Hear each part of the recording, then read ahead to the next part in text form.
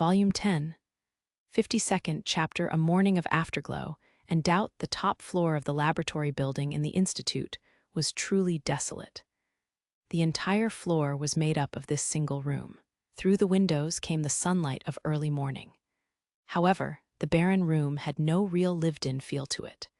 For starters, there were practically no curtains, blinds, or any other interior decor for that matter. The few desks, tables, and other furnishings that were here were devoid of any color. They were either white or black, not giving much of a hint for the owner's preference in color. It wasn't inconvenient, but there was nothing interesting about it. That said, points could still be given for the interior. Nowadays, curtains and other ways of minimizing the level of light were more like hobby items with little practical use. The windows in this room could be shaded at will.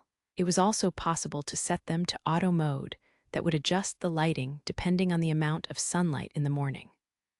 Although this type of window was widely known about, it was still a luxury item that most households couldn't afford. Speaking of expensive things, the laboratory equipment in the room would fetch a high price as well. Even an amateur could make a decent guess at the value. But since everything was arranged in such a haphazard manner, the room looked more like a warehouse than anything. Compared to the girls' dorm where Tesvia and Alus lived, there was a stark difference.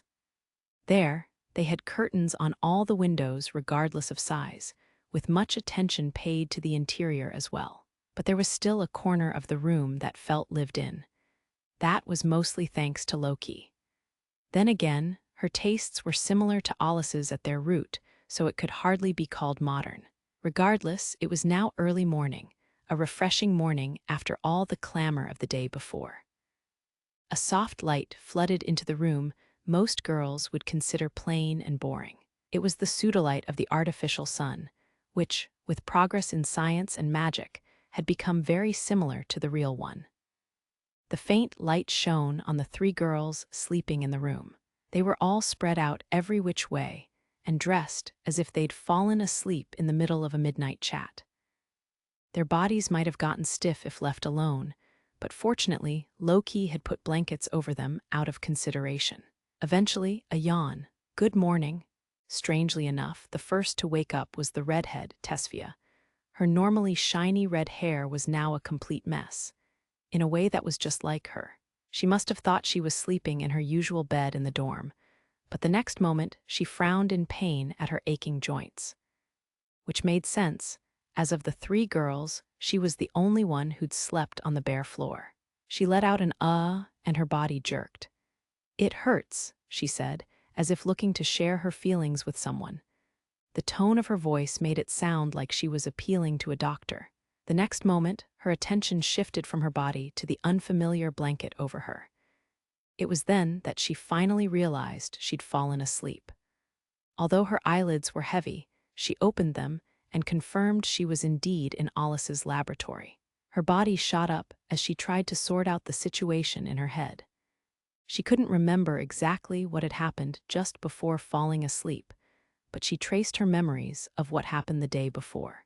Looking around, she saw Alus fast asleep near her. Unlike Tesvia, she'd curled up on a small sofa. But Tesvia didn't need to go through her memories to know that she'd been here with Alus and Seal, as well as Alus and Loki. However, Alus was the only one around. "Where's Seal?" Tesvia blurted out the name of the missing party as she tried to shake off her sleepiness. She slept in the same dorm room with her best friend Alus, so sleeping together elsewhere wasn't much different. But this was her first time sleeping in the same room as Seal. That said, it wasn't unusual for them to visit each other's dorm rooms and have pajama parties.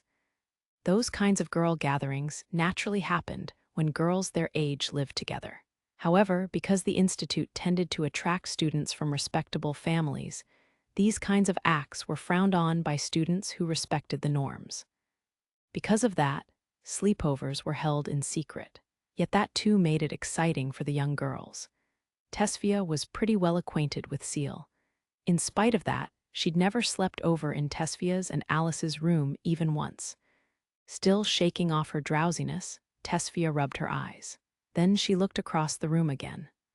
That's when she spotted a cute-looking blouse she'd seen before, gently spread out next to a blanket. She casually picked it up and gave it a suspicious look. "What is going on here?" she asked, completely confused before looking down. Something was wriggling beneath the table. Bending down to look, she finally found Seal. Her hair was messy, and she was wrapped in a blanket with only her head sticking out. Just then, Seal slowly opened her eyes and yawned. "Good morning, Fia," she mumbled. "Good morning, Seal."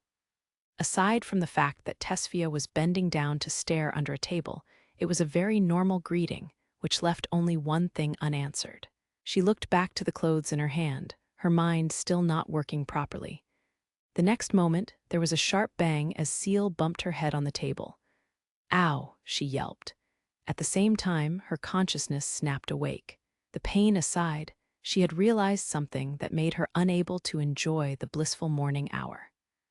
Crawling out from under the table with some skill, she made sure to keep her blanket wrapped around her. "Can I have that back?" Seal meekly asked after a moment's hesitation, red up to her ears. The noise of it all must have woken up Alus as well.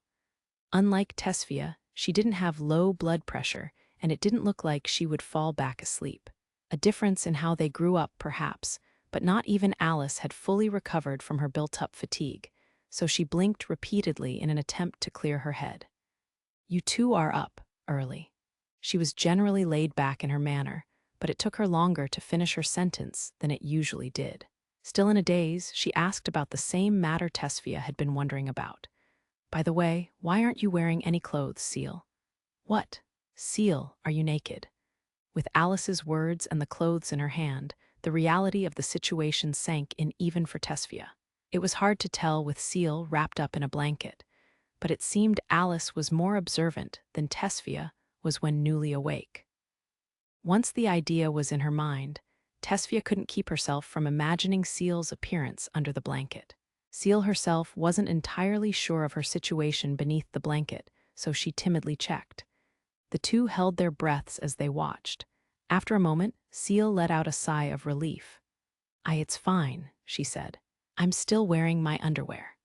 "Of course you are," the other two retorted, but then they realized something. There were supposed to be 4 girls plus a member of the other sex in the room. The strange situation brought to mind a normally unthinkable possibility. 4 girls and 1 boy had spent the night in the same room, and the next morning, one of those girls was stripped of her clothing. Tesfia gave Seal an anxious glance as she returned the blouse. Alus, too, gave her a look of sympathy. Seal confessed, acutely sensing their doubts. "And nothing happened. She paused. "I just have a terrible sleeping habit where I take off my clothes." Red up to her ears, Seal wriggled under her blanket as she put her clothes on. Alus tossed an undershirt and shorts over to Seal and opened her mouth as her doubts had finally been answered. "So that's why you always turn down any sleepovers?" "Yeah," Seal weakly nodded in return. "There's nothing to worry about. We're all girls," Tesfia said, in hopes of backing her up. Not only was she saying that to cheer Seal up, she was also saying it to herself to try to calm down her stirring heart. "Well, Fia's got her own bad sleeping habit she doesn't want to show others," her dorm roommate Alus said with a wry smile. That said, Tesfia was still nobility. So whenever she went over to someone else's for a sleepover, she would always keep her guard up. In that sense, Alus felt like Tesfia showing that side of her was a sign of how much trust they had in each other. Unaware of Alice's thoughts, Seal said, "It's been a bad habit since I was a child. I just haven't been able to fix it." It appeared this bad habit had forced Seal to hold back from any sleepovers. She'd been looking for a chance to go home yesterday, too, but at some point the fun had made her forget it. Despite being exposed in the end, she was taken aback by Tesfia's and Alice's reactions. "You can be so withdrawn when it comes to yourself, Seal.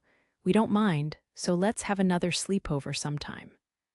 "Why, yeah," Seal nodded hesitantly at Alice's suggestion. "Well, to be honest, it was a bit of a surprise. But now we can have a sleepover whenever we want. You've already been found out, so it's all the same now," Tesfia nodded with a smile. Meanwhile, Seal seemed relieved by the fact that she wasn't being taken advantage of. She did in fact feel that now she could sleep over in their room without hesitation, but she was still a little embarrassed. Things having finally settled down, the three girls were greeted by a peaceful early morning. That's when Alice recalled something, and she looked around with a strained smile. Ah, maybe you shouldn't get dressed here. Al's probably still sleeping, but he's here too. They were being a bit careless, since this was Al's room, after all. That warning came a little late, and though Seal didn't look particularly shaken up, she did speed up in putting her clothes on. She was embarrassed, of course, but also relieved that she was covering the essential parts of her body.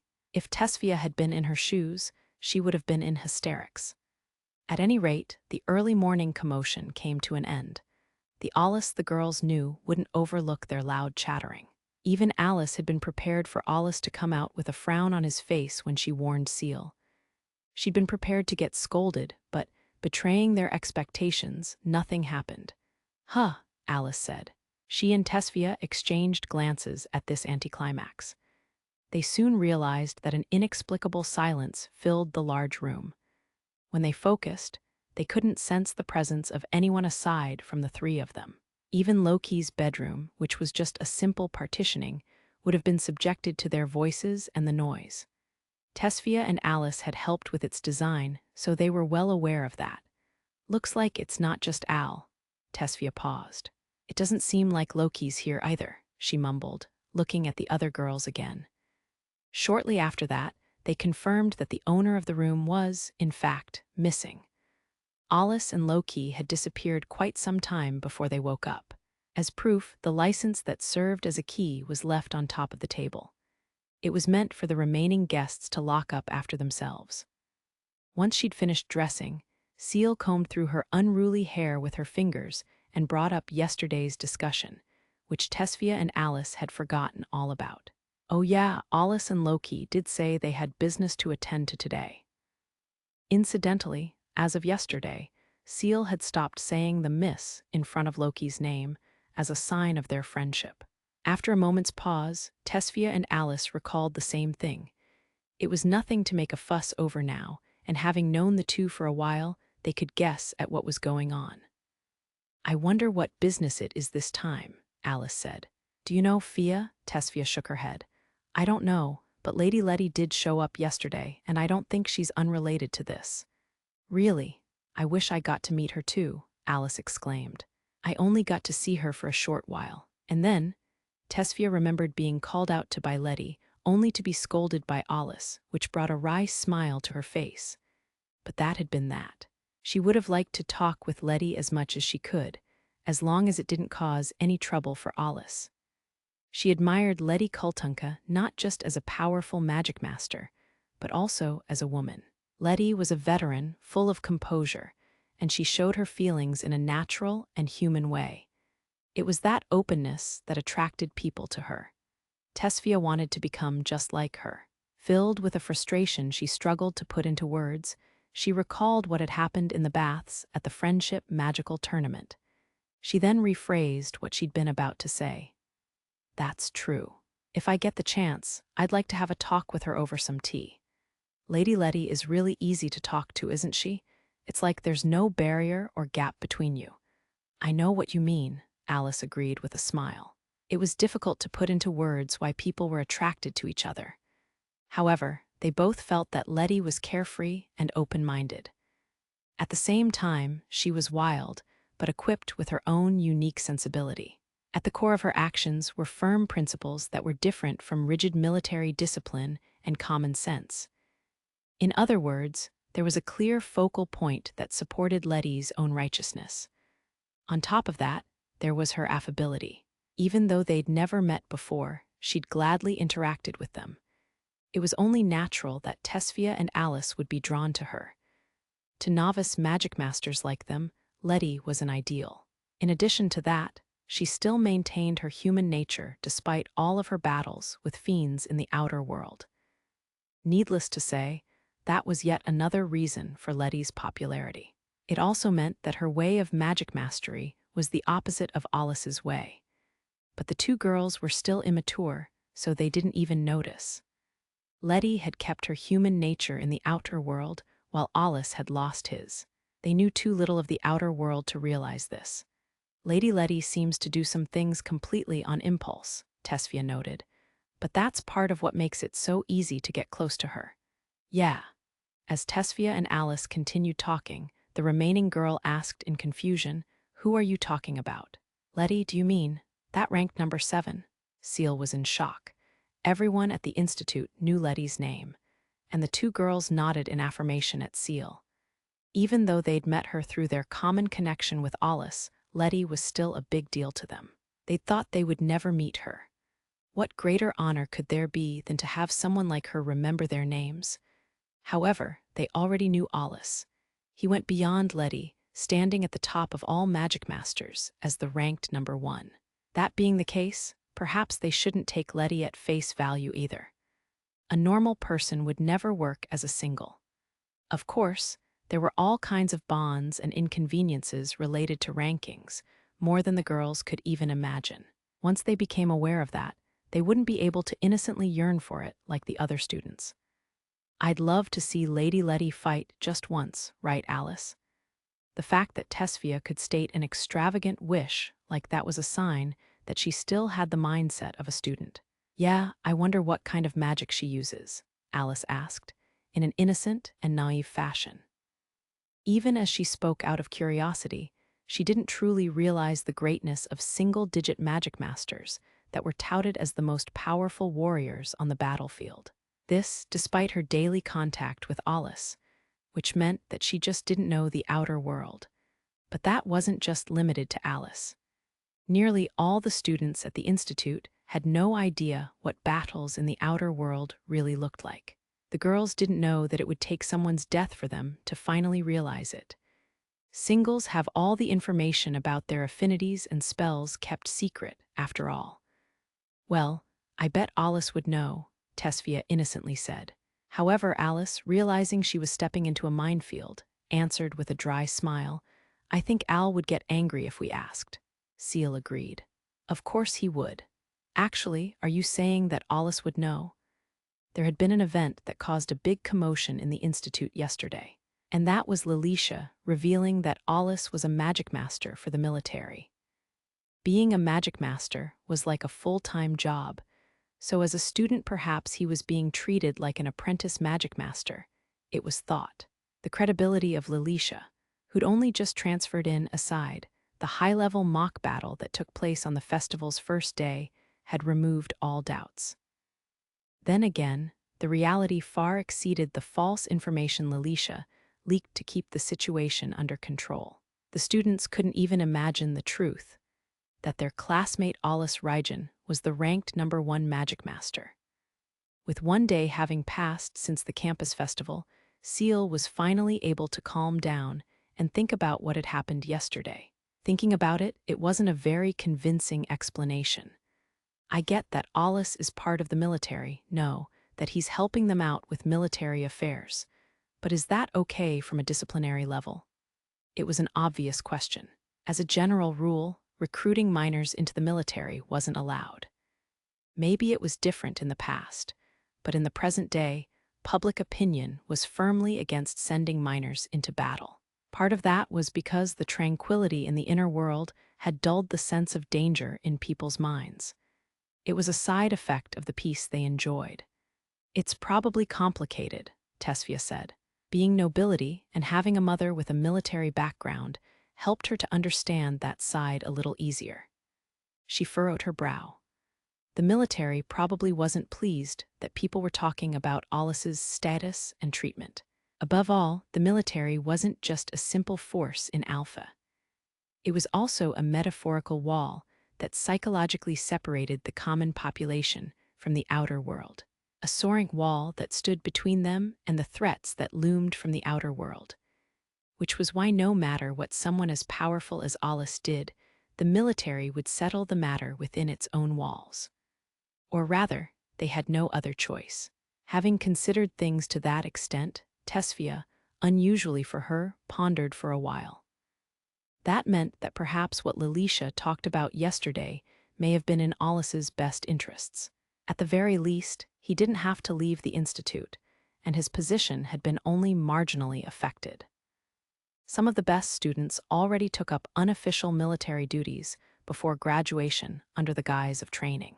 In fact, Tesvia had even heard that Felinella, who was at the top of the institute excluding Alus, was working for her father, Visiest.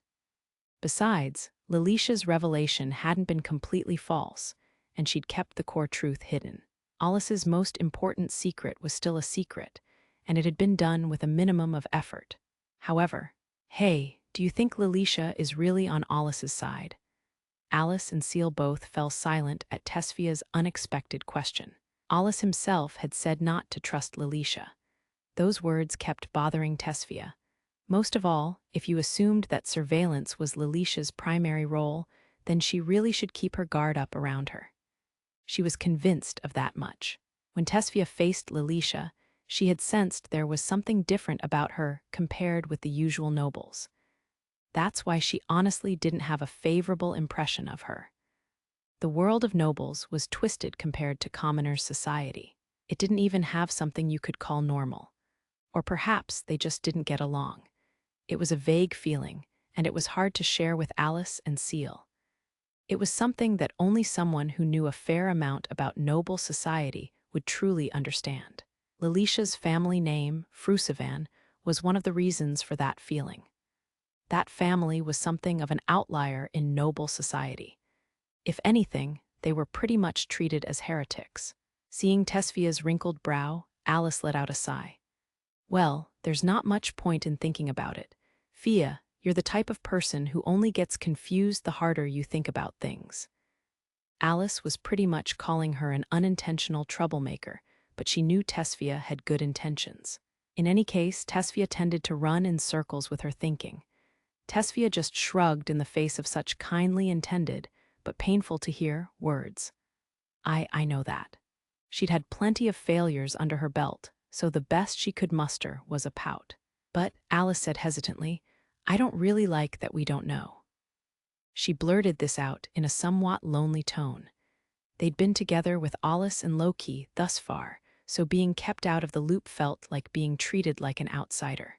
Somewhere deep down, she knew that she and Tesvia were able to stay under Alus's tutelage because they helped him to create a place for himself within the institute. But he didn't even need to be a student here. That much was evident from Principal Sisti's involvement. The fact that they were in such a fortuitous situation right now was due to political circumstances. It was simply because it was necessary for Alus to live at the institute. In that case, they didn't need to poke their noses into things they didn't need to know. There was a clear line drawn by Alus. Stepping across that line risked creating a rift between them. However, we would have helped if he'd asked, Alus mumbled with a sorrowful look. Since she looked unusually dejected, Tesvia hurriedly stepped in. That's just like you, Alus, but I can understand how you feel. Can you not just agree on this on your own? We spent the whole night together, so please don't leave me out. Seal interrupted the somber mood with a sulking expression. Well, I don't know what kind of relationship Lilicia has with Alus. She stopped to ponder it. Ah, could it be that she herself is the problem? Like a rival in love, I'm good at spotting that kind of thing. She nodded with a self-satisfied look. Was she trying to be considerate? At any rate, she'd pulled the conversation in a different direction. It wouldn't be surprising for her to have a more in-depth understanding of Alus's situation compared with the other students. She seemed so proud of herself to have caught onto the scent of an adolescent girl in distress. Say, Seal, have you not woken up yet? That's mean, Fia. I am fully awake. Can't you see that my eyes are even sparkling? Seal protested Tesvia's serious question by opening her eyes wider with her fingers. She might be an airhead, but she was sensitive when it came to affairs of the heart. 3 girls starting to talk about a boy fulfilled all the requirements.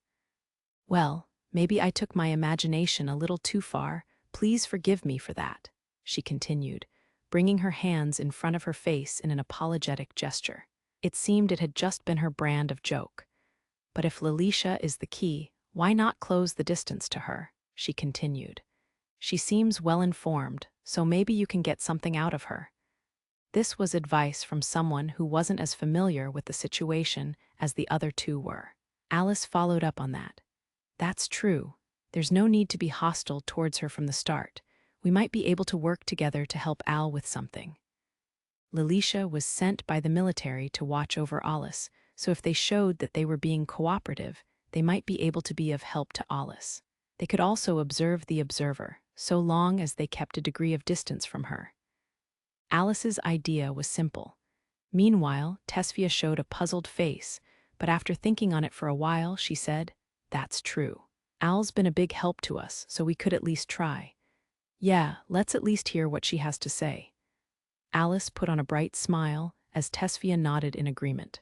However, Seal was unable to fully grasp the unspoken intentions and hesitations. "But she's a transfer student, so why not just get along with her?" she asked. But that wound up putting an end to the discussion. After that, the three looked around the room and decided to clean it up, since it was still a mess from last night. Looming after this was the campus festival's closing party. Participation was optional, but the multi-purpose hall would be opened for a buffet party.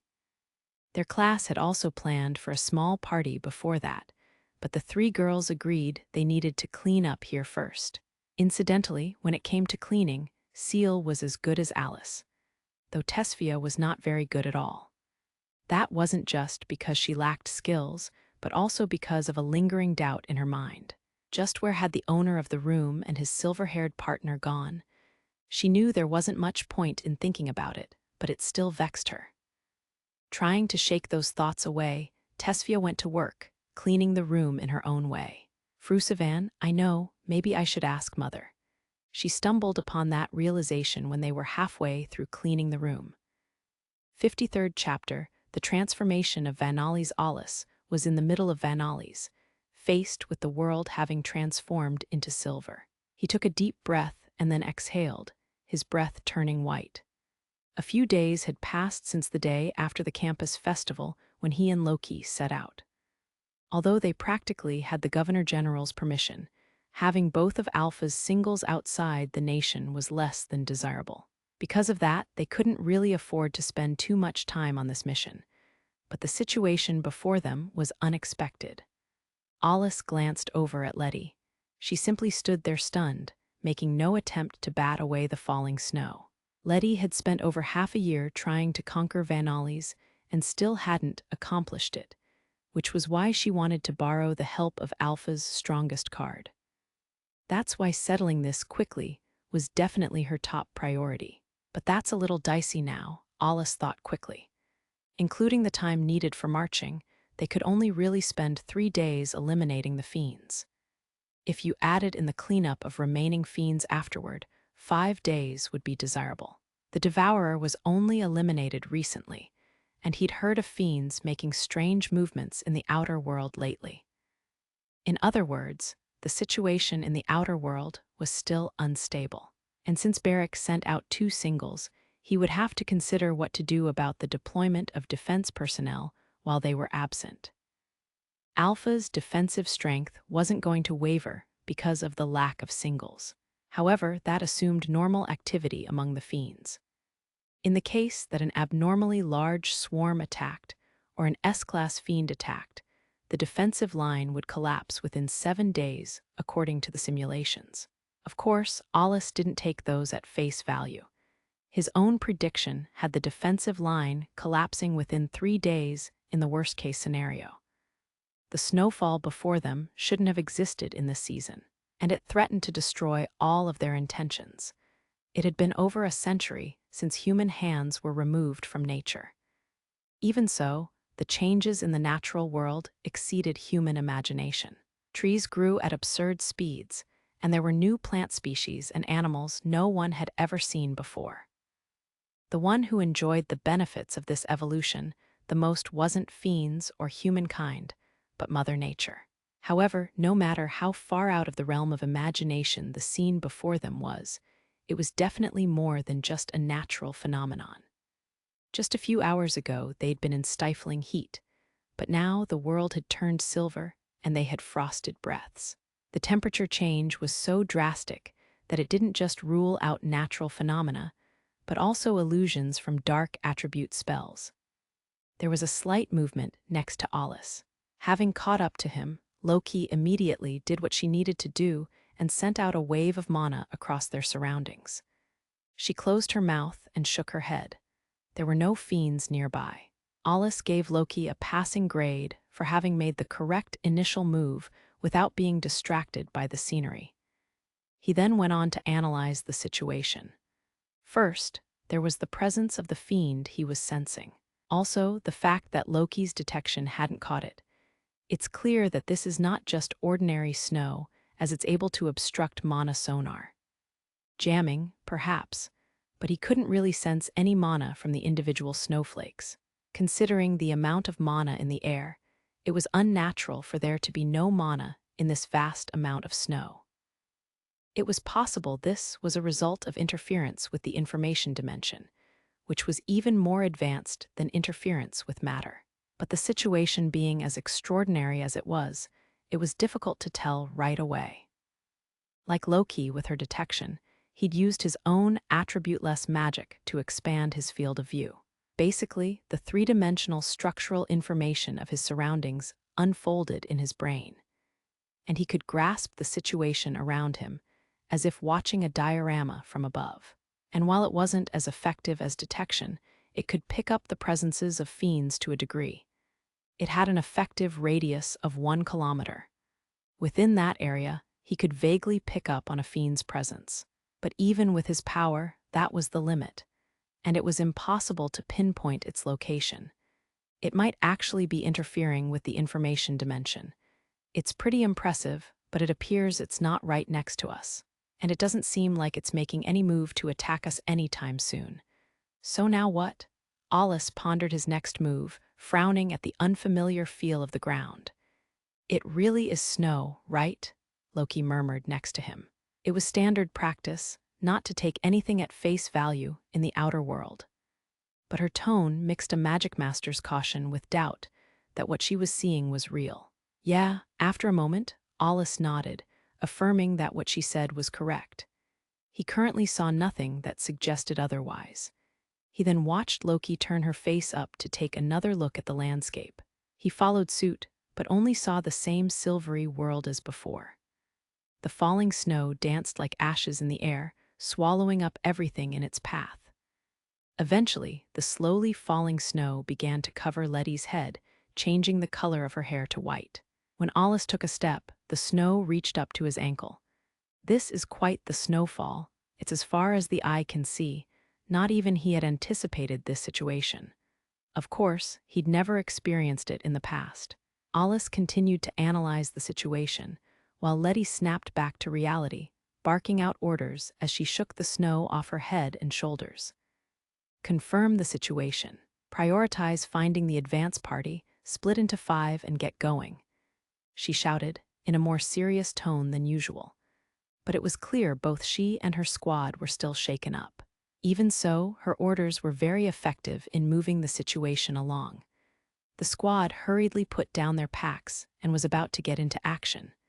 Hold up, Lettie. Give me 2 or 3 minutes. Without even waiting for an answer, Alus ran back the way they came at full speed.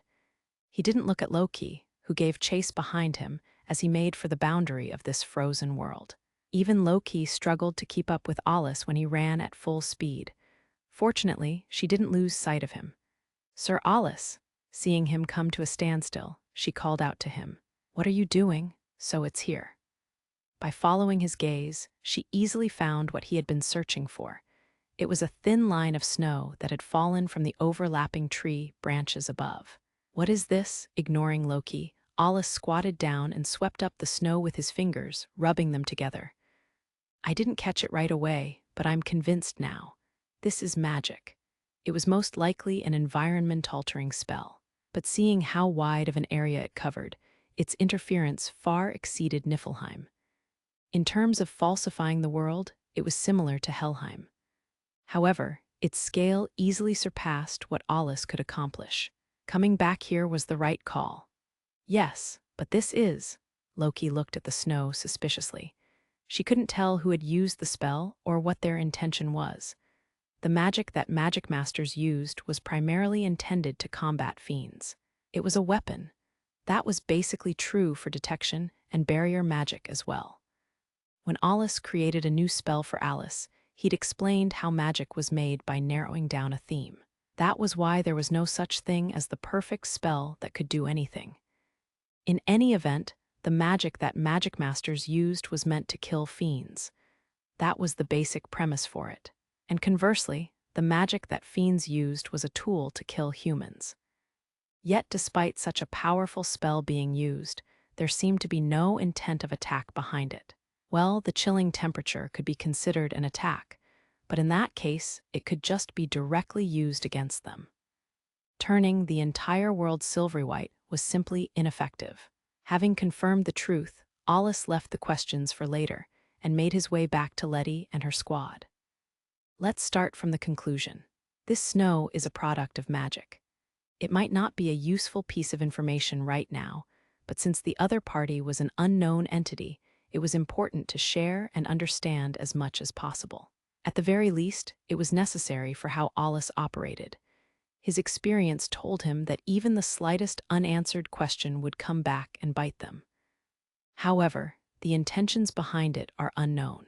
It isn't clear what effect it will have moving forward. If it's just meant to slow us down, this is pretty half-assed. I can't grasp what the plan is, to the point that I couldn't tell it was magic right away. Alus didn't miss the look of unrest on the squad members' faces, but he didn't pay any further attention to it. This was a squad of elites. They had enough experience to immediately accept any situation.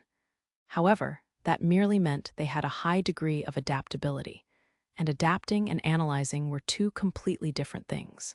Just being able to adapt to a danger wasn't enough. You only got a passing grade if you could analyze a threat, form a plan, and then execute the plan.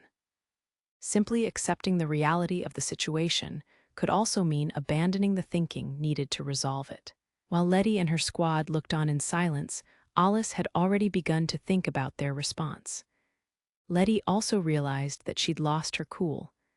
"That was careless of me," she said, reflecting on it. "There was no way around it this time," Alus replied, as if telling her not to worry about it. Incidentally, not everything he said was with her in mind. While she was shaken, he was objectively looking at the situation. It was his habit of stepping back and considering things, which was often useful in these cases. "Sorry about this, Allie." Lettie hesitated, then added, "Can you lend us your strength some more? I did make a promise, so I'll do my job. That said, try not to rely on me too much." Alus didn't have much practice working with large squads, so in effect, he was telling Lettie he'd lend his wisdom, but that she'd have to make the final decisions. "Still, I don't like this snow." There was a strange, foreboding feel to it that wouldn't leave him. It put him on edge and made him uncomfortable. Regardless, moving on from this place was preferable. Then again, since they didn't know the truth of the falling snow or the source of the phenomenon, they couldn't do anything too drastic. Normally, this kind of environment-changing magic was used for more than just offensive purposes. But it's pretty weak if it's meant to stall us, so it makes more sense to assume it's for detection. Alus considered the possibility that the surface of the snow was being used as a way to detect people, similar to vibrations in a spider's web. However, magic was the Fiend's invention. So for them it was more primitive and instinctive, or rather, lacking in logic, especially when compared to human magic. Because of that, even he struggled to decipher the hidden aim behind the spell. It was like trying to figure out the intentions behind a toddler's abstract painting. It was possible that there wasn't even any intention in the first place. "Let's take it slow from here. Bring out a map." It was the female healing Magicmaster who responded to Alus's request. She ran up and pulled out a thick piece of paper from the pouch at her waist. He took it from her and spread it out. It was a drawing of the area that covered 2 kilometers by 2 kilometers, a wider area than his field of view, which was welcome. It was hand-drawn, but from the version number in the top right corner, he could tell it had been updated several times. The map was detailed and had been backed up by careful research, a sign of how much time they'd spent fighting in this region. Is this the forward base? Alus asked Lettie. That's right. It was made by cutting a hole in a rock face, so it's hard to detect. The forward base was created to be used over a long period of time. It was built on the steep slope of a cliff to make it difficult for fiends to invade, and as long as they kept mana from leaking outside, it was unlikely to be found. It wasn't very large, so it could only be used by a small number of people, but it would function perfectly as a base. He looked at Lettie. She appeared to have regained her calm, but her shock from before wasn't just because of the unexpected snow. If that was all, then with Alus's help they could just handle things on their own. Instead, her doubts weren't focused on the squad, but on the safety of the advance party. If that was the case, then Alus should prioritize resolving the anxiety of the mission leader, the expedition's strongest fighting force aside from himself. The advance party was sent ahead to carry supplies to the base as well. With these numbers, a lack of supplies will slow down the conquest. He was hoping for a quick resolution and wanted to avoid spending time on preparations. But Vanalis wouldn't be so easy that they could just rush in without planning. Even if he were going in on his own, he would require a degree of planning so that he could carry it out step by step. So they should move now. They would search for the advance party and confirm their safety, and in the worst case, they should at least secure their supplies. Alus decided that now, before the snow got too deep, was the right time to go. Lettie, let's get to the base on foot. We can't do anything too flashy, but we'll use the bare minimum of mana to keep our body temperatures up. The snow doesn't have any natural mana in it, so there's a chance we might be found by mana emitting across the surface. So we need to keep any mana from leaking. Lettie nodded at Alus's suggestion, and immediately all squad members coated their bodies with mana.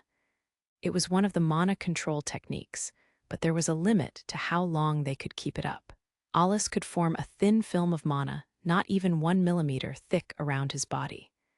Even if an ordinary person examined him up close, they wouldn't be able to detect it. He could also maintain it for a long period of time. Lettie could handle herself, but her squad members were another thing. And then there was Loki. I guess she'd last 2 hours at most.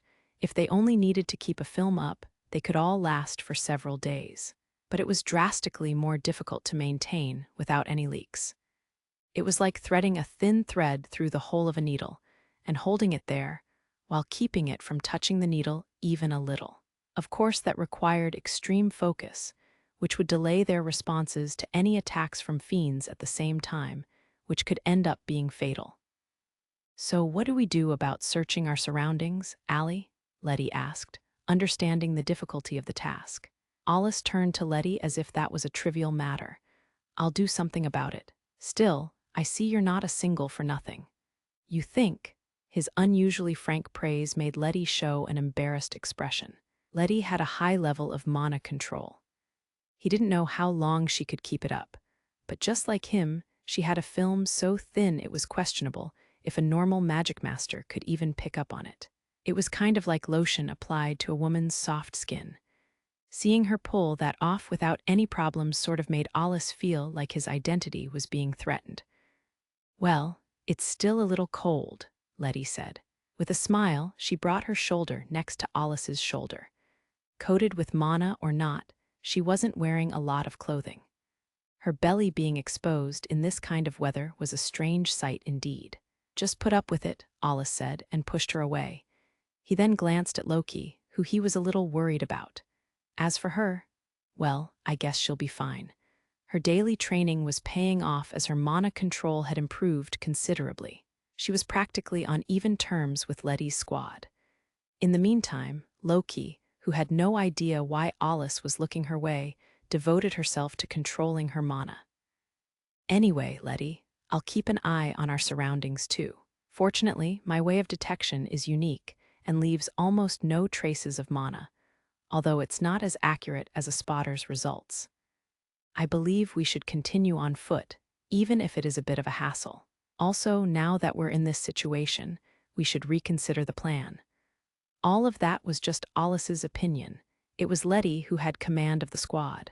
You decide. I'll follow your lead. He was going to continue by saying, my way will only bring about a lot of unnecessary animosity, but swallowed those words. The self-deprecating tone in that would have come from personal experience. Revising the plan meant leaving the confirmation of the advance party's safety for later. It was an efficient but cold-hearted decision, especially since Lettie and her squad considered the advance party as comrades in arms. It was clear as day that there would be emotional backlash among the squad. Alus wasn't so immature that he would make that kind of decision for another person's squad. Right, but the advance party isn't just carrying supplies. They also have medical equipment, materiel to enhance the forward base, spare AWRs, and more. At the very least, we have to recover the supplies. Lettie was right. Their mission wasn't going to end just by eliminating the Fiends.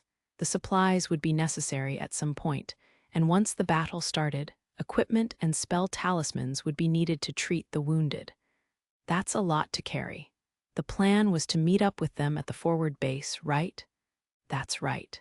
There's also 2 other temporary bases, but they're just in case of emergency. Alus gazed at Lettie. Her voice sounded calm, but her face looked like she was desperately holding back her emotions.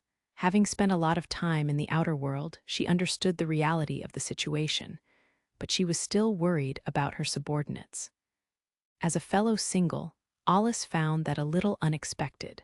However, a moment later, there was an empty feeling in his chest, and he remembered that he was the strange one for thinking that way. It was that part of his heart that would likely never be filled. At the same time, he realized why Lettie's subordinates looked up to her. He and Lettie were similar, but different in some ways. Alus quietly continued speaking. That's true, we'll have to get to the base first. It'll be easier to come up with a plan if we can confirm the situation. That might help alleviate the anxiety and frustration he sensed from Lettie, so he gave a reply that was in line with her feelings at the moment. Fortunately, it doesn't look like the Fiends are making a move. If the snow was indeed being used to detect them, as Alus surmised, then they were already within the enemy's reach. But based on the typical Fiends' habits, they would have attacked the moment they detected Alus and the others. Yet there were no signs of that so far. Even when compared to a spotter's mana sonar, he would be able to detect such a powerful enemy rapidly approaching.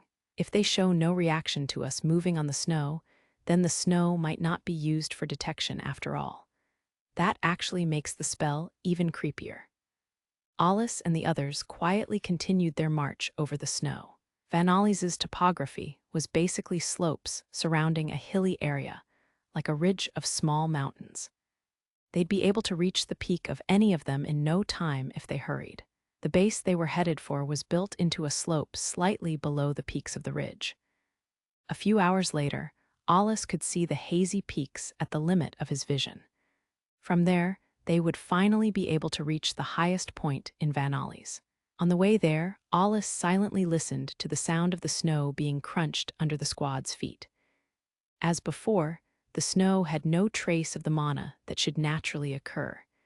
It was definitely a product of a spell. But hearing the sound, which was real, he found it hard to believe that it really was made by magic. It was near impossible to distinguish from the real deal. The snow was nice and cold and melted in the hand as you'd expect. If it really was created, were the sensations he felt just in his head, with the snow having no actual substance. The experience posed a conundrum for Alus. What was magic, and what was information? Then he snapped back to reality, clicking his tongue at himself for being distracted. He rechecked the map, looking around for landmarks they would use to reach the base. There should be a distinctively shaped rock nearby. Will this be all right? Suddenly, he heard a light step on the snow and Loki's voice calling out next to him. Her question was referring to Lettie's state of mind, or maybe to Vanalis's transformation. It's fine. This is common in the outer world, aside from this snow, that is. However, if Loki was worried about Lettie, she had a point. Lettie and her squad had been summoned back to Alpha without finishing their mission. Because of that, she expressed strong regret over having left Vanalis.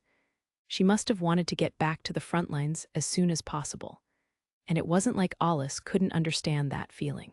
It was a mission carried out in a world full of unimaginable threats that had literally whittled away at their lives. Naturally, if she was thrown back to square one, of course she would feel it was unreasonable. Even though he could rationalize it away as a typical reaction, he didn't consider it normal, though Lettie had lost several subordinates during the mission. And being so devoted to her men, she found that all the more intolerable. In fact, there were times when she had revealed as much to him. However, he couldn't let Loki think about something unnecessary right now. Brushing the snow off of her silver hair, he spoke to the anxious girl in a nonchalant tone. Don't forget that she's a single, and this is the outer world. Out here, we're the uninvited guests. You don't have the luxury of losing focus.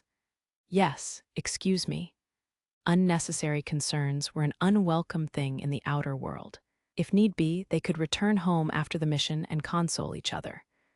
But here, that kindness was weakness and even a sin. He could understand Lettie's impatience, but out in this cruel, merciless world, she would have to take care of herself. Hey, Allie, I forgot to mention something. Lettie suddenly spoke up in a blunt tone, tapping Alus on the shoulder. The way she sort of fizzled out at the end, though suggested it was something important, and to be honest, he had a bad feeling about it. What are you saying all of a sudden? If you've got something to say, then let's take this opportunity and you can tell me everything. Well, it's about the fiend that controls Vanalis. Yeah, you told me about it before. A chimera, wasn't it? So did you come up with a reason why it would use such a strange spell or something? After hesitating a moment, Lettie said, it's probably the third leader. What? Alus had been listening, but when she said that, he instinctively turned his head to look at her. For some reason, she looked surprised in turn.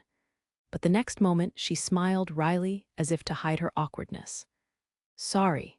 She brought her hands in front of her face and apologized, as if saying she hadn't put much stock in that information.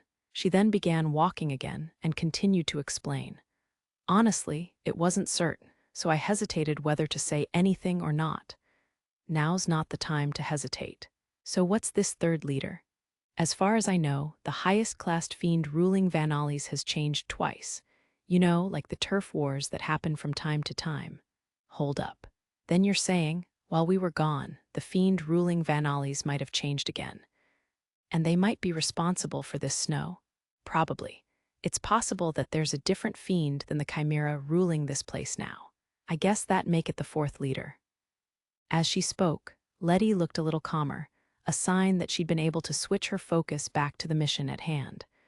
Or maybe she'd just been trying to cover up the fact that she'd been slow with the information. That was a relief, but still, Alus had never heard of leaders changing so often. To put it simply, the fact that there were so many fiends capable of taking control of Vanalis was abnormal in and of itself. Even if it were possible, it was only natural for the strongest to take over the leader's position based purely on the principle of competition. So this fourth leader would be quite the formidable opponent. Sheesh, talk about accepting a troublesome mission. I'm confident I would have refused if you told me sooner. He glared at Lettie, but it was too late to do anything about it now. Seeing the edges of her lips rise, his shoulders drooped. It's too late to turn back now, ALLIE. It was clear that Lettie would just dodge the issue if he tried to press her. In other words, he might have been led by the nose from the start. Alus resigned himself and gave up even trying to complain. I don't intend to. I've already accepted the mission. I especially don't intend to return from these backwoods empty-handed. I'm counting on ya, Lettie smiled, and Alus realized she'd recovered faster than expected. Vanalis's transformation came as a shock, but it seemed Alus's presence had proved reliable. I feel like I've been duped, but oh well. Before long, Alus confirmed they were close to the base Lettie and her squad were using, and that the mountain it was built on was covered in snow, using his field of view again.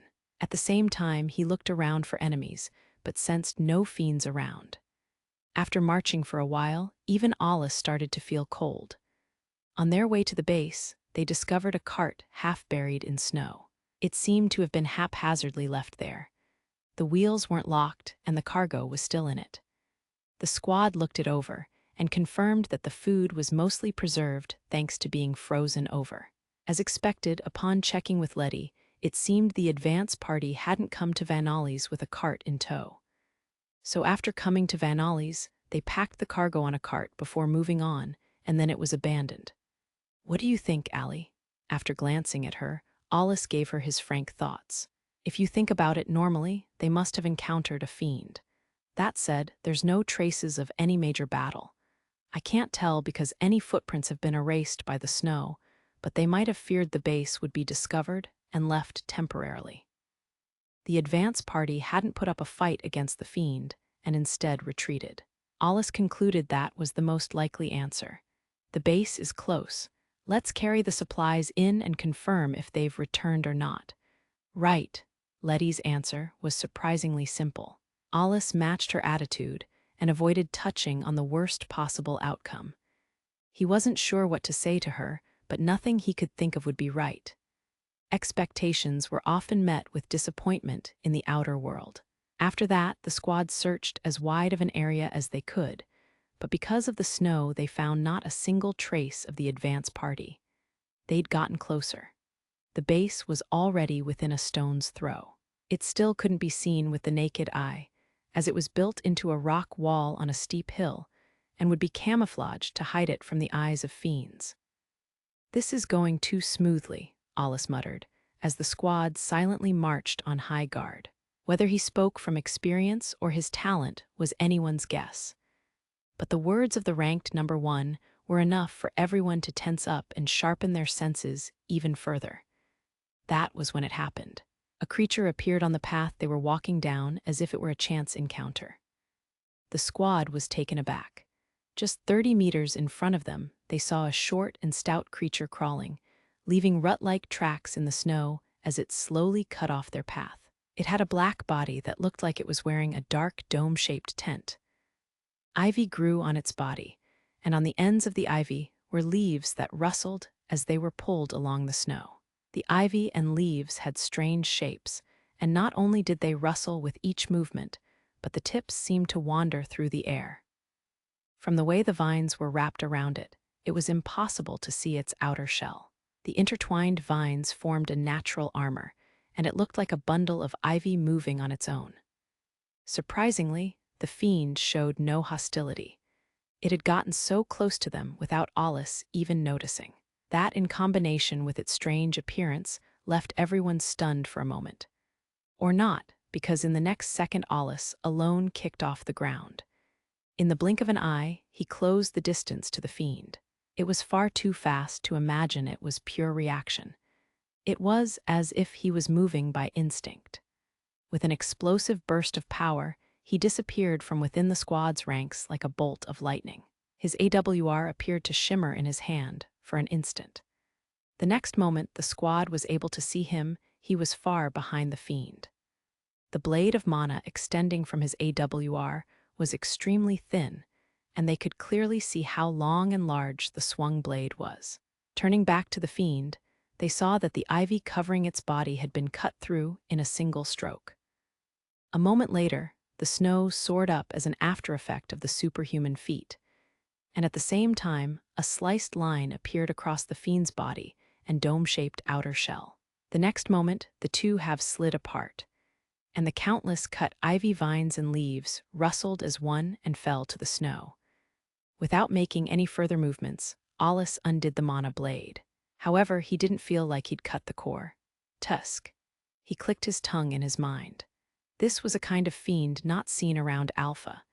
Using a mana blade in order to keep his output of mana to a minimum made sense, but it had ultimately backfired, keeping him from finishing it off in a single blow.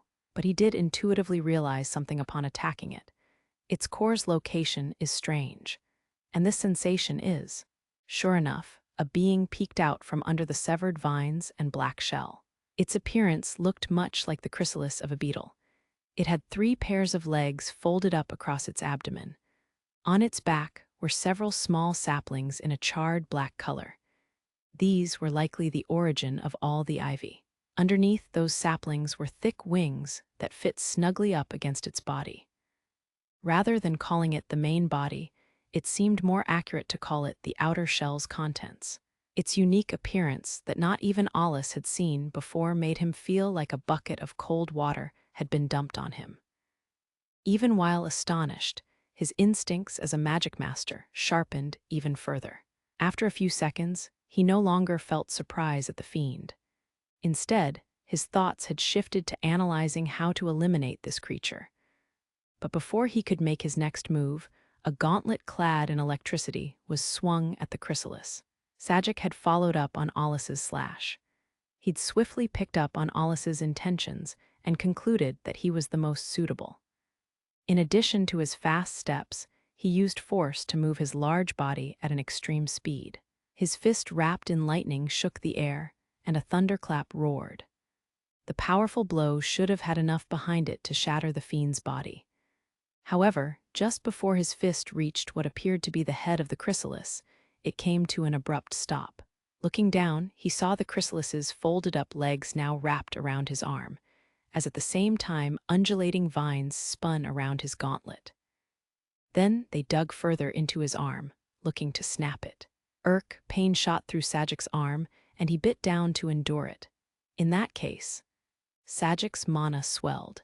He was going to shock the Fiend by running the power of his AWR through his arm. Determining that it was only a matter of time before his arm would become useless, he was prepared to sacrifice it to hurt the Fiend back. Burn! The veins in his arms rose as the muscles bulged and explosively expanded. Soon an ear-shattering sound was released from the top of his fist. Thunder Lion. With Sagic's fist as a starting point, the spell was constructed and materialized. It was the summoning spell Thunder Lion. Only the lion's head appeared, and it opened its sharp lightning jaws and bit into the Fiend's legs. Powerful lightning ran through the chrysalis's body, and shining white light enveloped the surroundings. Lightning strike after lightning strike hit. Smoke rose up from the chrysalis, but even then there was no end to the attacks. Alus, who was watching from the other side, stared at the chrysalis as white smoke rose up from it. A moment later, there was movement. The wings that were sticking to the chrysalis's body spread out and blew away the lightning that wrapped around its body. A gust of wind laced with white smoke ripped through the air. Seeing that, the squad tensed up at the precarious situation. Lettie alone watched the situation unfold with a calm look in her eyes. Because even though a cold sweat ran down Sagic's back, he maintained his balance and continued attacking with lightning. Just as Sagic felt his arm was at its limit, a series of lines appeared on the chrysalis's body, running from its head down to its abdomen. It looked like cracks had appeared in its body. The Fiend, cut into a dozen pieces, fell down on the snow with a dull thud, spraying blood as it did so. When Sagic looked beyond it, he saw Alus standing there with an expressionless face. The dark green blood that seeped into the snow soon evaporated, along with the snow it had stuck to. Without caring for the condition of his arm, Sagic straightened his posture and gave an alpha-style salute. "Thank you, sir." Then a fist unexpectedly swung down on Sagic's head. "You idiot!" It was Lettie's iron fist. This was more or less expected, but her expression was less angry and more exasperated. "Sorry about that, Allie. I don't mind. It only happened because I didn't finish it in a single attack. It was a strange opponent, but everything ended well." Alus looked down at the fragments of the Fiend that were crumbling apart and let out a sigh. Sagic's lightning and his space magic had destroyed the core, wherever it may have been. But for some reason, even at this close range, he couldn't sense the Fiend's mana capacity or its potential. Was that the effect of the strange snow too? Meanwhile, Sagic seemed somewhat confused at why he'd been scolded by Lettie. His colleague Mugir gave him a dumbfounded look. "You idiot! Think about why Sir Alus dealt with it immediately by himself, and why the mana blade was used." His words were met with an annoyed glance from Sagic. He didn't seem to have realized his biggest mistake. But the truth was, neither had Loki. She'd been ready to help Sagic with his crisis, but it appeared that might have been unnecessary. She softly looked up at Alus with an expression of shame at her inability to understand the situation. Unaware of her feelings, Mujir sighed and continued, "And you have the best reactions in the squad, too. Sir Alus, may I explain it to him in your stead?" Alus nodded lightly. He didn't think it was a big deal either way, and he felt it best to leave the squad to its members. "He was being cautious of mana leakage," Mujir began. "That's why he didn't use a spell, but a mana blade to keep other fiends from detecting us. And then there's this snow. It seems to be an environment-altering spell, as Sir Alus noted, but if it's not meant to stall us, it might be some kind of trap or means to spy on us. If it's the latter, what do you think the consequences of your actions would be?" The way he explained it in such a blunt manner made it clear he was saying the same thing as Lettie ... in other words, to think through his mistake properly. Sajic seemed to get it now and looked like he was about to apologize for his thoughtless actions. "However, it's already done, so I'm not going to find fault with you. But I didn't expect its insides would be like that," Alus casually said, stopping Sajic and changing the topic. "At any rate, it was clearly an A-class or above." "No way. A missing shell's no A-class. It's just an extravagant jack-in-the-box. Besides, it's not one of the A-classes that we've marked, so do you mean they've increased?" Lettie asked Alus. A missing shell was a fiend whose biology was shrouded in mystery. It was a relatively low-classed fiend, and its core was located in the middle of its vines, with its surroundings being hollow. Lettie said the mysterious fiend was like a jack-in-the-box, and its appearance did surprise many. There were 2 A-class fiends left in Vanalis, one of which was the brain-eating Ogma, so Lettie's answer left Alus confused. He felt like clicking his tongue as he mulled things over again. A missing shell was a C-class at most, something easily managed for this squad. However, its contents shouldn't be included in that evaluation. In fact, this was the first time Alus learned that there was something inside. Perhaps someone had called its insides hollow from observing it after it had turned to ash. However, at the very least, the information on the fiends here needed to be updated after Lettie and her squad had been away for 2 months. Moreover, if there were high-classed fiends present here that they didn't know about, that would have an impact on conquering Vanalis. That said, missing shells weren't counted as high-classed, so it was possible that this was just an exception. At any rate, they needed to be cautious. "Looks like the Vanalis campaign has regressed more than expected." Lettie's expression turned grim at Alus's remark. "I'm worried about my squad." She sounded like she was talking to herself, but in reality, she was making a plea to Alus. Of course, there was no change in Alus's policy. First, they would get to the base and confirm the situation, including the advance party. But the unexpected factors made it clear that the overall mission would be delayed. That was when Sir Alus, Loki's urgent tone, immediately put everyone on guard. "Here they come, so it's definitely a bad situation then." It was because he'd sensed this ominous event heading their way that he'd instantly moved to kill the fiend from before. "So that was a scout," Lettie noted. "A pretty high-classed one for that."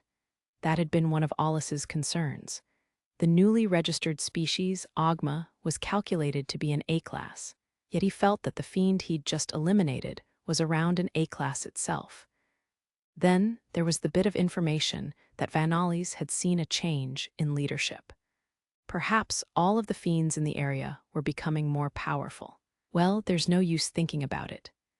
As Alus muttered this, all forms of fiends came crawling out from behind the snow-covered rocks and out of the silvery ground.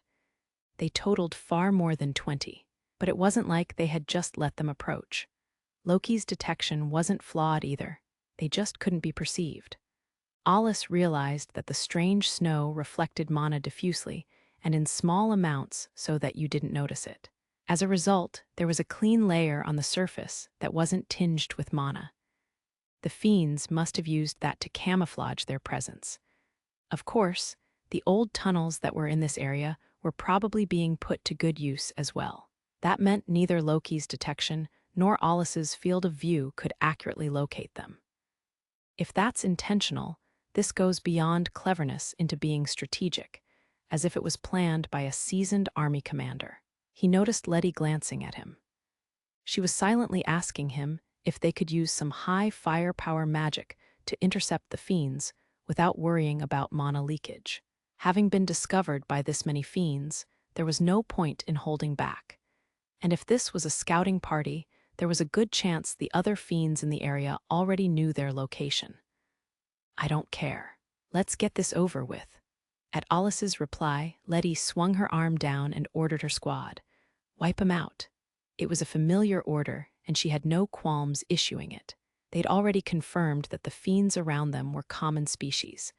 And so the battle began. Mana burst and exploded here and there. The Fiends were exterminated one after another without pause. The squad was perfectly coordinated, acting with no waste. Blood splattered on the snow before dispersing into mana particles. This was a case of the right people being in the right place, with each squad member moving in such a way that their best skills were brought forth. At the heart of that were Sagic and Mugir.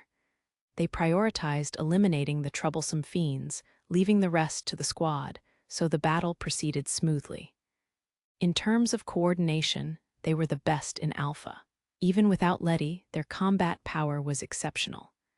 Regardless, a scouting party wasn't a problem for Lettie. With the highest class here being a B, they left the destruction of the cores to the following forces while they prioritized neutralizing them.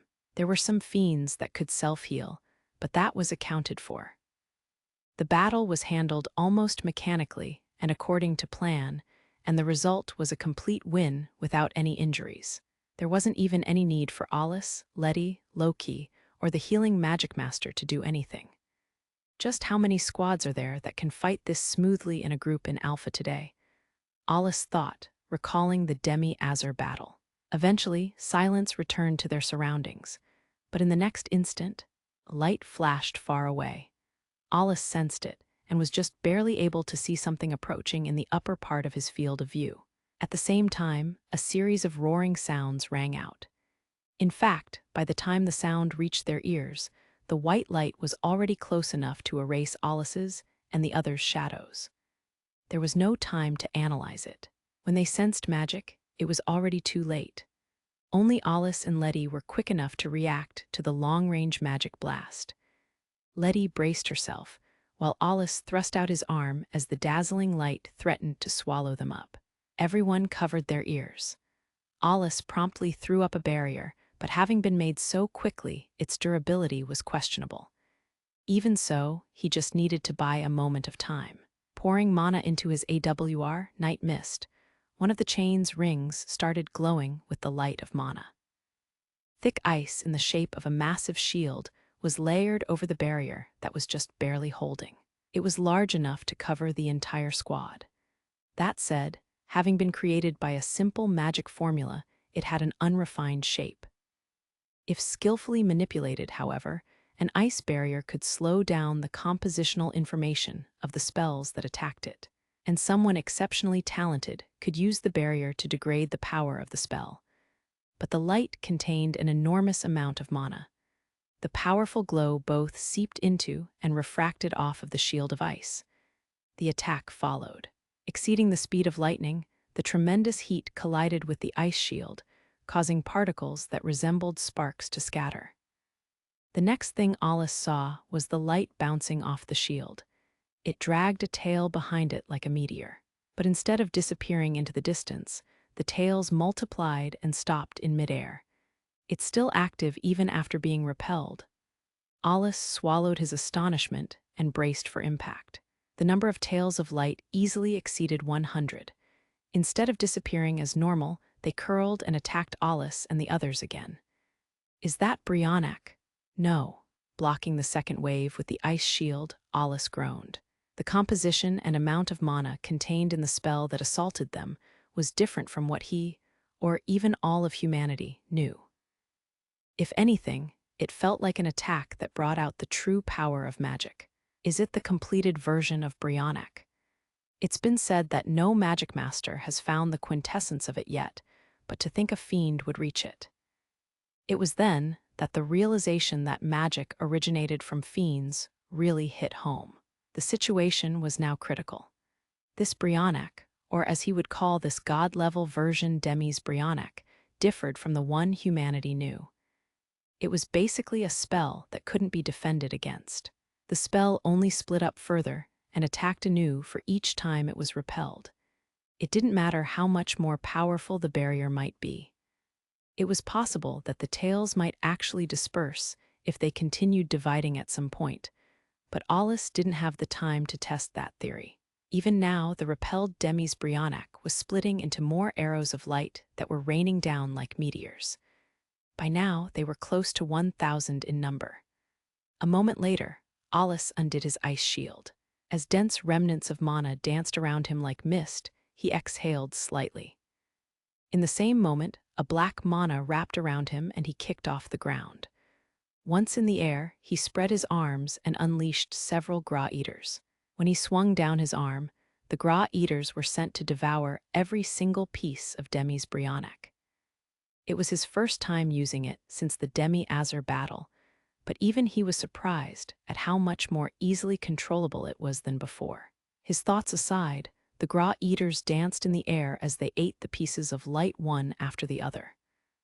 Eventually, he landed back on the ground, and by that time the threat had been entirely erased. Dropping to one knee, Alus let out a single huff, secretly full of relief. Fortunately, the squad was in awe, intuitively realized that Alus was in charge of the Graw-eaters and hadn't made any unnecessary moves. Thanks to that, he was able to devote his full attention to controlling them. The strong scent of burning stung his nostrils. He'd ended up showing them one of his trump cards, but in this situation, it had been unavoidable. That might have surprised you, but we'll talk about it later. Next, Alus turned a sharp glance in the direction Demi's Brionac had been cast from. The light was already disappearing, but faint white smoke remained in its trail. They're far away, several kilometers at least. Considering the fact that the spell moved faster than sound, it was no doubt meant as a surprise attack.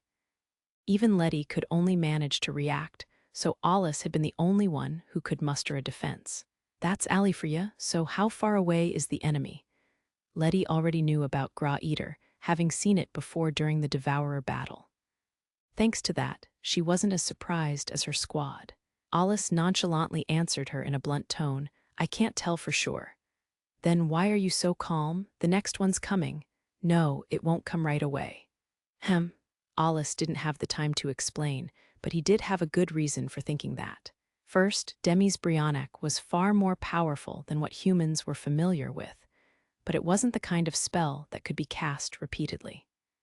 If the attacker was able to do that, then Alus would have immediately had everyone else retreat. In short, it's a spell that takes the mana floating in the air and supercompresses it before it's unleashed.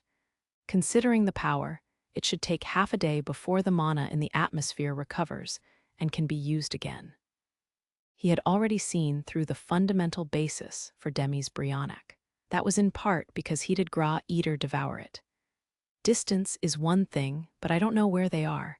Just firing magic blindly would be pointless, he concluded in a fed-up tone. And of course he was fed up. He'd realized the usefulness of the magic snow. While they didn't know where their attacker was, their attacker knew the exact location of Alus and the others. He cast an annoyed look at the snow by his feet. He'd been on guard for the falling snow, but it seemed the accumulated snow had some effect as well. This is the reason they found us. As proof of that, any remaining mana remnants were being absorbed and accumulated into the snow. Mana wasn't matter, and so it wasn't affected by gravity. So there was only one reason it fell to the ground: the special properties of the snow. It wasn't just diffusing, but also absorbing a part of it as well. The Fiends were taking advantage of this. We were detected by the faint traces of mana. They know where we are, so there's something below us. It was natural to assume that the tunnels below ground were being used as a makeshift radar network. It was the optimal environment for receiving detection results. The details were still unclear, but combined with long-range magic, the Fiends could stomp out Lettie and her squad from a distance. At the very least, it was proof that Fiends were working together. Being attacked by enemies who could hide in safety was definitely troublesome. If I could at least tell the range they're at. As that thought entered his mind, the edges of Lettie's lips curled up into a fearless smile. We only have to find out the distance, right? But detection's not going to do much good. Tusk, tusk. I can't stand getting attacked so one-sidedly. You too, right, Allie? Well, yeah, Alus bitterly replied, as if saying he'd have already done something about it if he could. Lettie crooked a finger, and immediately one of her squad members ran up to them. With AWR in hand, he quietly cast a spell. Appearing before Alus and Lettie was a strange water mirror. It must have been a water spell, with the mirror reflecting the scenery of somewhere distant. In a sense, it was like a quickly constructed telephoto lens, but perhaps affected by the snow, its shape was somewhat crooked. The surface rippled like water and currently showed the top of the mountain.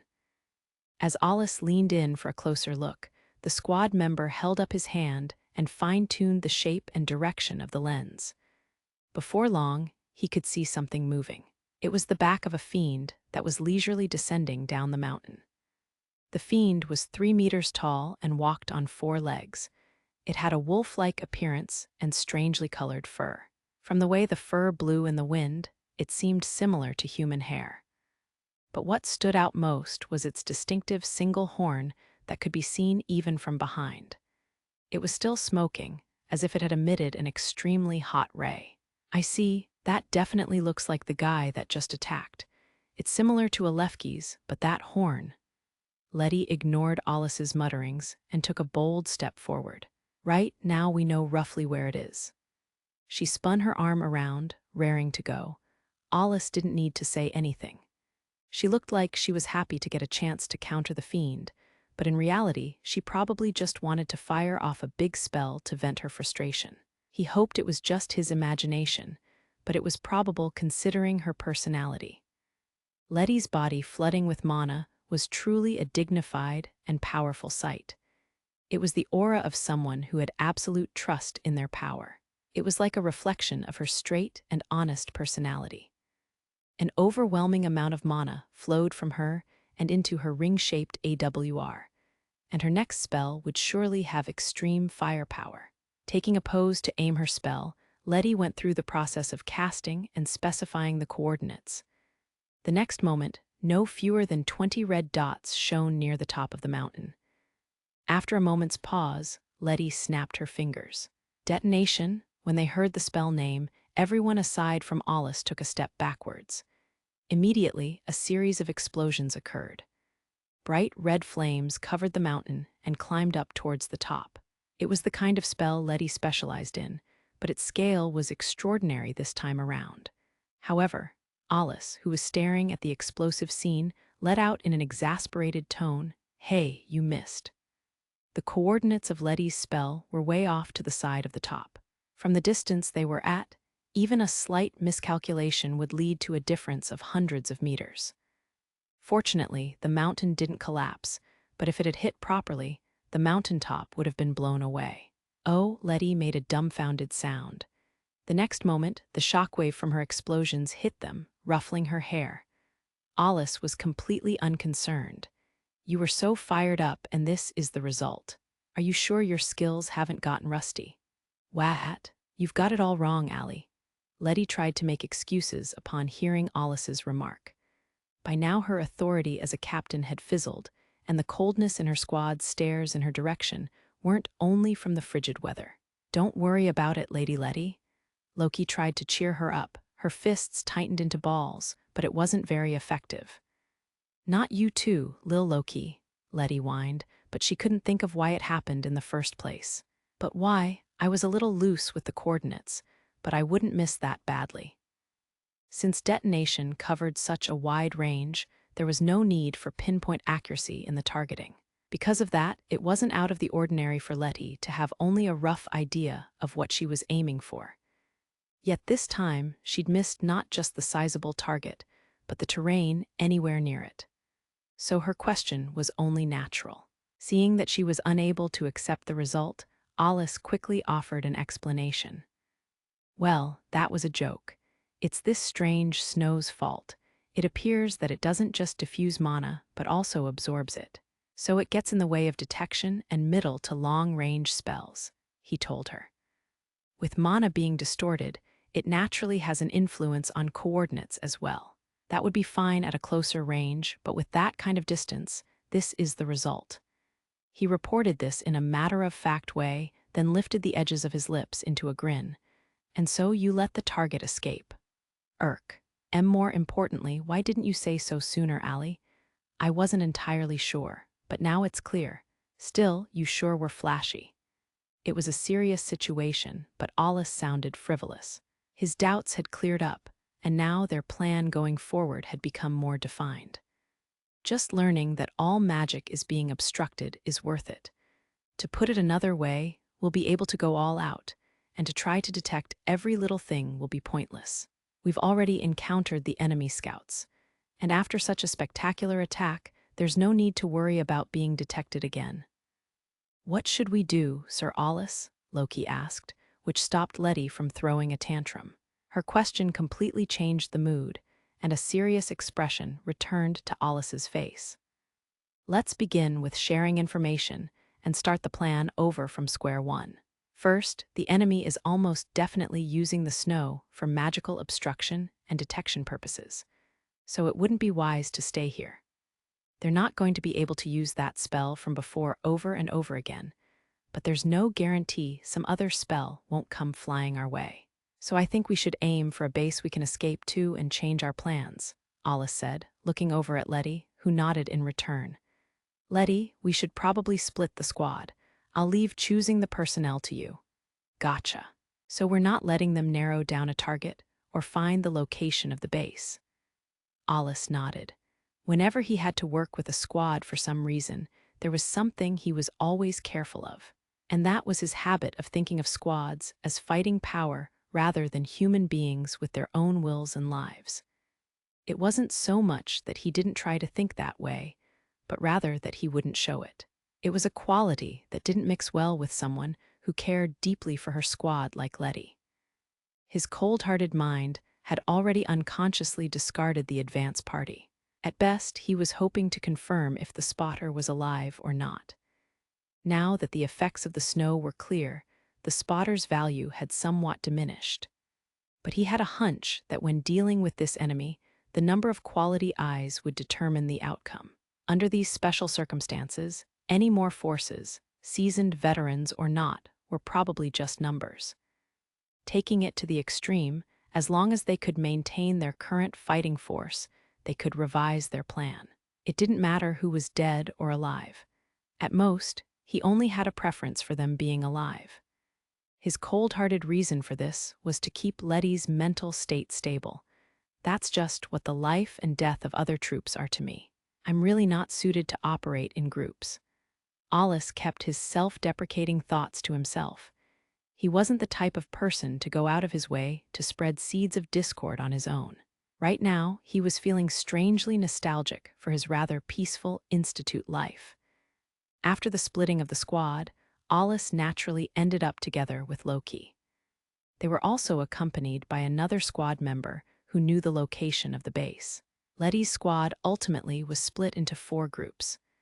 The plan ended up being that they would scatter and regroup at the base. That would make them more mobile, but it lowered their firepower, so they would have to avoid combat and shake off any pursuing fiends. Shifting to covert operations understandably made everyone nervous, and the hope of finishing the mission quickly was looking shaky already. Anyone slipping up here could lead to the mission failing. Lettie, let's regroup at the base at 21:00 hours at the latest. In the worst case, we'll need to consider pulling out of it. Tell the squad that whoever gets there first needs to be prepared. Why go through me when you can just say it yourself? Alus had tried to go through the squad captain as usual, but Lettie just gave him an odd look. Alus's own intentions aside, Lettie's reaction made sense given the situation. Everyone already understood that there was nothing that could be done about the Demis Brionac without Alus. And while it wasn't the case at the start, in reality, he was now the one making the plans. Realizing that, Alus gave up on any needless consideration, but he still left the final judgment up to Lettie. After some advice from Alus and sharing of information, the group set out. Accompanying Alus and Loki was the healing Magicmaster. Since a healer was a valuable asset, Alus felt a little bad about having her come with them. He couldn't tell if Lettie was being considerate, trusting him, or just pawning her off on him, but he decided not to say anything regardless. Louise, was it? Not saying anything at all was a little awkward, so Alus decided to start the conversation. At the moment, they were moving at high speed, searching for the best route to the base while expending the minimum amount of mana. Yes, this is my second year assigned to the squad. Being only in her second year, she wasn't a veteran member considering when the squad had first been established. Louise had a rather calm temperament, perhaps because of her role as a healing Magicmaster. She was still young, but was probably a few years older than Lettie, or so Alus thought. But then he didn't know much about a woman's age to begin with. I see, I'm sure there must be a lot of hardships in Lettie's squad. Huh, why yes, well. Louise hesitated at Alus's frank question. It seemed his words had been a little too blunt, causing an unnecessary conflict within her. At any rate, she seemed to recognize what he was talking about. Of course, there would be a lot of hardships in Lady Lettie's squad, Sir Alus. I guess so, Alus vaguely replied to Loki's follow-up. Louise glanced at the two and spoke. That's true, there are a lot of hardships, but it's been a lot more fun than any of the other squads I've been assigned to.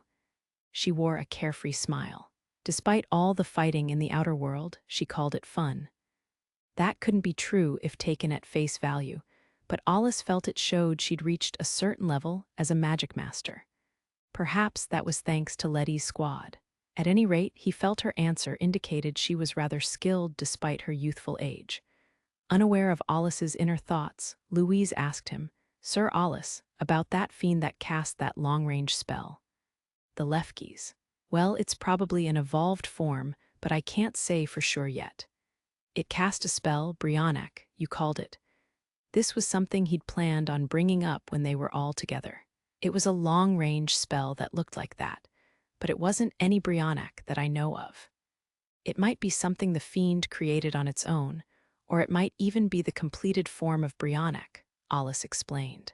I don't know if it's an evolved version or a variant, but I'm calling it Demi's Brionac. Whenever it comes into contact with anything other than its target, it switches over to the second stage of its composition. It switches over? Louise asked, but Loki was intently listening as well. Yes, under certain circumstances it splits and recomposes itself into a tracking projectile, Alus politely told Louise, unaware of his tone of voice. Women around her age tended to throw him off. Furthermore, her attitude didn't show the usual excessive amount of respect towards his rank as a single. He also felt a strangely familiar sense of atmosphere with Louise, but he didn't understand why. Even if you cast an anti-fiend barrier, it would only temporarily reflect it before the fiend attacks again after changing its nature. Is that right, Sir Alus? That's correct. Alus nodded at Loki's answer. Brionac was considered one of the most powerful spells for wiping out a group of enemies. However, the spell unleashed through that horn had been further modified from the human-designed Brionac. Trying to block the spell with a barrier only made it split up more, making it exceedingly troublesome for the defending side. Moreover, most people wouldn't be able to react to that speed. Louise was trying to come up with a countermeasure against it, but as a healing Magicmaster, it was outside her area of expertise. Even so, as a member of Lettie's squad, she had plenty of intelligence and creativity. Yes, at the moment, using my special ability is the most convenient way. Alus purposefully called his Gra Eater a special ability to keep it vague. It was his way of drawing a line. Even though they were both Magicmasters of Alpha, he wanted to keep his trump card hidden up his sleeve if possible. If it was only a simple special ability, he'd have no reason to be nervous. Also, Gra Eater wasn't all-powerful. There was a limit to how much mana it could absorb, and letting it devour everything risked having it run rampant and exposing Alus to danger. Not to mention, he strongly felt the need to take his failure during the Demi-Azur battle to heart. If he didn't, his small, silver-haired partner might push herself to do something reckless again. As he thought that, Alus glanced over at Loki, who seemed not to notice his stare. She offered another solution. "Sir Alus, can you not use a spell to cancel it out?" That was a technique of using an equal or more powerful spell to collide with the other and wipe it out. Of course, only a rather high-ranking Magicmaster could use such a technique, so naturally it would be no problem for Alus. "I thought of that too, but there's honestly no way to test it." His words made Loki realize the problem. Long range or not, at that speed the defender would be at a big disadvantage. Being as powerful as it was, they would have to detect it and prepare ahead of time in order to counteract the spell. Even the barrier that Alus quickly threw up was only possible thanks to his godlike reflexes and magic construction speed. "This snow is working better than I expected," Alus muttered to nobody in particular. Vanalis was a fortress that gave a topographical advantage to those who lived there. The tunnels that stretched beneath the land were one such thing, but the environment-altering snow was also persistently blocking their invasion. As for the Lefkis, it won't make much difference whether we focus on how to deal with it now or later. He'd have to follow up with Lettie and her squad about Gra Eater. Since it was a secret between him and Barrack, he'd need them to keep quiet about it. In the end, he'd just have to trust them. Maybe the futility he was feeling was because it was Lettie. As he thought about these things, Alus vigilantly kept an eye on their surroundings. "Miss Louise, as you know, I'm the only one who can deal with Demi's Brionac. There shouldn't be any danger in splitting up for now, but there will be in the future. So there is something I'd like to ask you." Louise raised her head and looked at him. "If it's anything I can tell you. Do you know if there was anyone who could use light magic in the advance party?" she gasped. "What does that mean?" Exactly as I asked." Louise furrowed her brow at Alus's blunt and uncaring tone. He'd been considerate around Lettie, but for better or worse, Louise was the only one here now. And since it was something he'd need to confirm eventually anyway, it was better to do so when there were fewer people around to get angry. Loki didn't look particularly sympathetic either. She wasn't as bad as Alus, but she was similar to him in that she was unlikely to be moved by this. He didn't see any point in putting a flower on the grave of the dead, or giving it water to keep it alive. In the outer world, there was not even a drop of water that would be given to a flower that had already withered.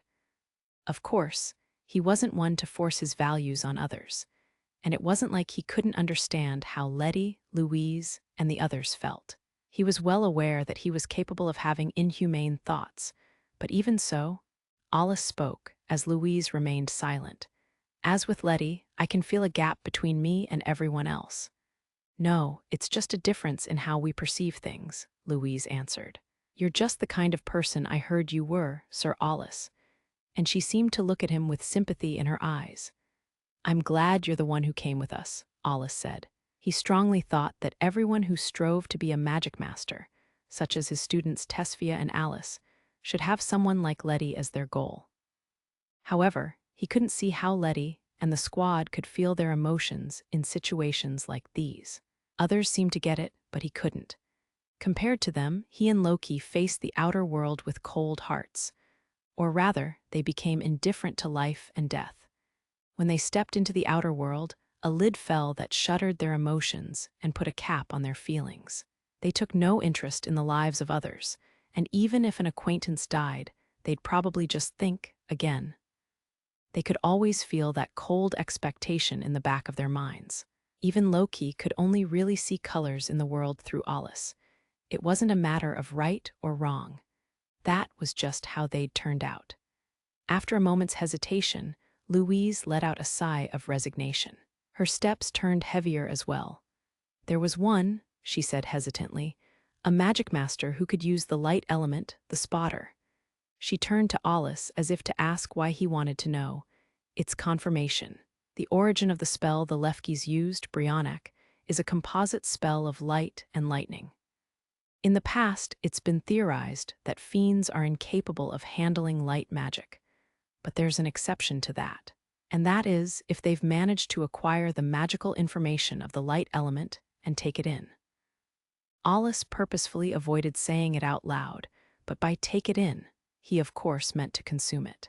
It was then that he finally realized the reason for his politeness and sense of familiarity towards Louise. When he'd been in that squad, there had been someone very much like her.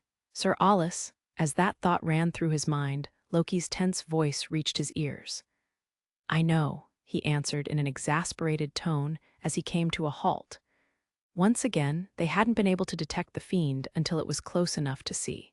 And if they were using the old tunnels that reached across Vanalis, discovering them would take even longer. Even now, Loki's warning had only come when the fiend was 100 meters ahead of them.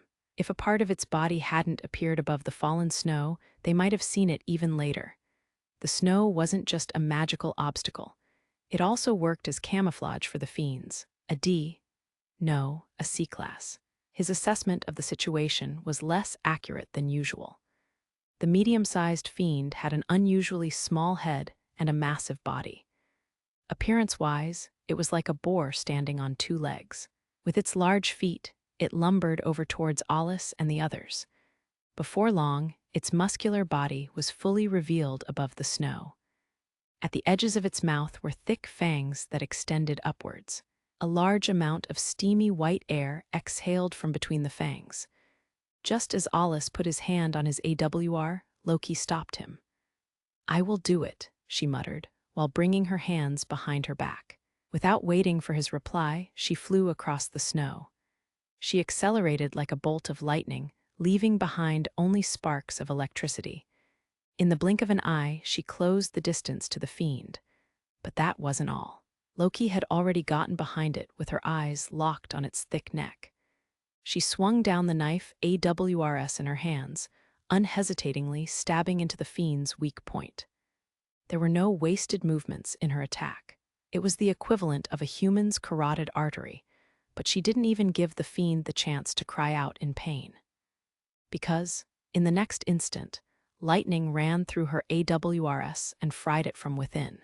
Kicking off the fiend's back as it fell forward, Loki landed back down on the snow. Even Alus was impressed by her skillful destruction of the core in a single hit. "No way," Louise gazed on in amazement. She'd sounded like she knew of Alus to some extent, so it wouldn't have been surprising if she knew Loki as well. But somewhere deep down, she must have underestimated her, thinking that a spotter's fighting wouldn't amount to much. In reality, Lettie had mentioned that Loki was a child soldier, one who had taken part in that horrible Magicmaster training program the military had in the past. However, that only concerned Loki. What Louise knew of Alus, she'd gotten from another source. The existence of the training program was a taboo subject in the military. It was an unspoken rule that they were not to talk about it. Not only had it produced a lot of casualties, but it had been deemed a failure and quietly shut down, with all major records of it being destroyed. The girl before her was a rare survivor and an even rarer success. Witnessing Loki fight firsthand, Louise reluctantly saw the usefulness of that inhumane training program. Even if it wasn't ethically acceptable, the truth was that the small girl had eliminated a fiend several times her size. And for a brief moment, Louise felt elated. If they could fill just one squad with a fighting force like this, humanity's future would be bright.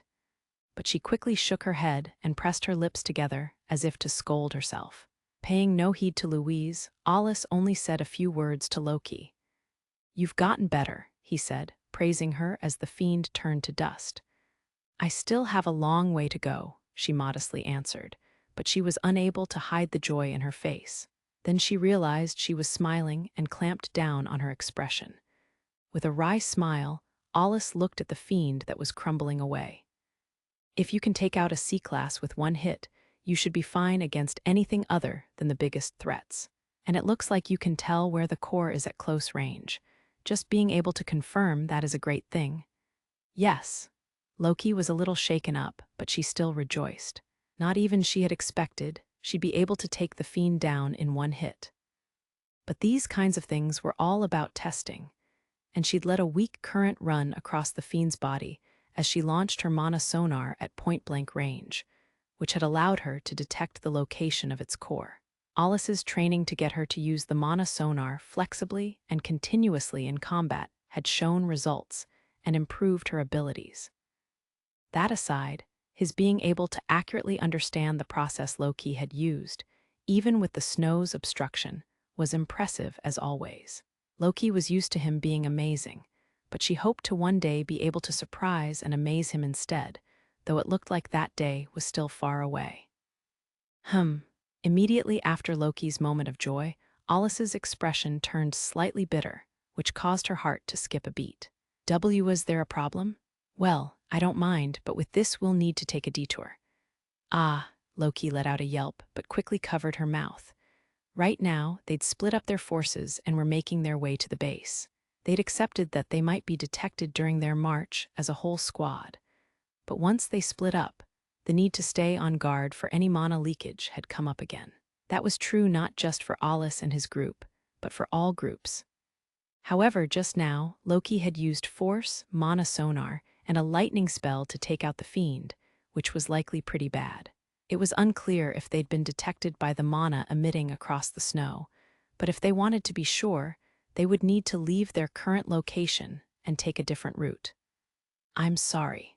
Loki lowered her head in apology, but Alus planted his hand on top of her head.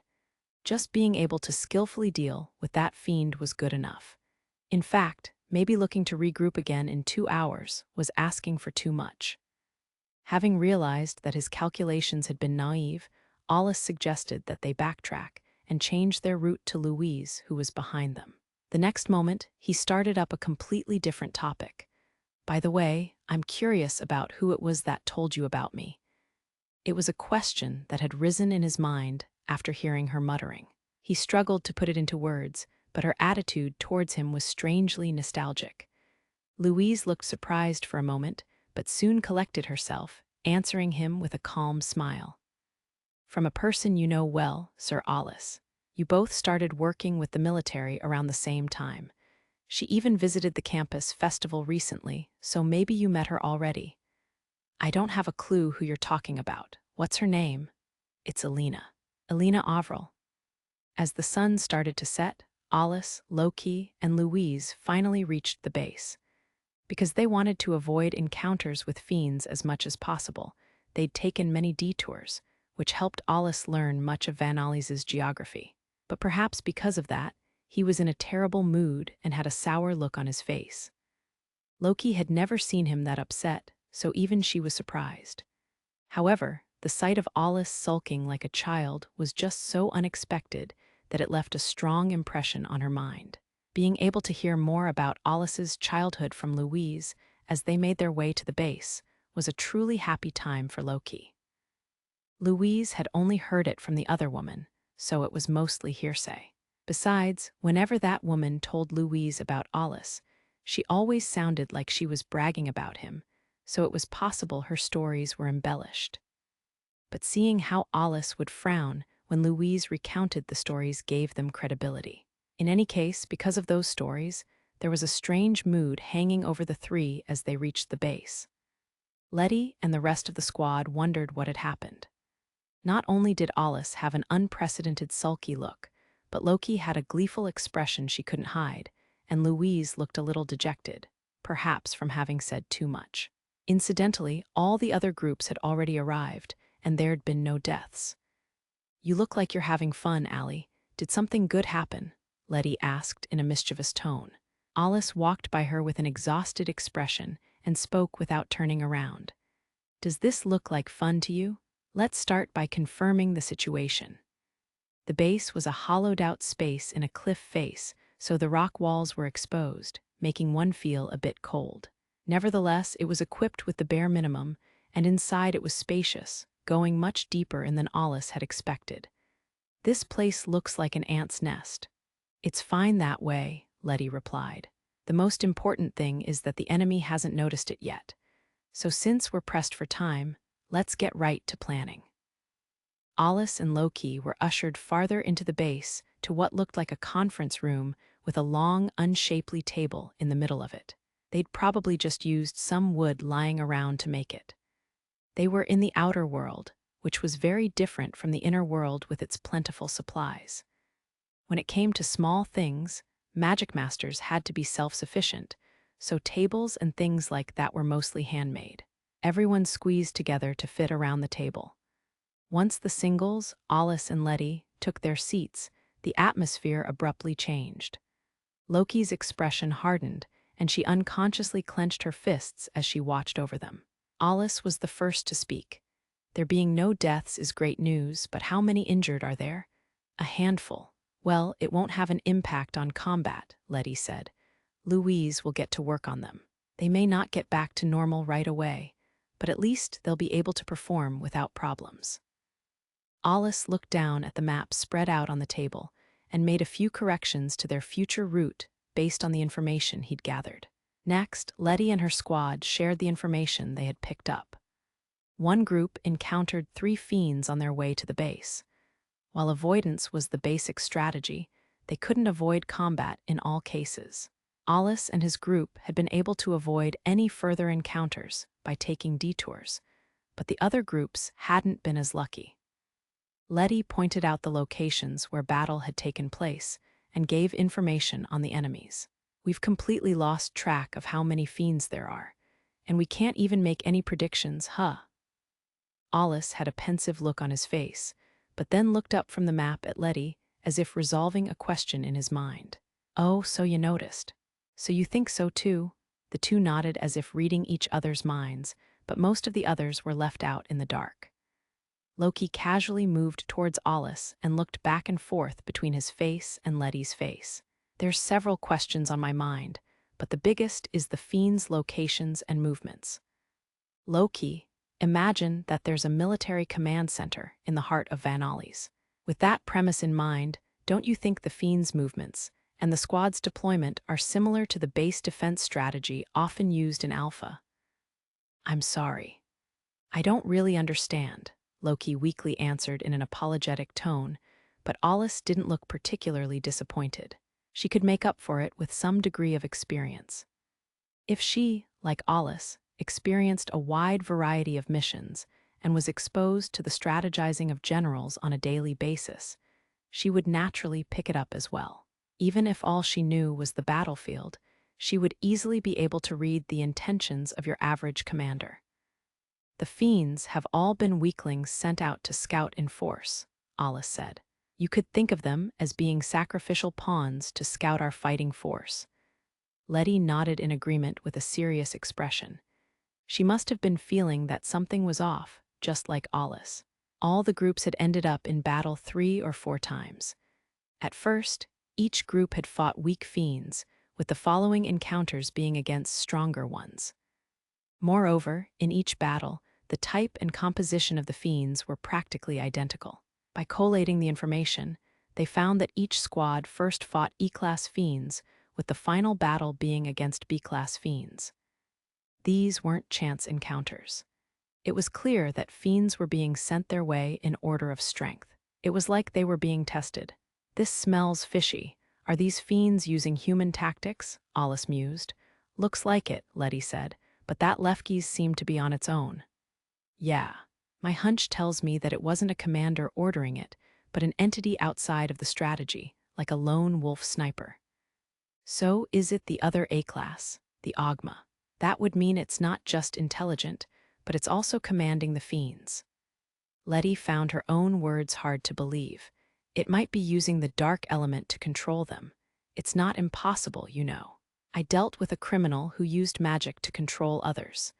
There's a difference between human and fiend, but the dark element should work the same way. He had a clear memory of that criminal.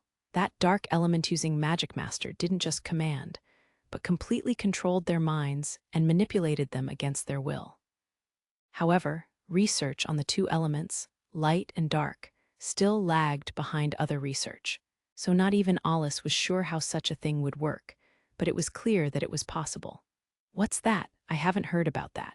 And why would you? There's probably more things you don't know than you do. Sir Alus, I haven't heard about it either. Just like Lettie, Loki looked a little dissatisfied at his response. For some reason, he felt like he was being accused of being unreliable. He rubbed his temple. So what if he didn't share everything that happened with them? A woman's heart was still something he couldn't understand. If saying it satisfies you, I'm sorry. He apologized just in case, which prompted Lettie and Loki to giggle to one another. They made an odd pair, and for some reason he felt like he'd been had. Perhaps because he was slightly shaken by that, Alus bluntly moved to a more sensitive topic. So, did you find the advance party? No, not yet. All we've done is recover the supplies. I see. Considering the situation, the fact that they didn't bring the supplies in themselves, they're already. Lettie's answer had been a simple one, but when Alus saw the complicated expression appear on her face, he realized his failure. It's fine. If anything, I want to hear your opinion too, Allie. Although the truth was that Alus didn't need to say anything, since Lettie already had a hunch about the situation. Alus pretended not to notice her expression and calmly analyzed the matter. They must have left the supplies because of an emergency, especially since they were so close to the base. They wouldn't have wanted the main base to be discovered by Fiends, so it's natural to assume they retreated or moved to a more suitable place to fight. They're probably standing by in another base, Lettie agreed, after a pause. Alus felt like he'd mismanaged the discussion. He'd fought alongside Lettie plenty of times, and he was well aware of her personality and methods. This time, however, he was in her squad, so perhaps he should avoid saying anything unnecessary. He wasn't the type to be considerate of others, but he owed Lettie for the Demi-Azur incident. That's when Louise spoke up. Lady Lettie, I have something to say. She must have wanted to save Alus from having to say it. But that consideration made Alus realize his own inadequacy. For a moment, he'd shown Lettie unnecessary pity out of concern. They were both singles. Doing things in that roundabout way was like undermining the other person. No, I'll say it. Alus stopped Louise and shared the information on Demi's Brionac. Like he'd said before, Brionac was based on the light element, which was an element the Fiends normally couldn't use. He then bluntly explained his theory on how it would be possible if they preyed on someone with that ability. I see, Lettie answered in an unexpectedly calm voice before she fell silent. She couldn't stay indifferent to people dying like Alus did. If anything, it was Alus who was flawed as a human. I'm not the type to hang onto pointless hope. It's probably too late for the spotter at least, Alus said. In his own clumsy way, he was being sincere. Even if he wanted to offer some considerate words to console her, he wasn't qualified to do so. All he could do was present the truth, even if it hurt the other party. In the outer world, cheap words of comfort meant nothing. He wondered if he would be able to spit out a lie if it meant improving the squad's morale. If it benefited him, could he fill someone's heart with shallow comfort? Alus searched for the answer in his heart. His core was as cold as steel, which in turn made his heart colder. After a moment of silence, Lettie quietly muttered, "What are the chances?" What are the chances that the advance party survived? To be honest, I don't know.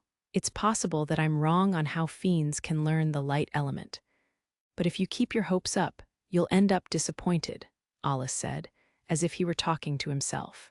Regardless if this was a lesson learned from experience or otherwise, everyone in the room understood what he meant. That's how it always goes. Thanks, Lettie said. However, the gentle expression she had when she said this didn't belong to a Magicmaster. She put her hand on her forehead and tugged at her bangs with a pained expression. It hurts, having more people to mourn. Sorry, I'm not sensitive enough to be able to agree with you so easily. But then again, I'm used to seeing that expression, so I can understand how you feel. Lettie let out a sorrowful sigh that was probably filled with regret. She'd been the one who gave the order to form an advance party to carry the supplies. But that was Lettie for you. They were soldiers, too. It's not like I was babysitting some kids, she muttered to herself. All Magicmasters in the outer world were like that. They continued moving forward even if it meant stepping over their dead allies. If they couldn't do that, They needed to retreat back to the inner world. "Allie, do you know how to get over a situation like this?" "Not really. I've never thought too hard about it." "Wow, that's cold. Well, that's probably fine too, but it's not good for you." Lettie was forcing herself to look cheerful. Alus noticed that and decided to go along with it. Being as awkward as he was, all he could do was to act like he always did. "I don't need you to tell me how I should handle things, but since you seem to want to say something, let's hear it." "You need to be more honest with yourself," Lettie said, with a shrug and a wry smile. She stood and put her hands on her hips. "You spend time together. You continue going in the same direction. Those who survive just quietly continue carrying out their mission day by day, just like they always have. That's the only way to carry on the feelings of those who have passed. That's why we're definitely going to take Vanalis, and then we'll all have a laugh together." Alus felt like she was talking about the mental side of things. He could tell she was talking about something he would probably never understand. After all, contrary to Lettie's method of dealing with the deaths, so far all Alus had done was to turn his back and give up on them. Lettie might be right that it wasn't good for him, but it was too late to change. At the same time, he was envious of her way of life. That was why he said something he didn't truly believe. Yeah, maybe so. Even he felt that was pretty transparent. He mocked himself for the cheap reply. Just knowing he would never understand the other side was a chilling feeling. The side that Lettie was on was full of friends, living and dead. And the side Alus was on was one of inescapable loneliness. It was cold and dark, a wasteland for the soul. There, Alus was alone. He could never come over to Lettie's side. Even if it were just a white line painted on the ground, just one step away, he would never be able to cross it. That was why her side was so overwhelmingly bright. But he wouldn't let that get him down. He was well beyond that stage. He would simply walk down that harsh, lonely path on his own until he reached its end. Suddenly, a tug on his sleeve brought his consciousness back to the surface. When he looked down, he could see the silver hair of the one behind the small act. The silver-haired girl didn't even look up at him. She simply pulled at his sleeve, as if to say this was where she belonged. That she would be by his side, supporting him, felt like a weight on his shoulders. She voluntarily chose to stay with him. She was a fool who chose the only place where cold winds blew. Alus didn't look her way, but the sensation of her small hand pulling at his sleeve remained. In the end, his loneliness was easily overturned. This made him realize that he wouldn't be left alone in the shadows, which almost made him feel sentimental. He felt an impulse to examine Loki's expression, but was convinced it would look just as he imagined. Beneath that silver hair was surely an expression filled with gentleness. She was foolish enough to give up her own life over a coin toss of a decision. That way, she could leave everything up to fate, because it was all for Alus's sake. That's why her presence, and the sensation of her small, warm hand, brought a change to his expressionless face. "That's true. It doesn't change what we need to do," Alus muttered. "Ha ha, I see you're as dry as always, Allie. Then it's about time we get back to work as Magicmasters. For starters, I'd like to hear what you need from us right now," Lettie said in a playful tone. There was no longer any hesitation in her expression. Instead, it was straightforward and strong, ready to fulfill her mission, the very picture of a Magicmaster. At this point, Alus wasn't reluctant to give her counsel. Like Lettie, he carried the title of single. In these situations, his personality that let him abandon any pointless consideration was a welcome thing. That said, he never really had much in the way of consideration for others to begin with. But now, by comparison, he felt like he was getting swept away by emotions. Perhaps that was because of his time at the Institute, or maybe this is Fia's and Alus's influence.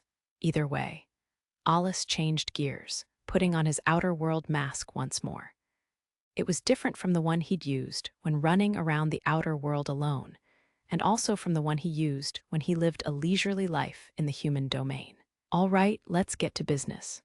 When Alus said that, Lettie and her squad changed their expressions. Sajic folded his arms with a fearless smile, while Mudger gazed down at the map with a serious expression. These two were Lettie's right-hand men. With Alus and their captain on the move, they were full of motivation. You will eliminate the Ogma and Lefkis without me and Lettie. We'll ignore the other high-classed fiend you've confirmed for now. With anomalies happening in Vanalis, there are too many uncertain elements, so we'll prioritize those two troublesome fiends, Alus explained. If we can at least eliminate the two, it'll become a lot easier to defeat the leader. And as for those two, don't worry, I've got a lead. Now then, I'm only going to tell you this once, so make sure you listen closely. He confirmed that everyone was listening properly, then shared his analysis of the current situation, as well as the strategy he'd developed. The fiends that the advance party had encountered, as well as the ones encountered by the groups when the squad split up, were most likely brainwashed by the Ogma. They served as the Ogma's eyes, ears, and limbs. Surprising or not, this was the outer world. It wouldn't be impossible for a fiend to evolve to attain such intelligence.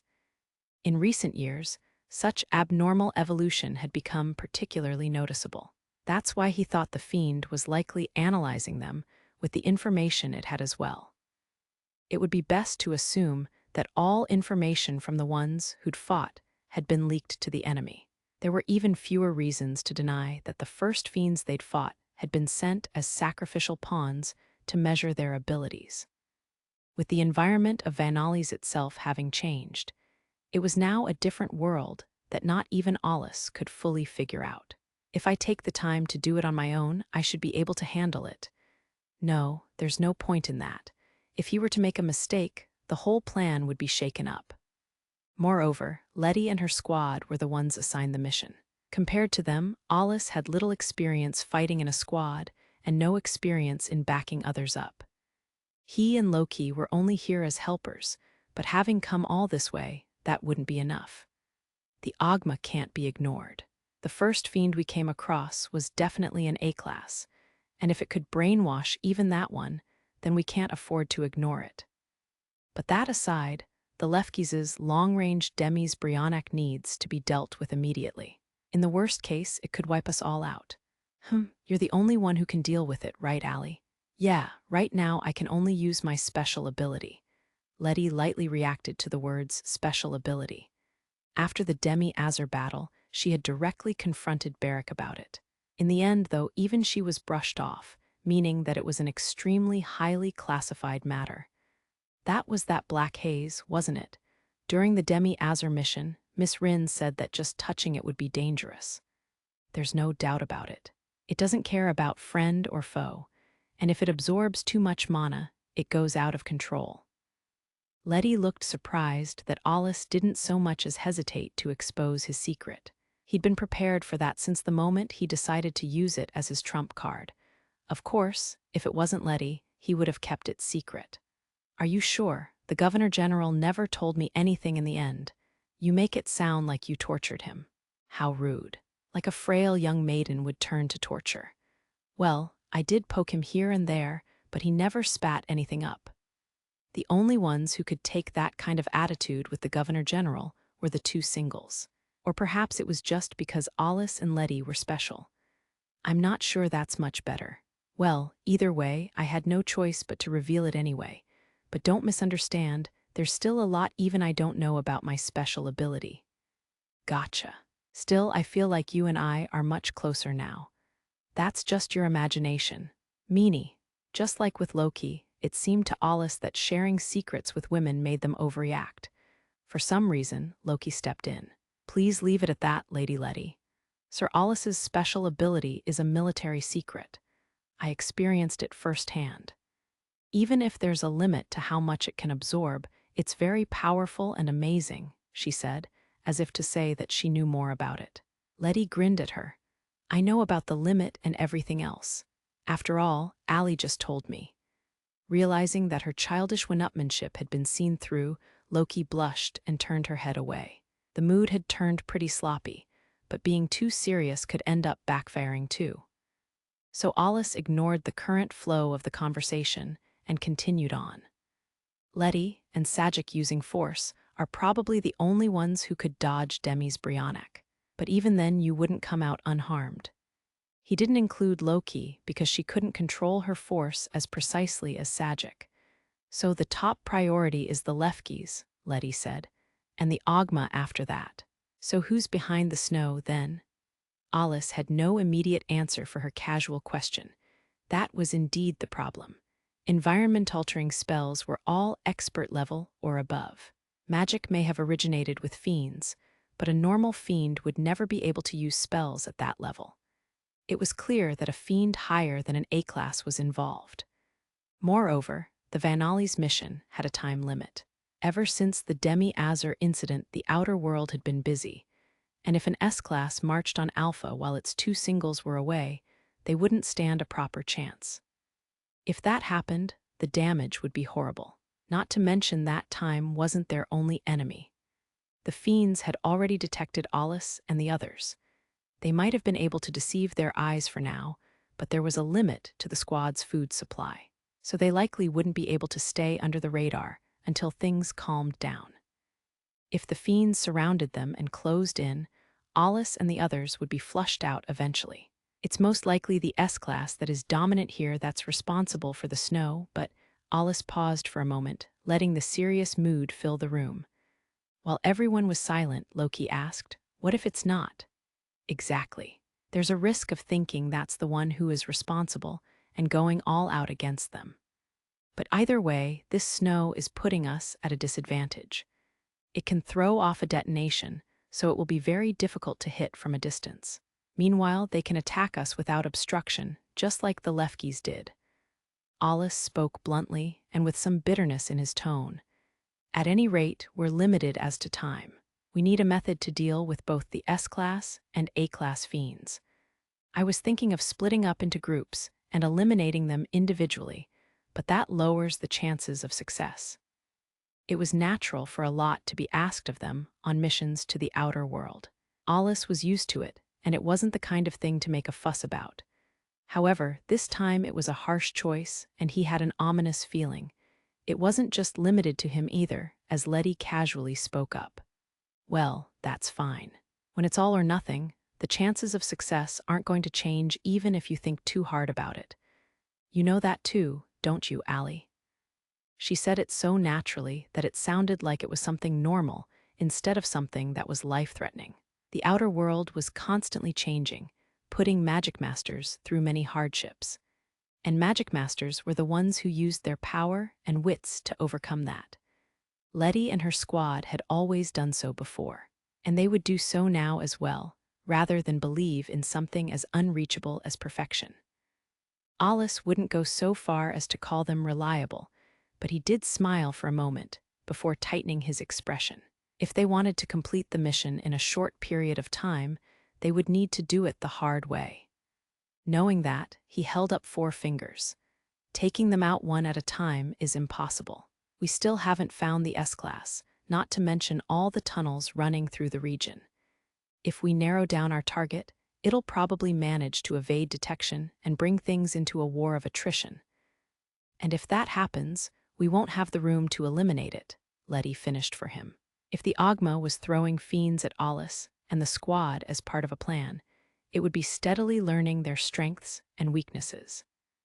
After seeing Alus's battle against the chrysalis-type fiend, it probably wouldn't bring all the fiends down onto them, nor would it try for a one-on-one battle. And by feasting on the advanced party victims, the Ogma must have picked up a lot of knowledge and information. Of course, it was probably information it didn't have access to before, so it was unlikely to be able to apply it. But maybe that was wishful thinking. That information might have already been shared with the S-class. Fiends working together was normally impossible, but in Vanalis, the impossible was already happening. The basic premise should be that their prior experience was useless here. Taking all that into account, there weren't many options left for Alus and the others. We'll have to play their game and outsmart them. There are conditions that must be fulfilled before we can defeat the biggest target, the S-class. Well, it's not like we're going to lose in a battle of intelligence against a mere monster. Then he showed everyone the way to claim Vanalis. The strategy looked similar to a chess game, using intelligence rather than force to eliminate the king. If the S-class appears, Lettie and I will take it on. I don't know what kind of fiend it is, but let's work on the assumption that it's responsible for the snow. There's a risk involved if we're wrong, but we can't afford to ignore the enemy's strongest piece. At the very least, we'll need to take on the leader. I also have a few ideas about where big fiends may be lurking. Alus had a sense of the terrain from an old map of Vanalis. It didn't have detailed information on the tunnels, but he'd added in the information he'd gotten by seeing things for himself. I'd like to leave eliminating the Ogma to Sajic and the Lefkis to Mujer. Loki, you'll join Mujer's group. Loki looked shocked. She'd been convinced she would stay with Alus. She turned her eyes to Alus, wanting to say something, but he stopped her with a stern look. Alus had his own ideas for choosing the people he did. Since he'd gone that far, not even Loki could openly show her displeasure. As his partner, she couldn't afford to challenge his authority and risk sullying his name. So reluctantly, she closed her eyes and backed down. After noting this, Alus continued. We'll also select a separate search party for the advance party. They'll set out after us. This was a suggestion that took the squad's coordination into account. It was unusual for him, and if anything, it was a bad gamble. He never would have approved such a plan in the past. Since we're working together, their strength will be key. Still, I'm surprised at myself for thinking this is the best move. He had honest praise for Lettie's squad, who was at the center of the plan. I'll leave choosing the personnel to Lettie. In that case, don't worry. Relying on these idiots can be pretty fun. It feels great giving orders from above and watching them break their backs to get it done. Lettie mischievously grinned at Alus. Humans were never perfect, and with countless unpredictable possibilities, any plan would have its holes. That's why Alus rarely put much trust in such things. But here he was, presenting a plan to try to move the situation along, despite knowing that one's own judgment and abilities as a Magicmaster made all the difference in the outer world. All right, let's wrap this up. We just have to do the same thing as always, kill the Fiends. That is all. Alus concluded the meeting, and the tension hanging over the squad dissipated as they all broke into smiles. While the squad members chatted away over how nice and simple that was, the long strategy meeting finally came to an end. 54th chapter humanely. At least everyone burned Alus's plan into their brains as they checked the map. By the time they were done, it was already night. The weak moonlight eerily illuminated the snow that it fell on. The plan would begin tomorrow morning. The only ones who made their move at night when the Fiends were more active were the rash and the foolish. In the base, the squad members made preparations for the big day. Some were casually conversing with each other, so there was a good, relaxed mood in the base. Lettie's squad had guts. Once a plan was in place, they were quick to adapt to it. However, even in the midst of that, there were shadows looming above them. Alus had chosen not to touch on it, but the fate of the advance party was one such thing. The search party that would look for them would investigate the other small bases. There were plenty of people that insisted they could be hiding out there, Lettie included. That meant dividing their already limited forces, but Alus saw it as inevitable from an emotional perspective. They weren't like him. They weren't like machines that felt nothing over dead allies. That bond was their strength and their weakness. Even if he could understand it in his head, he couldn't sympathize. At the moment, it was a little too early to go to bed, so he wandered around the base. It wasn't big enough for him to take a long walk, just a short one to change gears. His footsteps lightly echoed. On the walls were lights powered by artificial mana generators. They came with a risk of the base being detected, but as long as the entrance was sealed, it shouldn't be a problem. The generators were useful for long missions with a large number of people, and had a lower chance of being detected than pure mana. Eventually, Alus reached a certain room. In the corner were the supplies that the advance party left behind, consisting primarily of food and spare AWRS, as well as various items for maintenance and work, and small pieces of paper with healing magic formulas written on them for treating the wounded.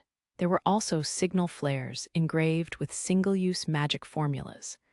However, there was nothing here they would specifically need for tomorrow's plan. He also spotted some alcohol, but decided to pretend he hadn't seen it. "What is that?" Loki, who'd appeared at some point, peeked out from behind Alus and gazed at the mountain of supplies. What caught her attention was a strange object that stood out among the supplies brought in. It was wrapped in a dirty cloth for protection and looked like a thick pole. Lettie also arrived in the room. She had the 3 subordinates she'd brought with her lift the item up. Seeing how careful they were with it stirred even Alus's interest. He glanced at Lettie, who nodded in return, and ripped off the cloth. A pole covered in a white, translucent material was revealed. Inside were precise machines put together in a complex manner, and the top of the pole was engraved with an intricate magic formula. Alus examined the formula. It's not a formula with an attribute. It traces the structure of a spell, but it wouldn't manifest anything. "I see, the circuit duplicates the process," he muttered to himself. "Just the copying process is dozens, no, hundreds of times more effective." Then he took his eyes off of it and exhaled. The manifestation coordinates are managed by another process as well. In other words, this is a circle port. That's alley for ya. I had no idea what this was until a subordinate who knew the details explained it to me. I can imagine.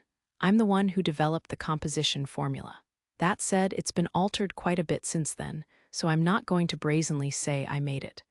Well, that's probably not the only thing that's been changed either. From a simple look, it probably had functions planted in it he couldn't even guess at. The structure itself was like a black box. But it was clear that a high-speed computing system was incorporated for parts that couldn't be supplemented by the magic formula. Otherwise, a device of that scale wouldn't be able to execute such a complicated formula. Not only is it more compact, but it can be used at an even longer range. So they've managed to make it practical. "Apparently, it's only half complete," Lettie said. "But this is the outer world, so it would be impossible to make it practical right away. Once Vanalis is reclaimed, though, and the groundwork is laid and transfer technology becomes more practical out here, it'll greatly improve the transportation of supplies." When Alus reclaimed Covent, that technology would have been a massive help. Then again, circle ports weren't that developed back then. At most, they were being experimented on back home in Alpha. Besides, in that mission, the top brass didn't expect Alus to survive. Or rather, they would have preferred he didn't. If not, they wouldn't have sent a boy to the outer world alone and without any decent supply routes. That had been nothing more than a suicide mission. So, anyways, Alus was pulled back to reality by Lettie, who scratched her cheek as she hesitated to continue. I want you to check to see if it's broken or not. It's probably okay, but it was with the supplies we picked up here, so just in case, you know."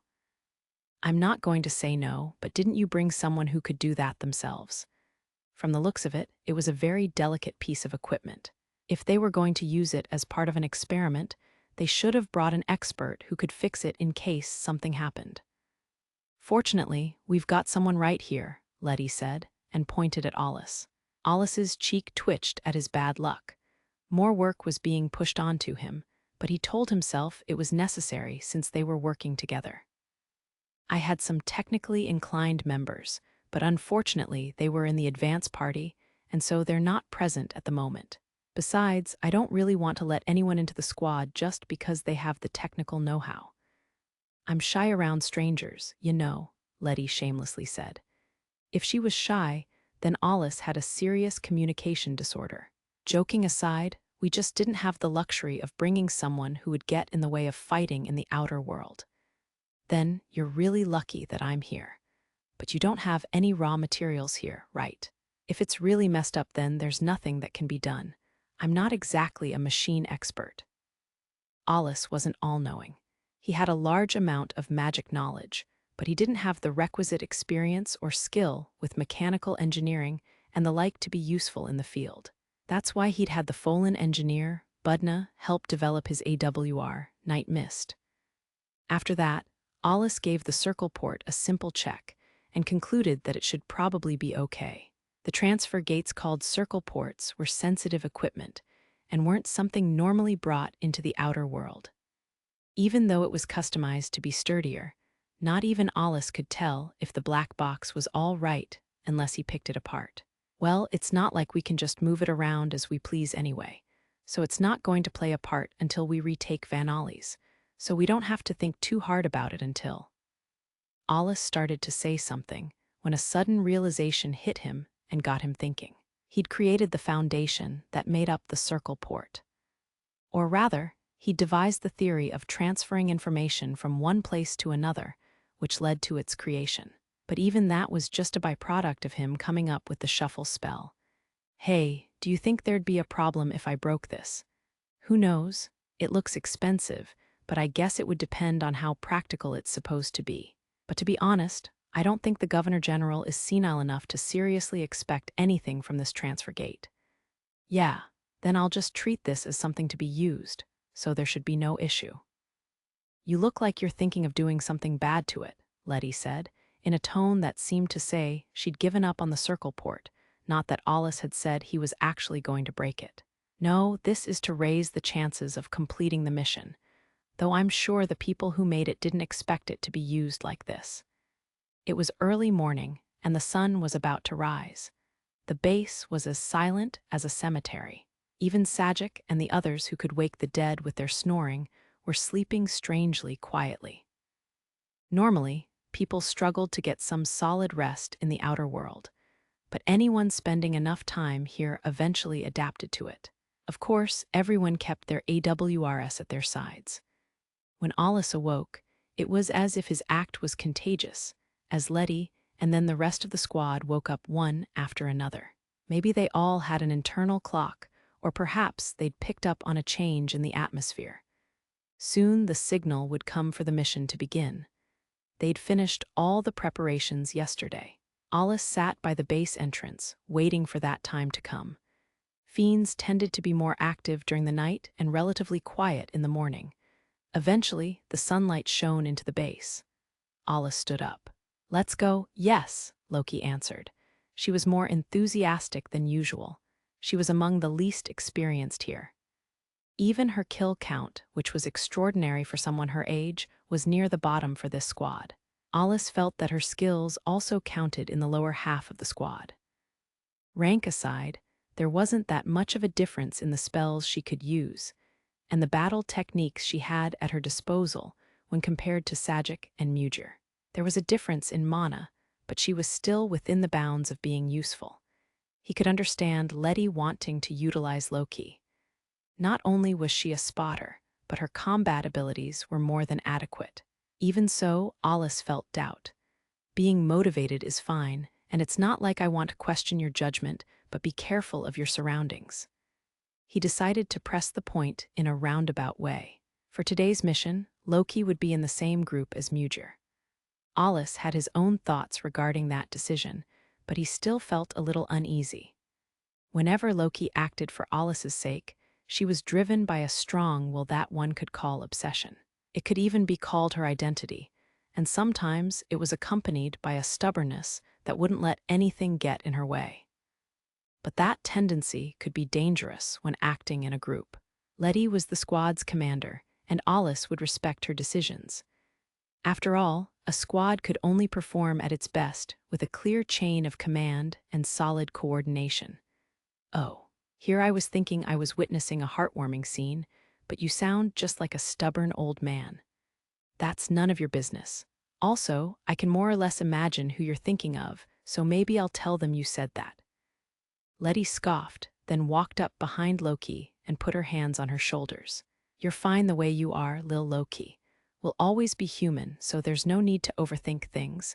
Besides, no matter how hard you think about it. She hung over Loki from behind, leaning over her, then pointed at Loki's chest. After all, this place right here is honest. With a smile, she released Loki before slipping past her and back to her original position. Having overcome many trials, the sight of Lettie's back was like the image of reliability. At the same time, it carried the clear answer she'd reached, and Loki might need that answer. Relying not on her head but on her intuition, Loki frantically called out to that back. I might put our allies in danger. Is that still? Is that really all right? If you mess up, someone might die, sure. Sounds like you get it, Lil Loki. But even if you know that, this place right here won't let you stop. Lettie turned around, pointing to her own chest with her thumb. Her following words were as quiet as a whisper, but they left a deep impression on Loki, who understood that her words were meant for her allies that had passed away before. It can really be such an inconvenience. Contrary to her words, Lettie wore a smile that was a mix of gratitude, regret, and grief, as well as other emotions. Seeing that, even Alus kept his silence. He really felt like taking back what he'd casually said to her. Lettie was right. What she said was backed up by experience and supported by the thoughts and wishes entrusted to her by others. The answer she'd given could apply to all Magicmasters, and maybe it should be. Alus felt like he finally understood why he couldn't hate her. It wasn't just her character or personality. Her way of life lay beyond what Alus continued to deny. It was a use for life he could never understand or reach. Loki's way of life that prioritized Alus came from a natural wish. But Alus was different. He was so different that he felt a kind of parched despair inside. That's why he felt something close to yearning towards Lettie. He recalled saying something similar to Tesphia and Alus as he had to Loki, but it didn't apply to him. Every time he saw an ally die, he'd survived by calling it a meaningless death. And that wasn't something he could change now. But he didn't want the others around him to be haunted by that same shadow. It wasn't a way of life anyone should want. That's true. In the end, all that you do is for yourself, Alus briefly said, which caused Loki to look at him with a surprised expression. He saw himself reflected in Loki's beautiful eyes. Without doing that, he couldn't tell what kind of face he was making. Up until now, he'd never even made an effort to show an expression with ordinary emotions. And reflected in Loki's eyes was his usual bored-looking face, the usual expressionless, empty face. Unaware of what Alus was thinking, Loki hesitated, then expressed her unwavering feelings. Yes, for Sir Alus's sake. Hearing that, Alus instinctively smiled, a little bitterly. If he told her to stop, she would answer that Alus's sake was her sake, like it was the most natural thing in the world. In her mind, she equated everything with Alus. It looks like I said something unnecessary. You're prepared enough. Loki vehemently shook her head. No, that's not true. What you said and Lady Lettie said ... It moved my heart. It was easy to understand her feelings. How far to continue existing for one's own sake was a difficult problem. Alus had given up trying to solve it for himself, but he understood what Loki was trying to say, which was why he finally relaxed.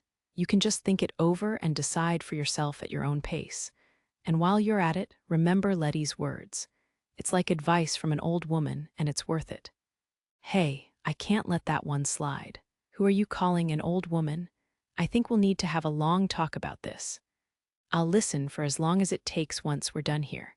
That's another promise, Lettie said triumphantly, gloating over her new promise extracted from Alus. But he simply turned his gaze to the cold sky of the outer world outside the base's exit. Don't take it at face value. All adults would put it off till later. Lettie just smiled more broadly and replied, the stupid adults, that is, before taking the lead and jumping outside. Alus, Loki, and the rest of the squad followed suit. From the moment they stepped outside where the snow was everywhere present, the squad cut all chatter and marched in silence, their faces tense as they anticipated deadly battles. An overcast sky hung above them. Finally, some rays of light shone down through the rifts in the clouds, but the rays through the clouds created a strange pattern. The small ice crystals falling down through the dim sky stood out like an anomaly. The sight of the ominous silver world sent shivers down the squad's spines. They exhaled white breaths that felt strangely heavy, and the sluggishness that weighed down their bodies felt worse than yesterday. It wasn't just because their clothes were soaked with wet snow. After marching some distance from the base, the squad stopped in a clearing. The fact that they were able to pull that off through eye contact alone was a sign of how focused they were on the mission, and also that each was well aware of their individual role. Lettie, gotcha. Hearing Alus's call, she began constructing a spell. Here I go, she said, and reached a hand up towards the sky. The magic formula on her ring glowed as she poured an overwhelming amount of mana into it. Ix-flare flames immediately burst forward, evaporating the surrounding snow and soaring up as if to sear the thick clouds above. The sudden rise in temperature created fierce gusts of wind. Soon the sky lit up red and the falling snow ceased. Although it didn't reach the clouds far above, the heated air vaporized the snow in the air in a limited area. The effect would last for a while. Is that enough, Allie? Yeah, that should do it. It would be a lot easier if they'd just take the bait. Unlike Lettie, the rest of the squad kept their mana leakage down, even keeping the mana they'd coated themselves with to a minimum. Of course, Lettie's spell wasn't enough to cancel out a spell that was capable of such dramatic environment-changing moves. If they could break the link to the caster, that would be the best case. But they didn't even know its abilities or where it was, which was why Alus hoped it would at least work as a form of harassment. It had also been intended to let Lettie warm up, but despite the scale of her spell, she still didn't seem refreshed. Even so, she had an affinity for fire, so she was the right person for the job.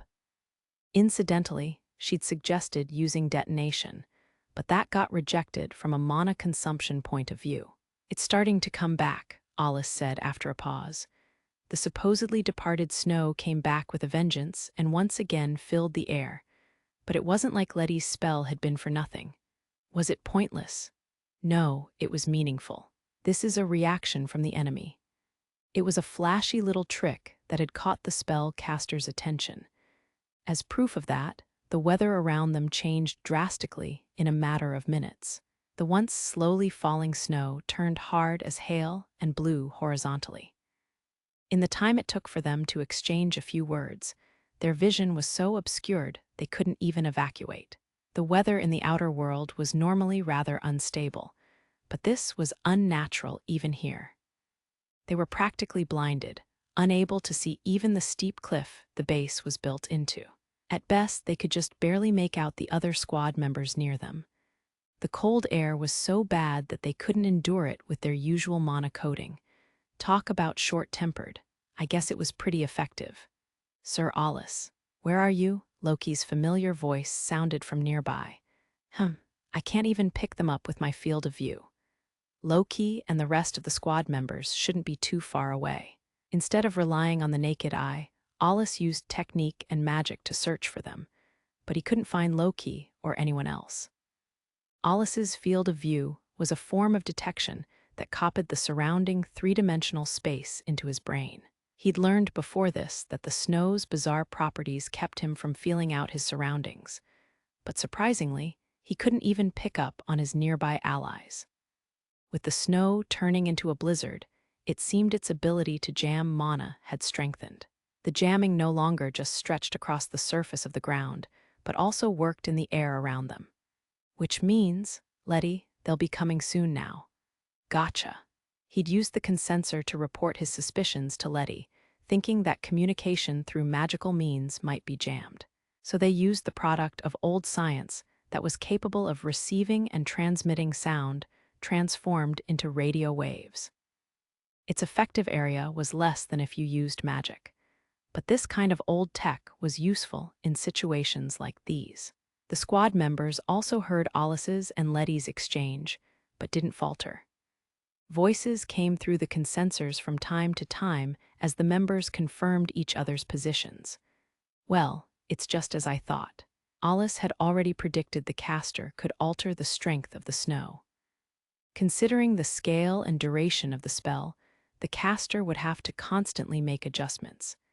And with the amount of mana needed to create the blizzard, it was unlikely to be the Lefkes or Ogma. However, he couldn't tell if it was the chimera that Lettie mentioned before or a new leader. His experience kept him from wanting to decide that too quickly. At any rate, there was no doubt that the caster was powerful. New leaders arose from struggles between fiends. The Lefkis and Ogma should be high-classed fiends that were aiming to become the next leader. So if those two were following the leader, that leader must be stronger than expected. If the enemy was taking away their vision, it meant they were preparing to attack. But even so, there would be no major changes to the plan. Lettie fired off another X-flare, which cleared up the blizzard and allowed them to see for a short time. Now's our chance. Don't stand around, get going. The squad moved into action at Lettie's voice, making their way towards the position Alus told them about earlier. The group under Sajic's command would deal with the Ogma, while Muger's group with Loki would take the Lefkis. Once they reached their destination, they would split up and eliminate their targets. "Allie, don't you think you're pushing me around too much? I'm the captain, you know, you're even using me as a decoy." "It wouldn't hurt to eliminate the S-class if it comes out, but I imagine it'll be a struggle. Besides, you only need to buy enough time for its annoying followers to get killed. If it's just a matter of luring out the leader and stalling for time, why don't you join in too, Allie? If it's too much for you." "Meanie. Anyways, this snow is starting to get pretty annoying, so how about we blow it all away?" The two casually chatted through the consensors. Right after the squad moved off on its own, Lettie intentionally amplified the mana around her body and released it, just in case her voice alone wasn't enough to broadcast her location. As soon as she finished confirming her squad was on the move, Alus answered her. "Blowing it away sounds nice, but it's just a byproduct of magic. I don't think there's any point in it, but do whatever you like.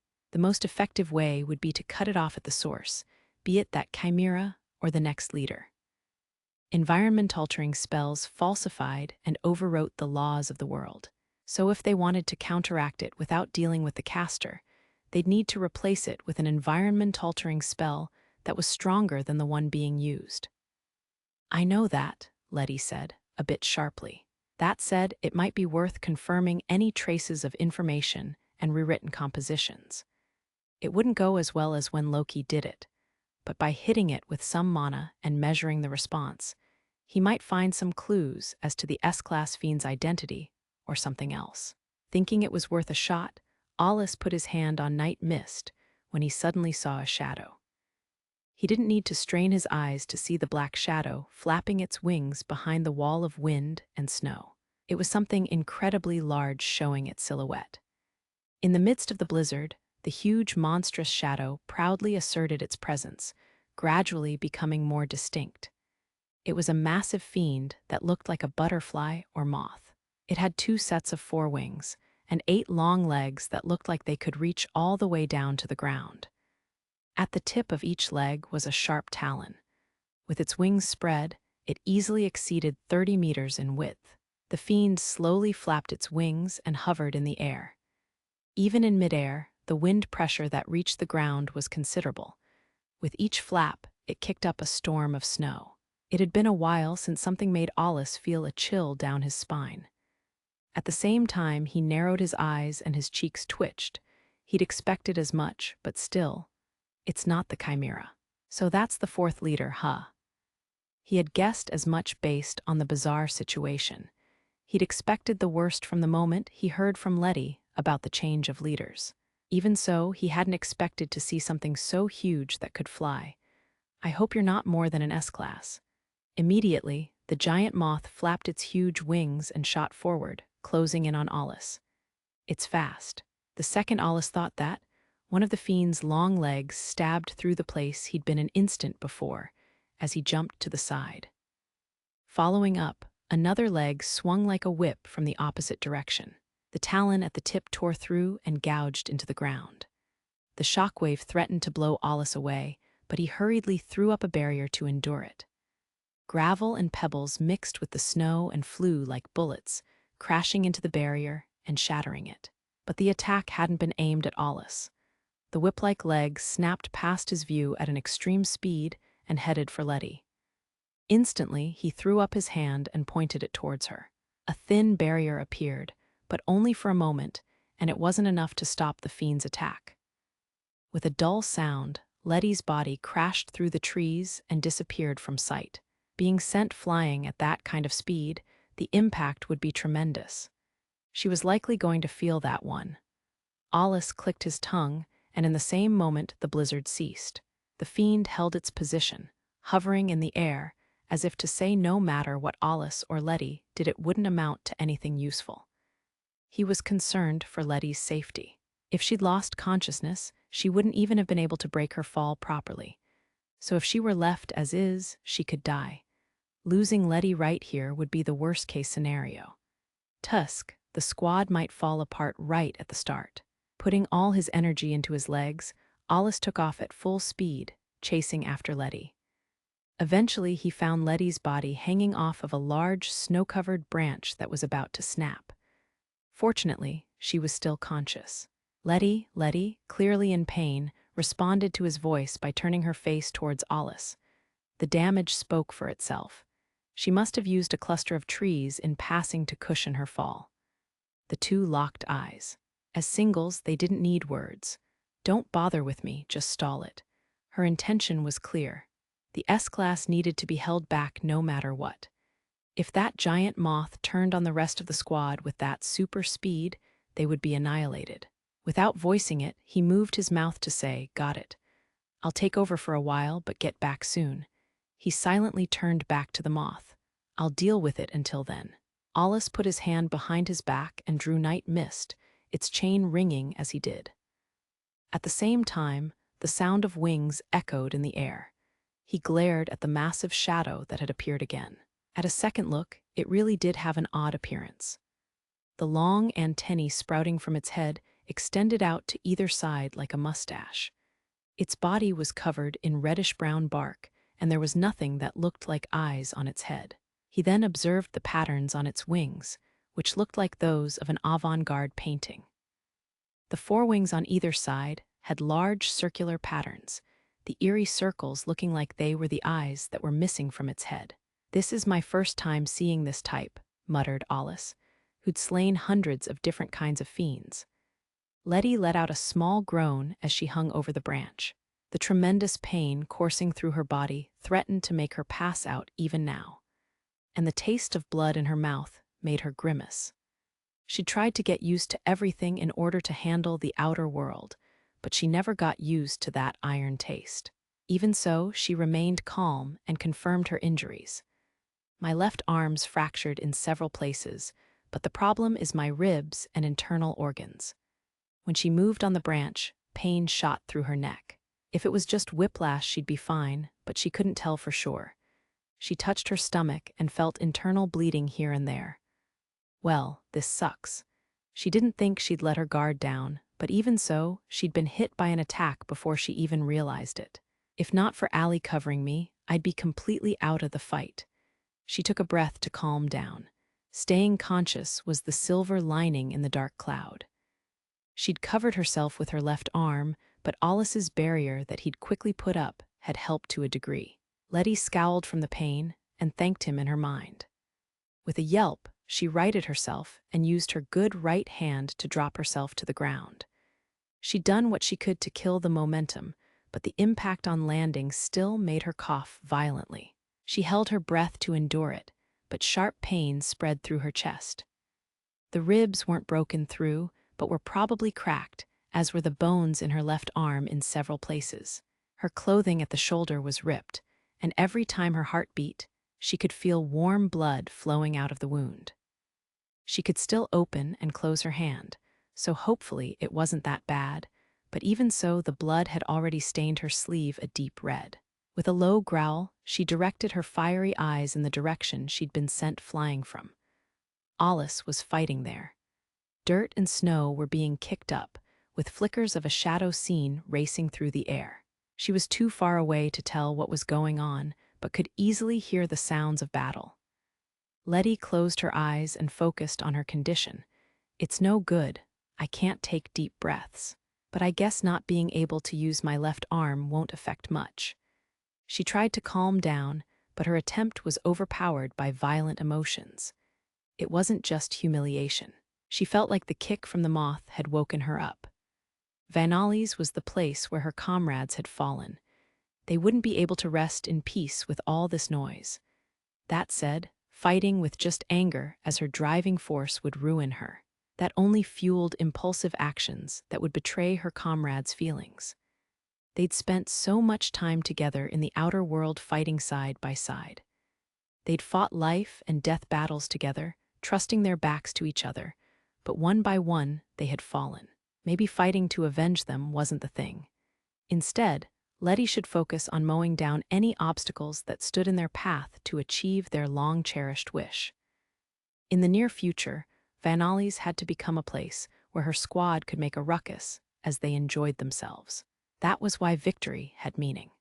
She wanted them to take pride in being a member of her squad. Engraving the splendid victory of single-digit Magicmaster Lettie Kultunka was surely the only way to repay the souls of the many fallen squad members. After all, there was no way the person they revered as their captain would betray them. She couldn't show them her fleeing back after all of their sacrifices. Lettie forcibly ripped off her left sleeve with her teeth. She ripped the cloth into strips, then used her right hand and teeth to dexterously bind the wounds on her left arm. Since the sleeve was drenched in blood, putting it in her mouth resulted in the blood taste again. Disgusting, she spat the blood out, roughly wiping her mouth clean. Once done, she poured more strength into her legs and jumped up. Using her right hand, she grabbed hold of a sturdy branch, and as she hung onto it, she peered into the distance. Her destination was the battlefield where Alus was fighting. Her target was the giant moth. Lettie's eyes shot wide open. Ha, ha, ha, she forcefully pushed down her ragged breathing. Her lips, stained red with blood like lipstick, formed a fearless smile as if she was enjoying the fight. "Don't think about doing anything stupid," Mujir called out to Sajic, who was running alongside him across the snowy landscape. Some time had passed since they'd sensed Lettie's mana had stopped. They'd tried calling her through the consensor, but were already out of range. Something must have happened, but right now, they had a mission to accomplish. They had a duty to eliminate the A-class fiends they were assigned. They were currently on their way to where the fiend's suspected stronghold was located, under Lettie's orders. Alus suggested the plan yesterday, and Lettie had jokingly said, "If you guys don't take them down, we won't be able to make any progress. You get that, don't you?" So an invisible pressure weighed down on them. As Magic Masters, completing their missions was important, especially since they were in a single squad. Even so, Lettie's life was worth more to them. However, Alus was with Lettie, not to mention that part of the mission had been left to those two, so they wouldn't rush back to her. Sajic didn't respond to Mujir right away. But having experienced so many battles together, Mujir could tell Sajic was shaken up inside. He also knew that, as a human being, his reaction was understandable. Eventually, Sajic answered with a growl, "I know. We're not turning back. There's no way." "Of course not. If you or I turn back without eliminating the A-classes, then Sir Alus's plan will fall apart." "We have a big responsibility here," Mujir said, keeping his eyes forward. Sajic typically was driven by emotion, while Mujir had a better view of the situation. If Sajic weren't here, he might have been tempted to return. However, they'd already run so far that it was too late to turn back, which was why he was able to make a calm decision. "All we can do is find our targets as fast as possible and eliminate them." "Gah, you're always so annoying. I told you I get it. Then keep your mana in check." There were bulging veins on Sajic's temple, but this kind of back and forth wasn't unusual. And Mujir usually had a sound argument. Understanding that, Sajic ultimately backed down. But even then, "Are you doubting Sir Alus?" With this last jab, Mujir was silent. Low-key, running behind them, strongly agreed in her mind with Mujir. If possible, she wanted to fight alongside Alus, but the plan had been made after his proposal. Moreover, she wasn't naive enough to make selfish demands in Lettie's squad. Alus didn't disagree with Loki going with them. But that was only on the way to Vanalis, so she couldn't let herself become complacent. After a silence following Mujir's remark, Sajic finally answered, "Sorry, I got too worked up. Don't worry about it. It happens all the time." Mujir didn't find their exchange meaningless. The other squad members were also present, and they felt the same way Sajic did. In a sense, His irritation and impatience represented their feelings, so soothing him meant calming the rest of the squad as well. Mugir had an understanding of the subtleties of a man's heart and how to control it. That said, he'd learned most of it from Lettie. "By the way, Loki," he called out. His tone was professional, yet caring. "Why, yes, how can I help you?" Loki answered. He wasn't just her superior, but surpassed her in every way, so she was anxious.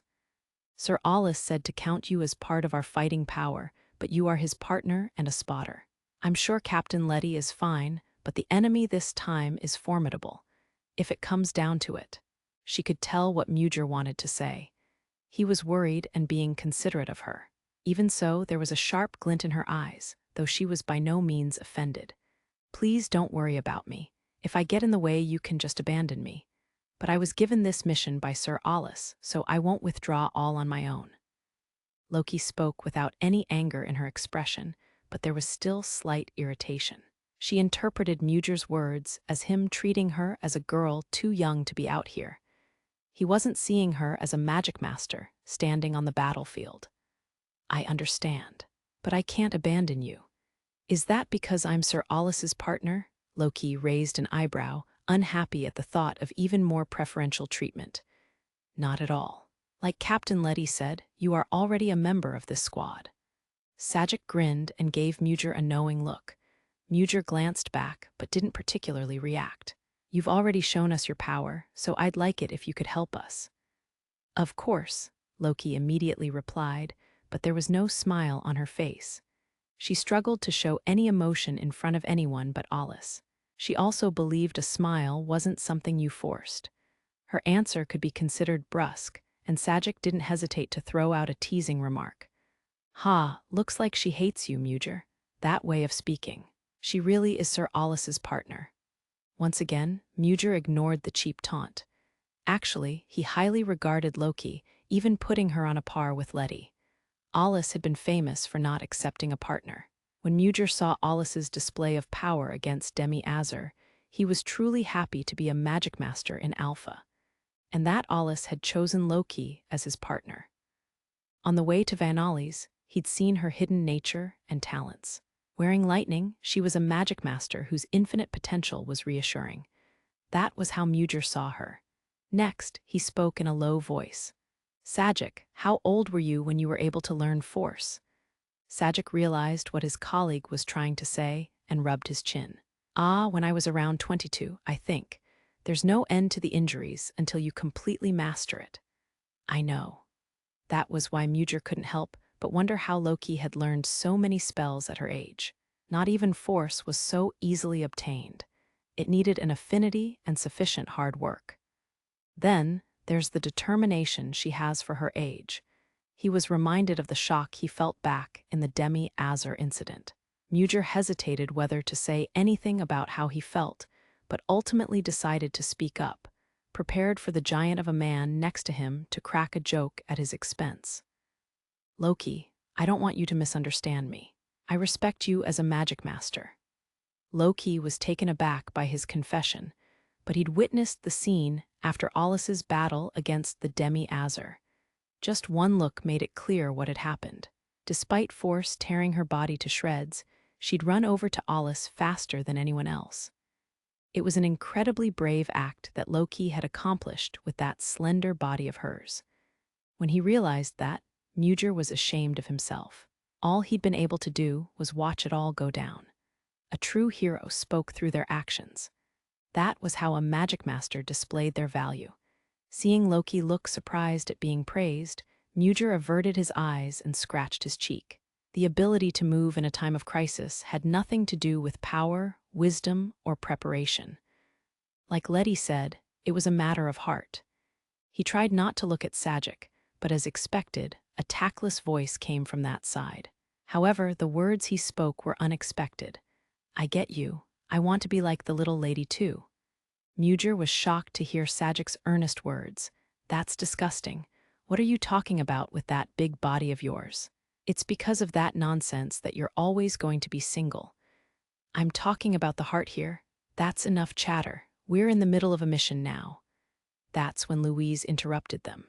She was a healing Magicmaster, but had the respect of the men in the squad. There wasn't anyone here who hadn't been treated by her healing magic. Moreover, women had a lot of influence in the squad, perhaps because Lettie was the captain. According to Lettie, that was because there were only stupid men around. I know, Louise. Even as he spoke, Mugr vigilantly kept an eye on their surroundings and made sure to keep the speed up. Loki noticed that. Mugr's expression was surprisingly calm. It was hard to accept that this was the same man who, embarrassed, had scratched his cheek a moment ago. Sajic next to him was the same. The squad had only one mission, to eliminate the 2 targets Alus gave them as soon as possible. As soon as Loki thought that, "My nose tells me it's about time," Sajic blurted out. Everyone heard him and stopped. Detecting through magic wasn't working. But Sajic's nose was strangely sharp, and when they were this close, there was no doubt that fiends were near, prompting everyone to get ready. The next moment, they found themselves surrounded by a horde of fiends. There were over 30 of them, all B-class. "Hey, aren't there more of them than before?" Sajic complained. "Looks like they picked up their momentum again." "We cut down their numbers by a lot before too," Mugr responded, seeming surprised. The 2 remained composed nonetheless. "Bingo, sheesh," Mugr said to Sajic, who'd noticed it too. Sir Alus was absolutely right. The fiends had crawled up from the numerous holes around them, each hole connected to an old tunnel. The exits were clustered in this area. Since none of the fiends were particularly weak, they were probably a guard force of sorts. If so, they might be directly above a fiend's nest. They'd come here first, following Alus's instructions from yesterday, and it looked like he'd been right on the mark. From what he said, the Ogma should be lurking here. Mugr flatly brushed off Sajic's muttering. "Of course it is. The Lefkes is too big. Would you live in a hole with that body of yours?" Alus had marked this location as highly probable for a nest of fiends after looking at the old map, as well as considering the information he'd gathered. But he'd also taken into account the characteristics of the Ogma. If it was brainwashing its subordinates, it couldn't get too far away from them. In reality, there were few places where it was easy to check on how a battle was going, as well as manipulate pawns without being detected. It would either be a high elevation or underground. The Lefkes had fired off a spell at extreme range from the top of a mountain, but in return, they had revealed Lettie's detonation. Her aim had been thrown off by the snow, but the wide area it covered was a clear threat to anything that was hiding itself. Furthermore, it was natural to assume that Alus and the others would be wary of elevated areas. That's why Alus predicted that since the Ogma considered itself a strategist, it would avoid taking up position in an elevated area. In the end, the tunnels made the perfect place to hide. And above all else, he'd added the rule of thumb that underhanded users of magic tended to hide in safe, dark places. "All right, it's about time we split up," Sajic said. "I'll leave that to you." Mugr didn't need to press Sajic, as he took on the obligation of eliminating the Ogma. The reason Alus didn't put Loki in Sajic's group was their shared affinity. Having 2 lightning attribute users would only narrow down what they could do. And since the Lefkes' Demis Brionac contained at least part of the lightning attribute, it was likely that it could counteract it, which was why Mugr was sent to deal with the Lefkes. Sajic's group consisted of 6 people. They were each first-rate Magicmasters, with healing Magicmaster Louise joining them. That was a decision made in part because Sajic's close combat style often resulted in injuries. "I'll take care of this. If you're struggling, just hold them off and I'll come over to help." Sajic unleashed a powerful surge of electricity and blew a big hole in the fiend's encirclement, giving Mugr a thumbs up.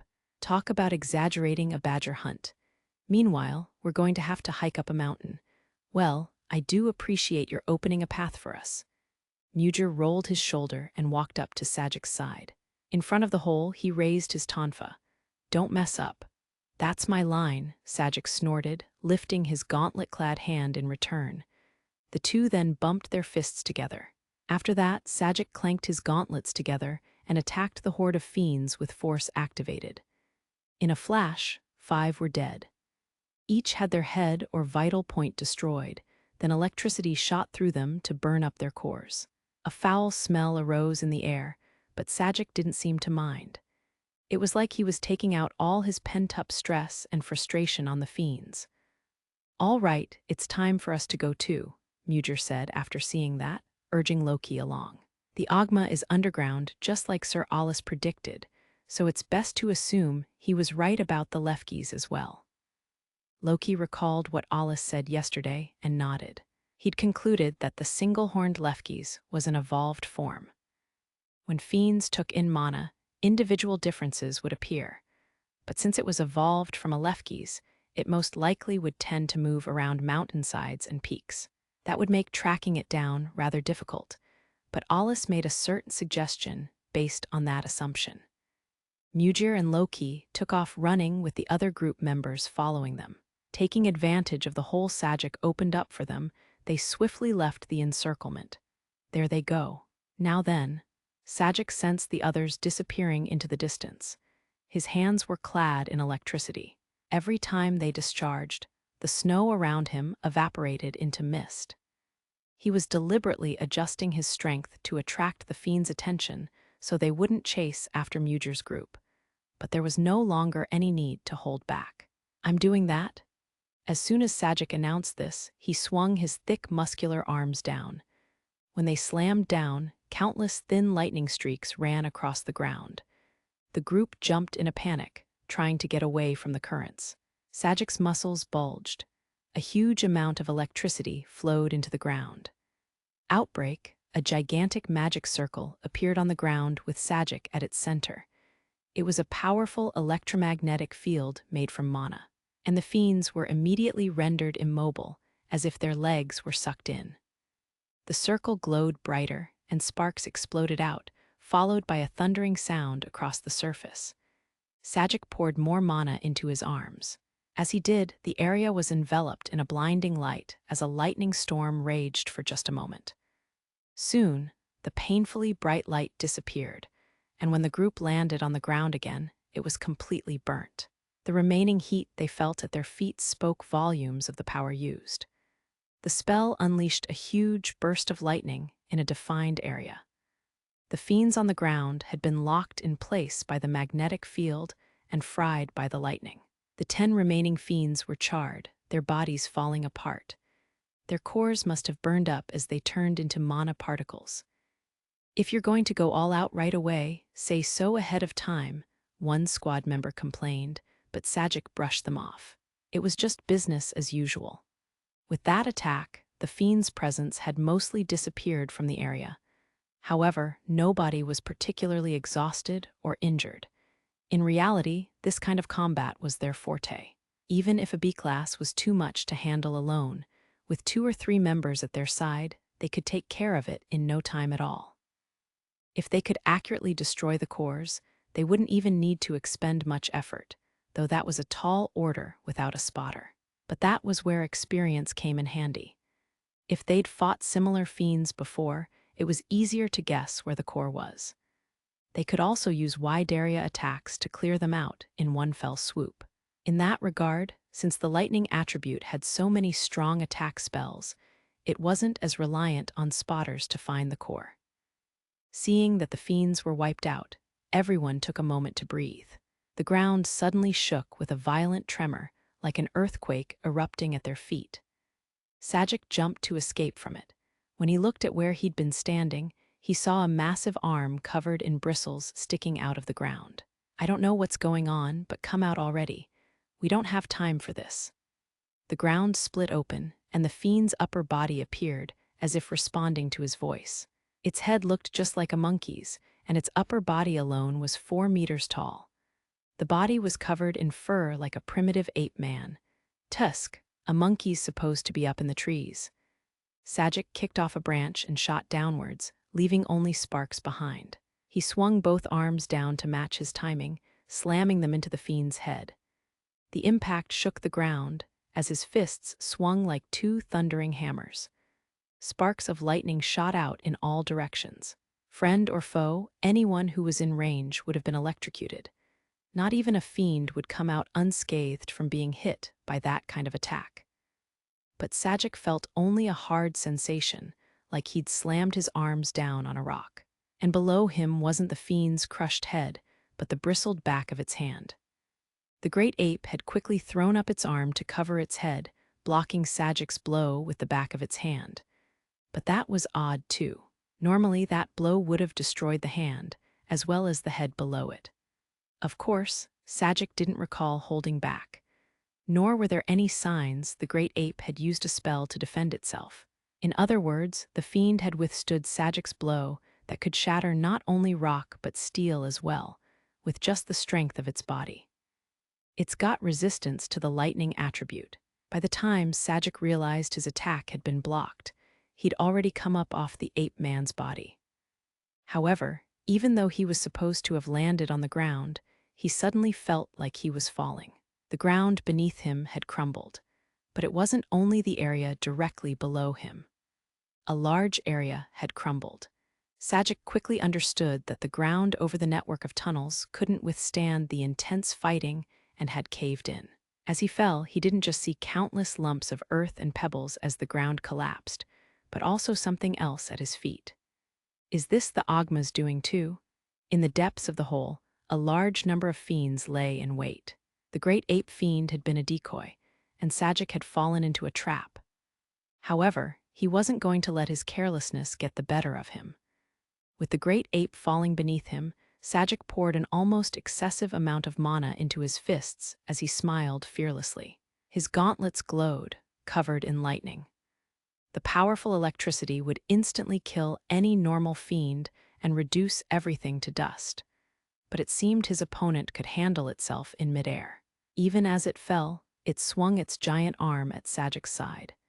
Immediately picking up on that, he kicked off a nearby rock and changed his trajectory. Thanks to the instantaneous power and leg strength afforded him by force, that kind of attack was just too sluggish.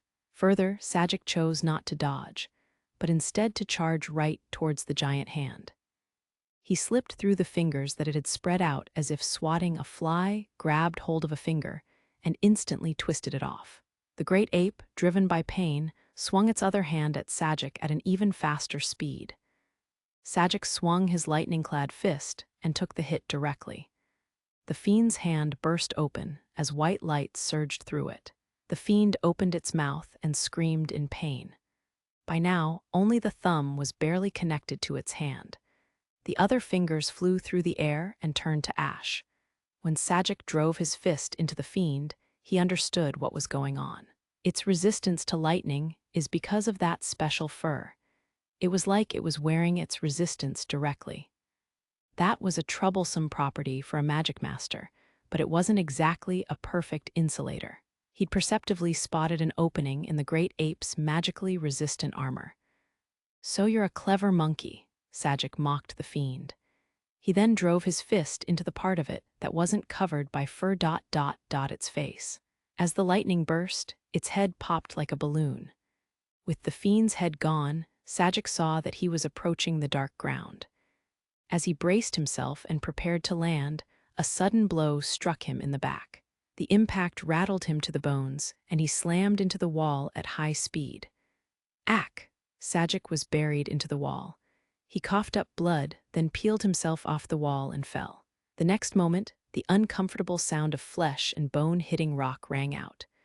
But it was only the palm of his hand, not his body. Before he crashed into the ground, he'd thrown out his arm to prevent having his entire body slam into the ground. At the same time, pieces of gravel and rock rained down on him from above, and blood ran from his mouth to his throat. That was close. His body was bruised and he had some minor internal bleeding, but that was pretty common for Sajic, which was why he could be so casual about it. Eventually, he pushed his body up and looked at the headless great ape that had fallen next to him. Even though it lost its head, it put up a final struggle, hitting him in the back. Its core had already been destroyed and its body was disappearing, but it had gotten its revenge. "And it's not like they're going to let me rest," Sajic muttered, as he could see several sparks of light. With him falling down here, the fiends saw their opening and attacked as one. However, Sajic unleashed lightning as he swung his fist, shooting through the darkness and piercing their vitals, killing them. Before long, the underground area fell silent as if nothing had happened. Sajic exhaled and gazed at the results of the cave-in. It seemed he'd fallen farther down than expected. He'd be fine if the rest of his group could link up with him here, but the chances of that looked slim. He scratched his head, looking around him at the tunnels. From the depths of one of the tunnels, he sensed an ominous mana he hadn't felt on the surface. The sensation gave him goosebumps, but it wasn't only because of the large amount of mana. "This stinks," Sajic said. He wrinkled his nose and frowned. It reeked of despicable scum. It was almost certainly from the vile fiend who used its comrades as pawns while it hid in safety underground. There was also another stink mixed in, one he was used to smelling. It was putrid and the kind of stench he never wanted to smell. After looking up once more, Sajic peered down the dark tunnel. He could definitely sense the Ogma in its depths. 55th chapter, The Shadow of the Snow-Laden Sky, the King of Moths. It was the kind of bizarre monster that belonged to mythology.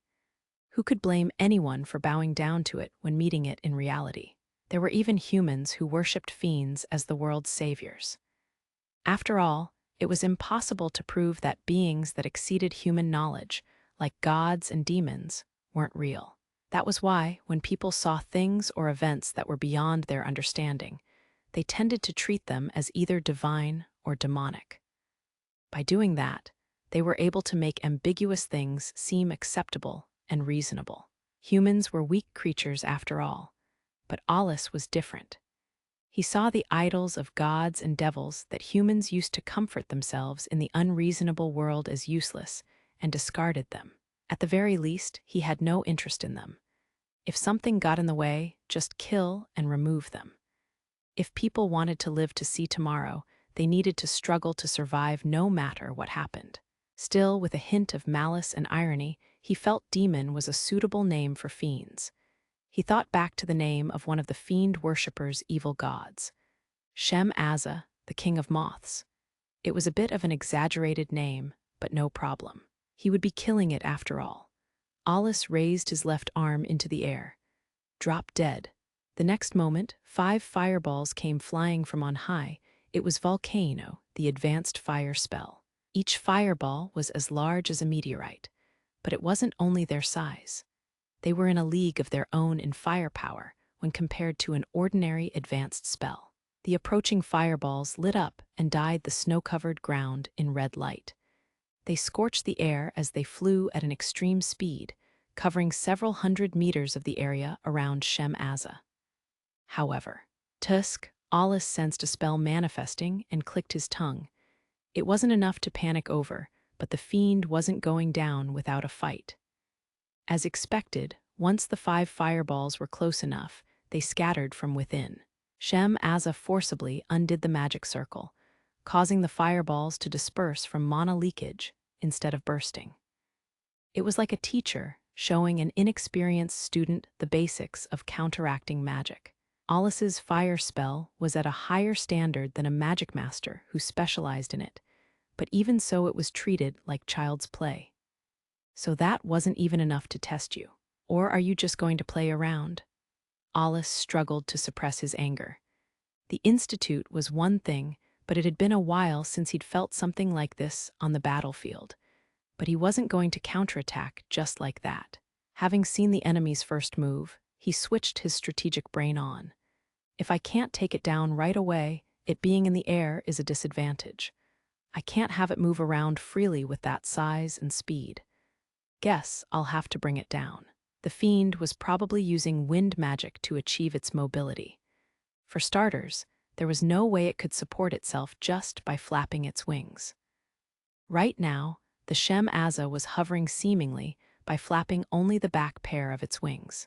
Besides, I can't afford to flee. If this thing gets to the rest of the squad, they probably won't stand a chance. In that case, it would be better to have a magic battle. Alus's gaze turned to the fiend's legs that were hanging down. Including the talons, the legs were bizarrely long, even for the size of the moth. The next moment, Shem-Azza violently flapped its big wings just once, causing enough turbulence to create a storm.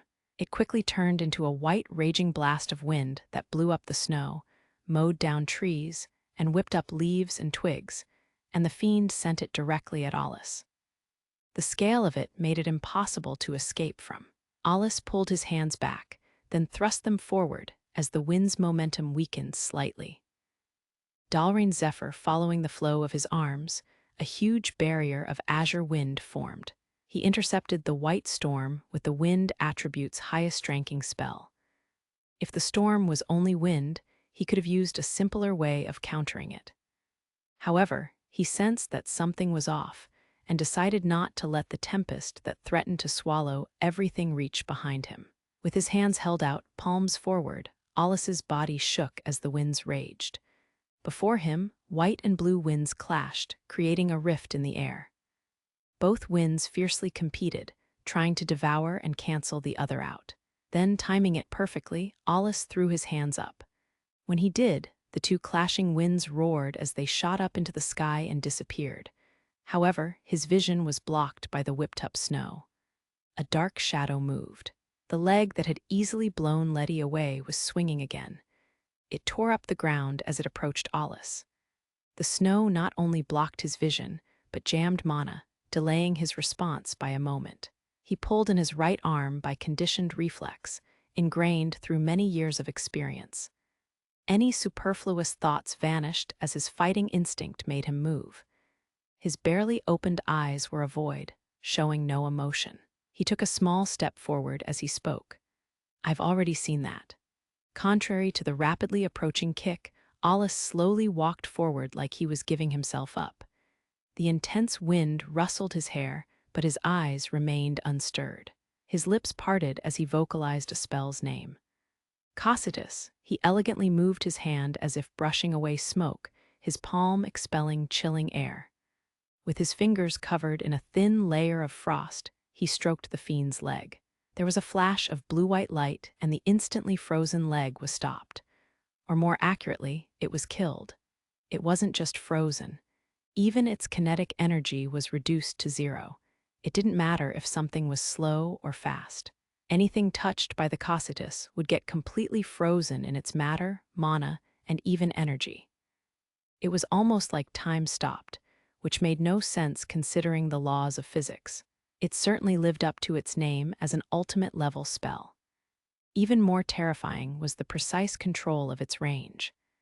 The Fiend's leg, half covered in a silvery-white ice coffin, was spatially frozen in place, but the rest of its body was able to move freely.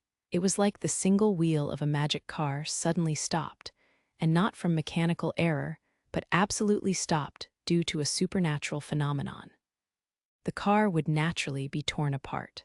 The boundary between the car, with its massive kinetic energy, and the suddenly stilled wheel would tear them apart.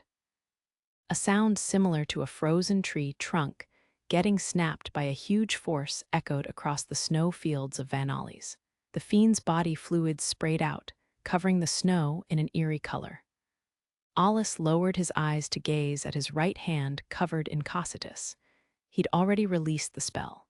Even though he had a wealth of knowledge and could use all attributes aside from the elements, there was still a price to pay, such as poor efficiency and his manifestation speed being affected.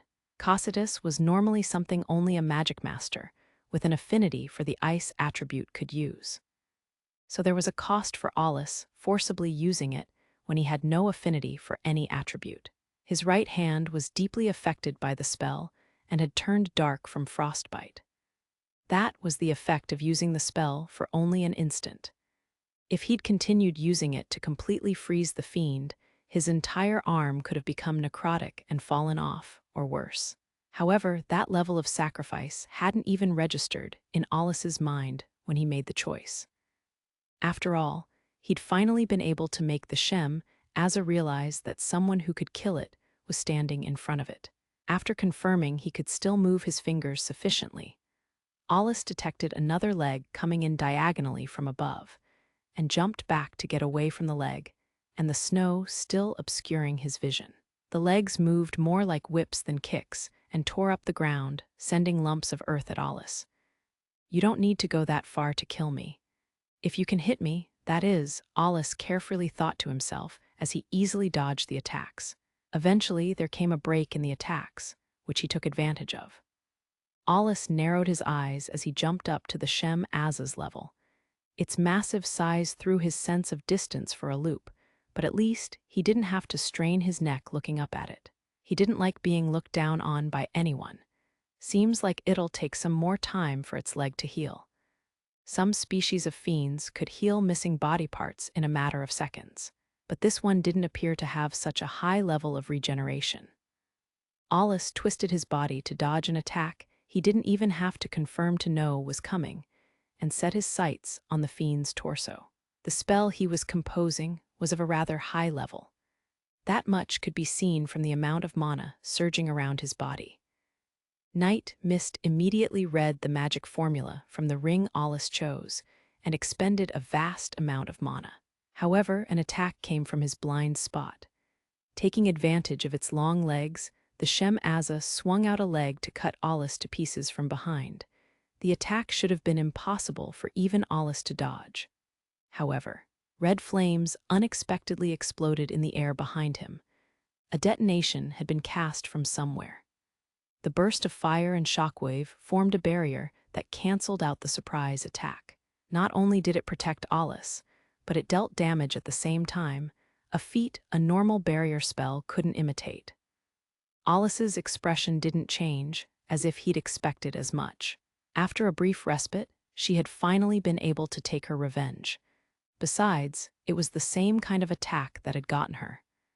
The only difference was that it came from behind, but he had already seen through it. This time, he decided to leave the support to her. He wasn't going to repeat a mistake, even if it was someone else's mistake. That was natural for a first-class Magicmaster. With the shockwave giving him more momentum, he pointed Night Mist towards the Fiend. Its chain wrapped around Alus like an endless snake, making a metallic sound. Hellfang, it wasn't like he chose the fire attribute to match his backup, but he cast a fireball that manifested before Shem Aza. In the blink of an eye, flames fitting the spell name flared up, and as they reached their threshold, another change occurred. A two-headed dragon was born. As it raised its heads, it grew even larger as if feeding off of the flames.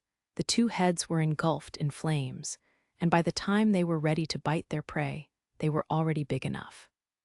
The heads curved in on either side of Shem Aza and plunged down towards its shoulders, as if to burn the wings off at their base. It was a kind of composite spell, combining the fire attribute with a summoning spell.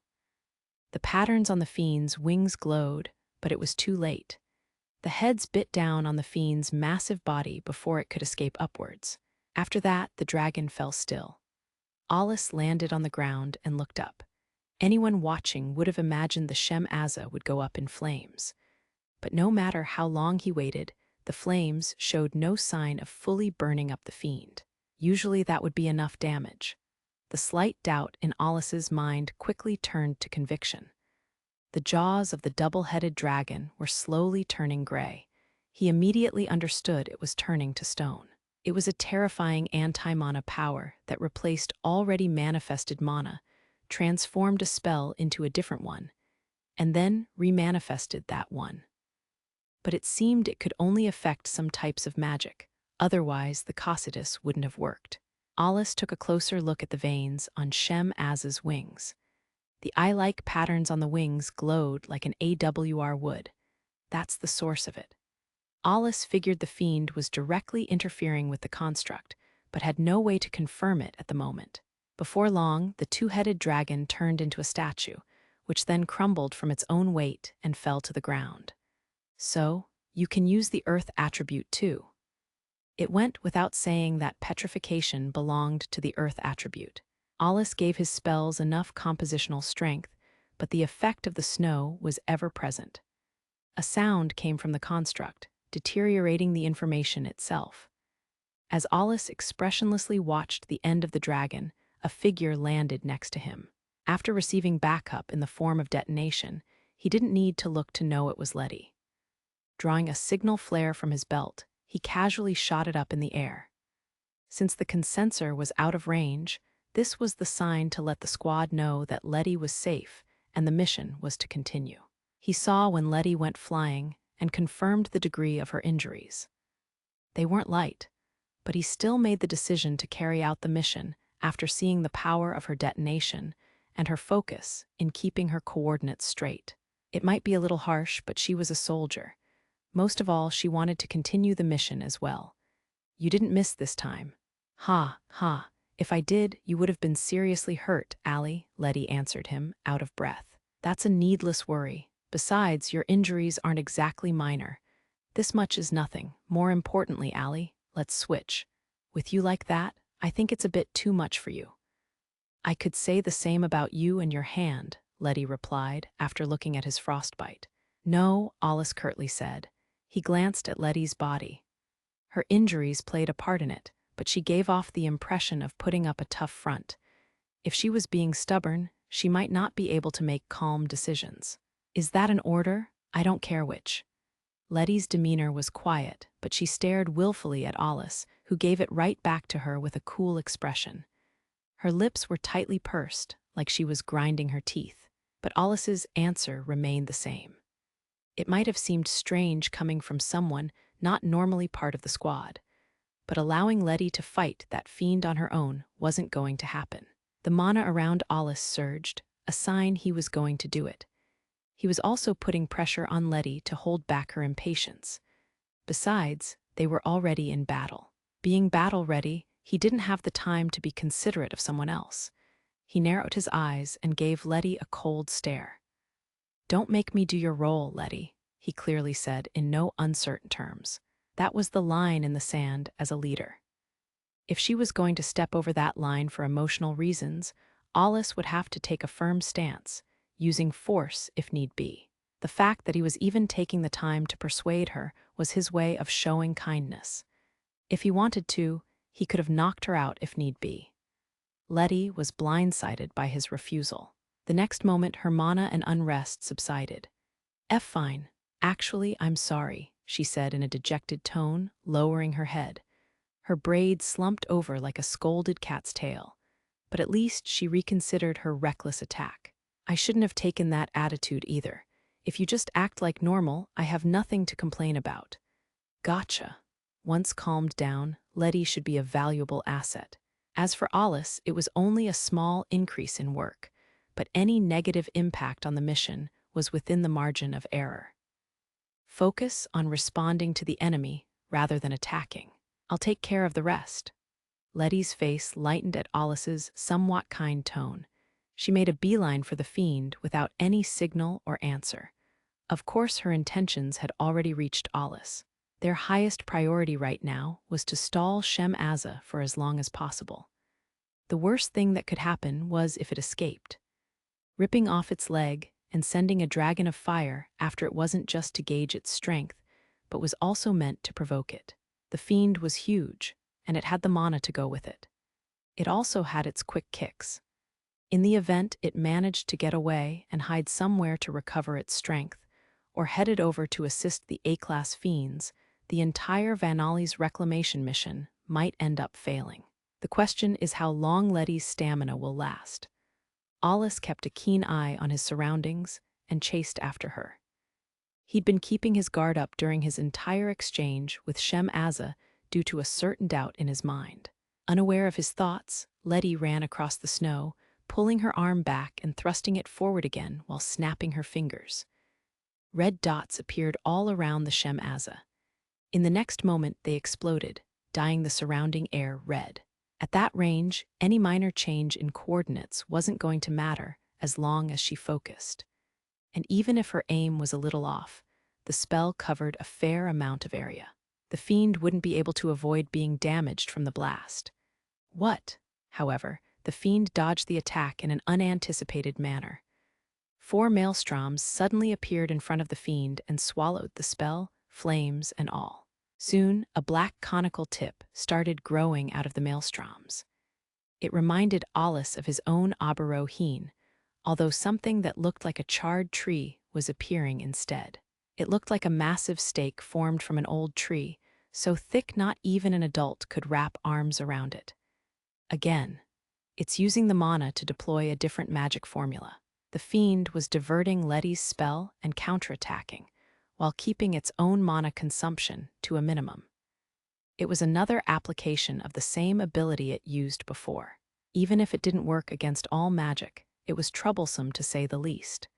Stakes were fired and rained down on Lettie.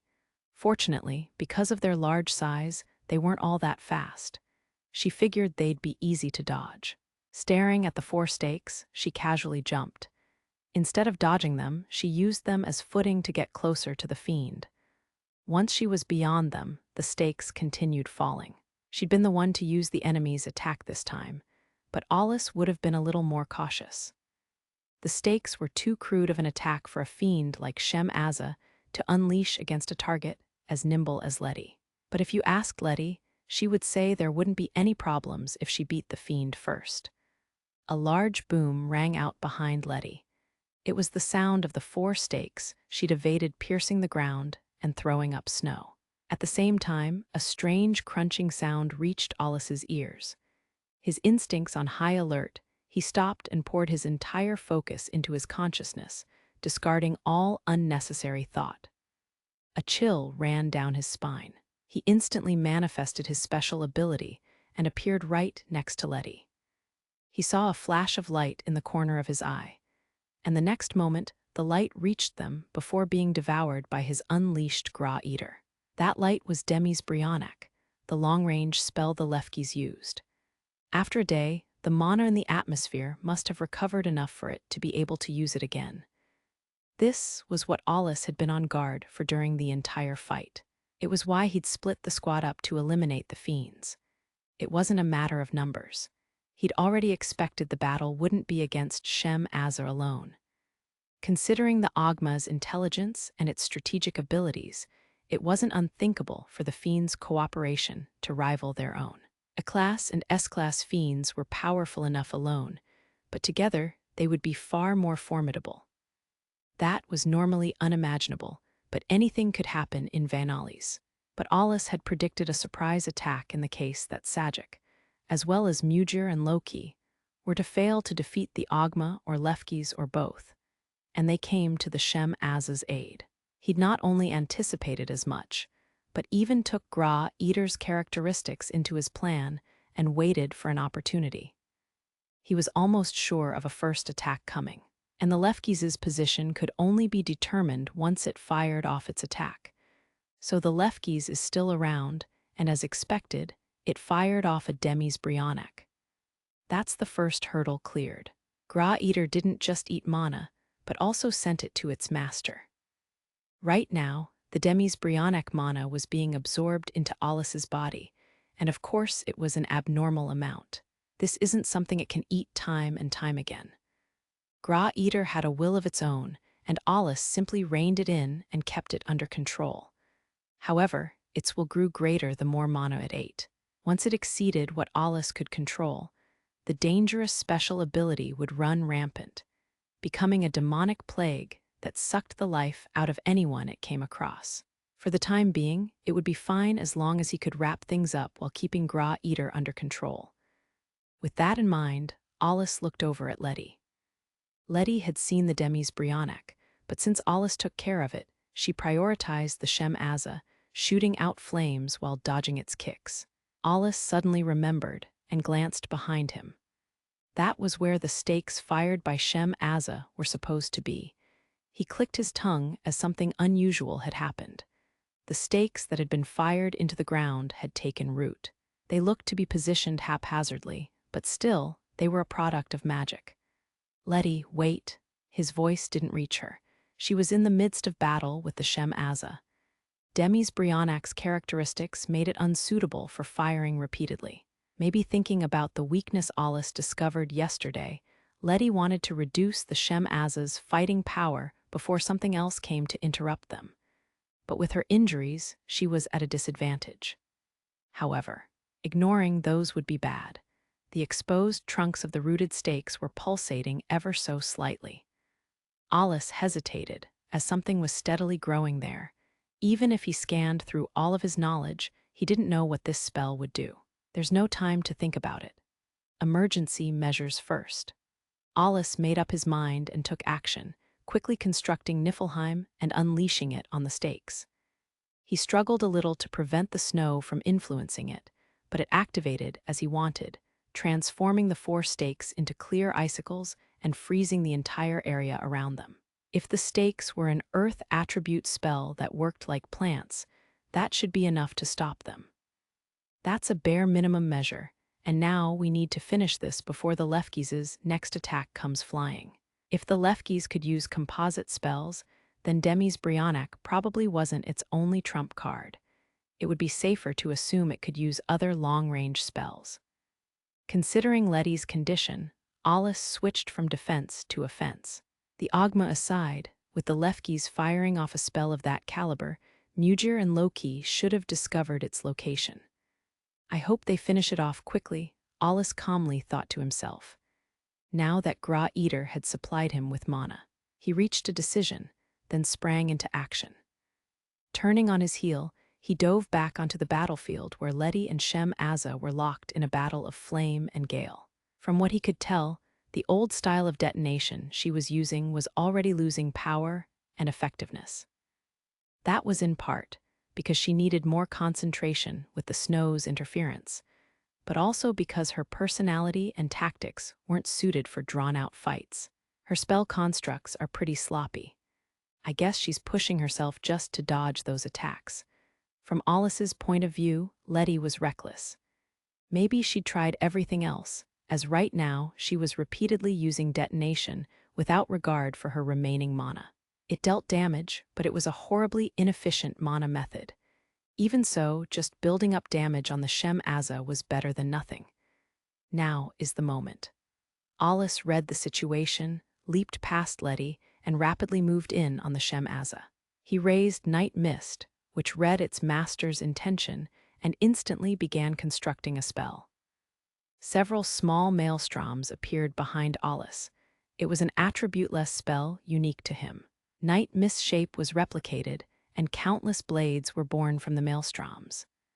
The process repeated, and before long there were over 100 short swords with chains attached. With a swing of Alus's arm they shot out like arrows, chains trailing after them, towards the giant fiend's body. The reason the chains were replicated was because this Aberoheen was intended to restrain. Shem Azza attempted to counteract with mana, flapping its wings and sending mana into its surroundings. The outlines of the replica night mists began to distort and blur. Alus quickly realized they'd only last another few seconds at most.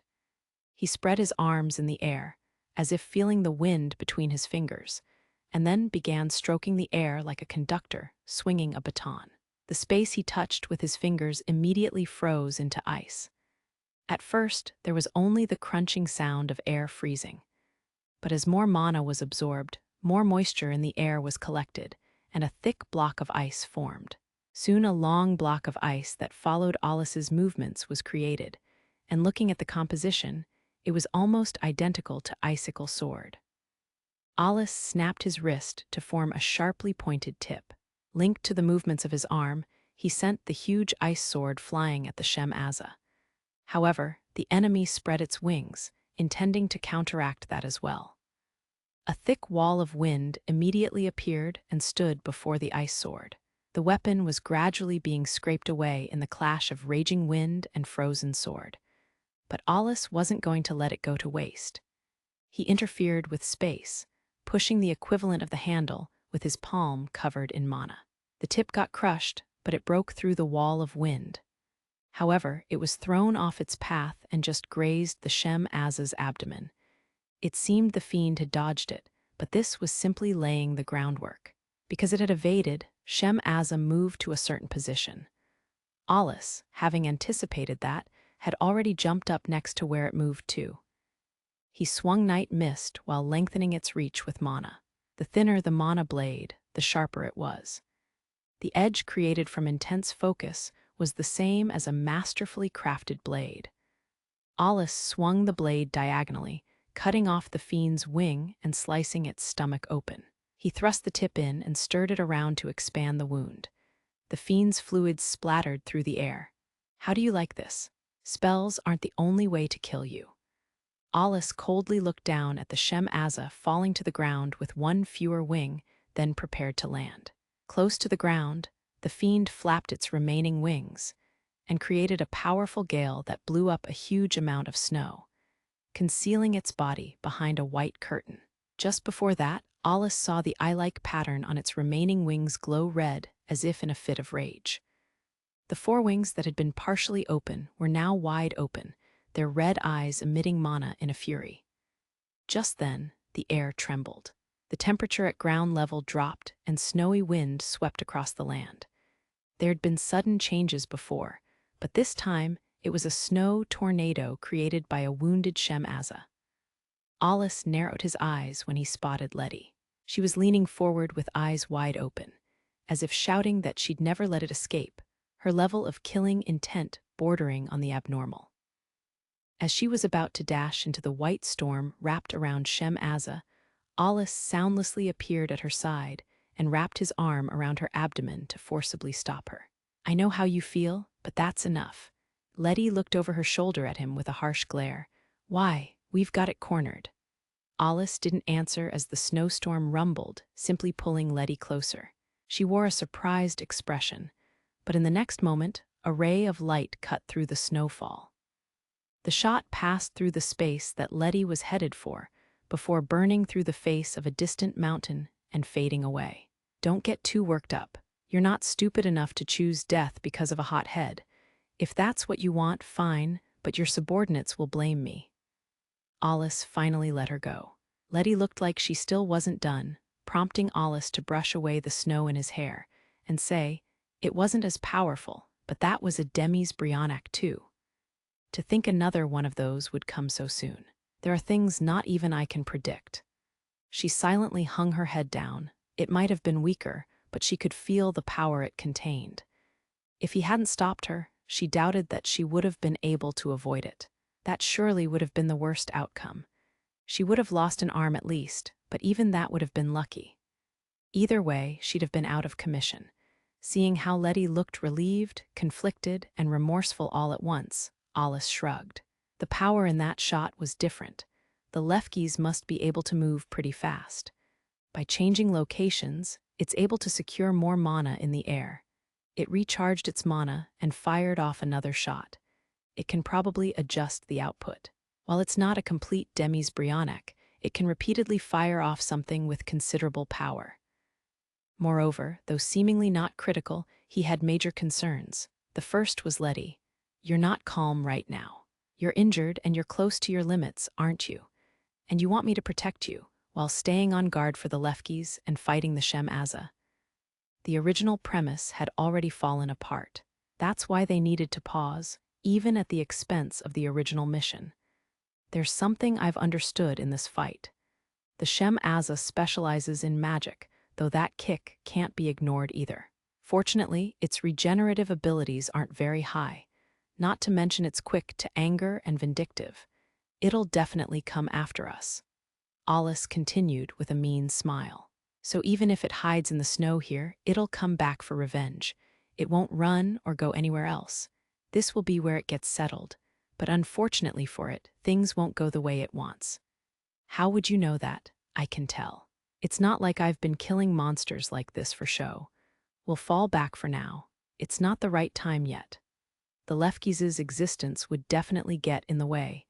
Even if they could finish off the Shem-Aza, he didn't want to pay a steep price for it. Mugir and Loki are on it. The Demi's Brionac should have broadcasted the Lefkis' position to those two. So we have to trust in them and wait. The Shem-Aza's massive body had already disappeared within the snowstorm. Alus had told Mugir and Loki that it was pivotal not to miss that long-range spell. The Ogma was still an unknown, but seeing as it hadn't interfered yet, it was probably hiding underground. In fact, its lack of involvement proved that Sajic had gotten close. So it was likely the type to avoid fighting, which made it less of a direct threat. That was just as the report from Clevedite had said. Either way, since they didn't have enough hands to go around, they'd just have to trust Sajic to deal with the Ogma. Then there was the other doubt in his mind.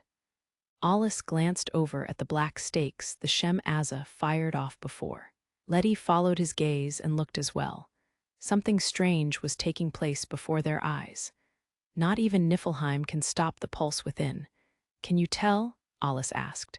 He glanced at Lettie, who didn't confirm or deny it. "We'll need to get away from here so I can explain.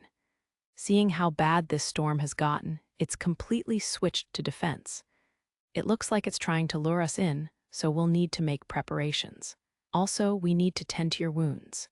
"Fine," Lettie said after a pause, having calmed down some. Alus was a little relieved. The Shem Azza lurked within the snow tornado, but it wasn't going anywhere soon with those injuries. He narrowed his eyes to try to see through the snow. He was barely able to make out the Shem Azza's body, and something was happening to it. He'd sensed that its activities had stopped, but what he saw was unexpected. The Fiend's huge body was covered in string. It had woven a cocoon at some point, and its body had disappeared into it. It was probably meant to treat its wounds, but if it wasn't going anywhere, that was all the better for them. Turning their backs on the cocoon, Alus and Lettie decided to make a tactical retreat. Like Alus predicted, the snow that Shem Azza whipped up had turned into a blizzard that swallowed up the entire area. There were no signs of it dying down soon either. The two sought refuge in a cave on a nearby high hill. The reason they went for height was so that they could sense the Shem Azza sooner if it came back. It wasn't even one of the small bases, but it had been noted on the map in case of emergency. It wasn't too deep, but it was enough to shelter them from the snow and winds. They put down anything they'd been carrying to move as lightly as possible. Lettie held her shoulder and leaned against the craggy wall. Alus quickly made preparations by setting fire to the branches he'd collected on the way. "Strip, what?" The suddenness of the word made Lettie yelp. "I'm treating the injury on your shoulder and checking the rest of your wounds." Alus wasn't going to take no for an answer, but he had no ulterior motives either. If anything, he almost sounded annoyed. "I understand what you want to say, but can't you be more considerate, like turn around or something?" "What? I didn't know you had a sense of shame." Lettie pouted and turned around to remove her top. "I'm not the type to take off my clothes in front of a guy. Just what do you take me for? Geez."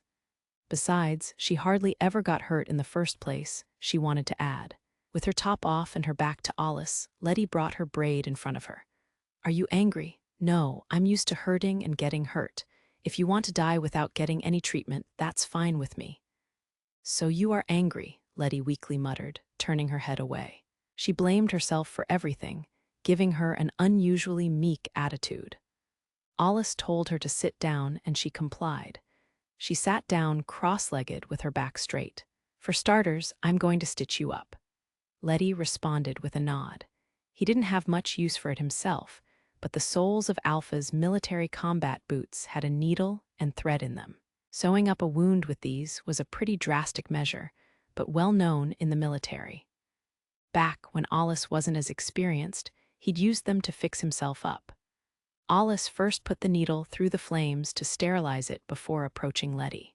When he did, she threw up a hand to cover her chest. Ignoring that reaction, Alus set to treating her. The laceration was deeper than expected, and the area around the torn skin was burning hot.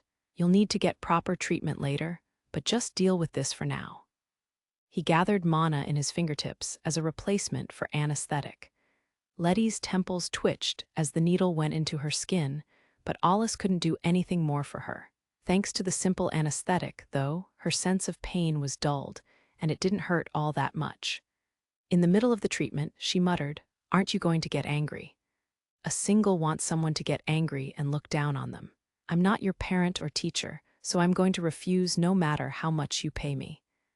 "I can't tell if you're being kind or cold." Lettie looked at his hand. Even now, Alus was continuing to focus mana in his fingertips as he moved the needle fixing her up. "Let me ask you something. Was that supposed to be you being honest from the bottom of your heart?" By that, of course, he was referring to Lettie losing her calm when shouting that they had it cornered. His words dripping with sarcasm made her drop her head with a look of remorse. "Sorry." I'm relieved to hear that. You should be able to calm down a little more the next time, Alus replied, after he finished stitching up the wound on her shoulder. He examined her body again. Damage to internal organs was particularly dangerous in these cases, and she might have damage she wasn't even aware of. Fortunately, that didn't seem to be the case. That said, her body was covered in bruises. There was also swelling here and there that looked like bruising as well. However, her back only had fresh wounds. There weren't really any old scars. It was only yesterday when it was as beautiful as that of any normal girl who lived in the inner world. But in Vanalis, she had to bear new wounds, alongside bitter regret. She seemed to have gotten over it for a moment, but judging from her earlier actions, the advance party still weighed heavily on her mind. Wounds weren't just carved into the flesh. In exchange for purity and innocence, they were carved into the soul as well. When Alus thought of that, the faces of two girls popped into his mind. The two were novice magic masters that knew nothing of the outer world, who were just single-mindedly walking down the path before them. I'm going to say something unnecessary, so just think of it as me talking to myself. Gotcha. Lettie's back was unexpectedly slender. Alus put his mana-covered hand on it while speaking a few words. He'd said he was just talking to himself, but it was an expression of his true feelings. You know there are students at the institute that I'm teaching, right? Froze's daughter Tesphia. And Alus, right? Lettie answered immediately. He was a little surprised that she remembered their names. Yeah, since I'm teaching them, I'm not holding back. If they're planning to become magic masters, I'm going to help them out as long as I'm there. That sounds pretty rough. Well, I'm sure they're good kids. Alus struggled to agree with that last part. If Lettie felt that way, it might have been some kind of womanly connection. I want them to become magic masters like you. What's that supposed to mean? Is that a confession? What? Alus let out a dumbfounded voice at her remark, but Lettie laughed it off as a joke. She seemed back to normal, so he removed his mana-covered hand from her back. Wouldn't you make a better role model, Allie? You're the ranked no one after all. I'm no good. I can teach them all kinds of things, but I can't be their goal. That's true, Lettie said after a pause. She understood what he meant and seemed to reflect on her rash comment. When it came to magic masters, Alus's career and characteristics were amazing. But even an outstanding novice magic master shouldn't look to him as a goal, no matter what their potential. In fact, it was questionable if a magic master who was lacking in so many ways could even be considered a decent human. The path the two girls were walking down would introduce them to plenty of magic masters on the same path ahead of them. But no matter how far they walked, they wouldn't find Alus on that path. He had gone off the road and was wandering alone through a dark maze without a light. He could never be anyone's goal. But compared with him, Lettie made for an ideal magic master, both as a squad captain and as a person. She cared for her subordinates and valued her bond with her comrades. Even considering that bond, she carefully maintained some distance to avoid taking biased actions. There were times when she couldn't restrain her feelings, like during the battle with Shem Azza. But that only made her even more human in Alus's eyes. That was why he could never hate her, though he wasn't so naive as to tell her that. But, Lettie said, I see, so you hold me in that much high esteem. She smiled happily at Alus's words, letting them sink in and feeling her heart grow warmer. Still, it was pretty roundabout for a confession. I'll give you a passing grade anyway. Should I give your head, no, your front, a look over too? Her eyes opened wide at this, and she hunched over slightly. No thanks, no need, I can check it for myself. What's with that casual sexual harassment? And if you're going to say that, at least try to look excited instead of like you're just saying it for the hell of it. Actually, whose influence was that? Lindolf, I guess. Him, huh. Geez, Lettie's expression turned bitter at the thought of the man known for being a womanizer. He was a pathetic middle-aged man who seemed to have grown up without ever having been taught delicacy or refinement. Jokes really don't suit you, Allie. I see. Still, if you're that energetic about it, your wounds are probably fine. Thanks to you. Lettie looked her body over and lightly moved her arms and legs. After that, she started putting her clothes on again. In the meantime, Alus was properly looking the other way, while also putting a cloth over his frostbitten hand. Lettie suddenly stood. Alus assumed she'd finished dressing, looked over, and saw that her tattered jacket and sleeves were still by her feet. She gazed at Alus, who stared suspiciously at her. "Yeah, I've decided." "What?" "I wasn't sure when to tell you. Actually, I hadn't planned on saying it at all. Allie, when we're done with this mission," Lettie paused. Her expression was serious. "I want you to officially join my squad. You're recruiting me now. But I don't. I'm sure our squad will be the best place for you. Besides, when I first established this squad, your face was the one that came to mind when I was choosing members. I'm sure they'll accept you too, and then we can be like a family." The military, with a few exceptions, was a place with intense rivalries. That's why there were few people a single could truly trust. Lettie was no exception to the rule. When she said the unit was like a family, Alus felt that was very fitting for her. Indeed, that was the reason why she was so fixated on Vanalis, and why she was so emotional in front of the Fiend. That was something that was present in Lettie's squad, and no other. When Alus realized that, he could only hope that Alus and Tesphia would strive to become someone like Lettie instead of himself. Now she was standing on the boundary of a dark wasteland, and the light, reaching out with her hand, inviting him to her side. He had completed plenty of missions in the past, and many of them involved working with squads, but in the end, he was still treated like a heretic. They directly or indirectly wished death on him on many occasions. In the world of the living, Alus had been fighting in the place closest to death, and all alone. "I know it's pretty late, though," Lettie said with a gentle smile. Alus lived in a small, dark, and freezing world, but now Lettie was offering him a place where he could truly rest. He'd been treated as a fiend-killing tool since childhood, loathed and feared by fellow humans. She was saying that she would make a place for him to live in public. "Hey, Allie, do you hate running around the outer world?" Not really. Indeed, he didn't hate the outer world. In fact, he wanted to see the far reaches of it before anyone else. He wanted to chase after that unfulfilled dream without any restraints. Despite the constant fighting, it seemed the outer world was the only place that filled him with satisfaction. Before he could open his mouth, Lettie stopped him. "You don't have to give your answer yet. I'll give you some time to think about it and ask again later." "All right, I'll think about it." By the time he noticed, the fire had weakened and looked like it might go out at any moment. They'd taken a half-hour break overall. It was the time needed to treat Lettie and let her regain her composure. Suddenly, Alus sensed something and peered out the cave's opening. The blizzard had died down, and a huge shadow had appeared under the ash cloud on the field of snow. The first thing he noticed was the broken cocoon. Next, he saw Shem-Azza, which must have struggled to get out of it.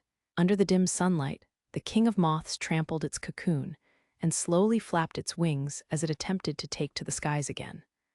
"That was faster than I expected. Its healing properties shouldn't be that high, so it must have just focused on healing its wing." The eye-shaped pattern on its regenerated wing glowed, as if trying to find where Alus and Lettie were lurking. "But that was plenty of time for you to close up my wound," Lettie remarked, as she came up to Alus and peered over the battlefield. With the blizzard over, the sky was relatively calm. From the looks of it, Shem-Azza's focus on healing its wing left its other wounds unhealed. It still had the damage from all the detonations Lettie had unleashed. "Gomi, I would have preferred to just blow it up with a big bang, though." "You wish. That damage is because you bombed it indiscriminately, neglecting the composition and coordinates." As proof of that, Lettie hadn't used the improved version of detonation, but the old style that was less difficult to cast to reduce the shifting of coordinates.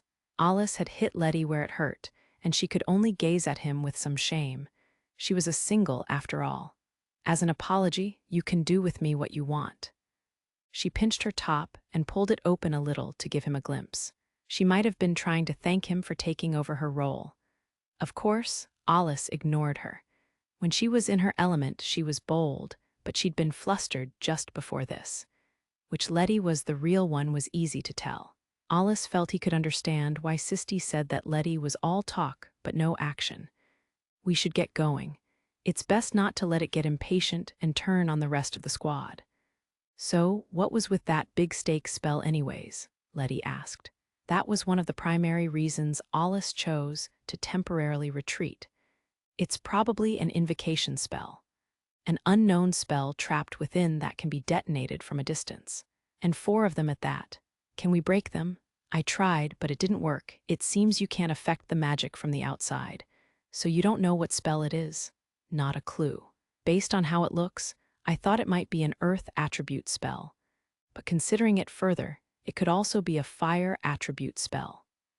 His reason for thinking that was because not even Niflheim could stop it, and the stake spell had been created from Lettie's flames. Unlike the fire dragon that was turned to stone, it was possible that the Shem Azza only diverted the mana without changing its composition, so it might have used the attribute formula as it was. At any rate, we're going to struggle if we don't deal with this snow. No matter what spell it is, if I've dealt with it even once, I'll be able to counter it the next time. How reliable. But I don't want another rampage like last time. Well, I'll do my best. I should be able to just absorb the spell ... probably. Then there's also the Lefkis that might intervene again, Alus said. So for now, we buy time until the Lefkis is eliminated. That's the plan. The snow is a big influence, but we know we can push it to a certain point. We just have to make sure not to overstep it. Alus's last words made Lettie frown. The mistake she'd made as if she was some rookie was firmly etched in her mind. That was why she made her decision. Sorry, Allie, but could you help me deal with that guy for a while longer? Yeah, I was going to. But isn't it a bit too late to ask for that? Alus's original mission was over by the time the Lefkis fired off its second shot. In fact, the first shot he'd had his Gra-Eater deal with had been so flashy, Mugir and Loki must have found where it was hiding by now. He was convinced of it. Lettie, we're going to finish this thing off here, so I don't want to hear you say you're already out of mana. I can handle another round. Actually, I've got a plan of my own. Can I count on your backup when the time comes? As long as it's not anything reckless. Alus wasn't a fan of doing a common front, nor was he very good at it. But that might not be the case with Lettie the way she was now. Before confronting the Shem Azza, Alus fired off another signal flare. The Shem Azza would spot them, but they no longer had any intention of hiding. Some flashy colored smoke rose up before exploding in the air and spreading a wave of mana. It was the signal for the squad to move on to the final stage of the plan. 56th chapter. Mad Fanatic. Weak light shone into the dark abandoned mine from above. A huge muscular Magicmaster was on his knees, his head hanging low. With his thick arms outstretched to either side as if crucified, he looked like a puppet suspended by strings. He'd lost so much blood it might put him in a critical state, though the man, Sajic, was unconscious and therefore unaware of it. The bright red drops of blood dripped down and were absorbed into the dirty ground. Sajic's face looked deathly pale, possibly due to the dim light. Thin tubes were stuck into his arms as if they were veins. They wriggled and pulsated as they made their way deep into his arms. Yet Sajic didn't budge. The tubes led to a large piece of leather cloth a few meters away, but that sight felt out of place. It was underground and the air was stagnant, and as one could tell from the offensive smell, not even the wind reached down here. But the cloth flapped back and forth like it was moving in the wind.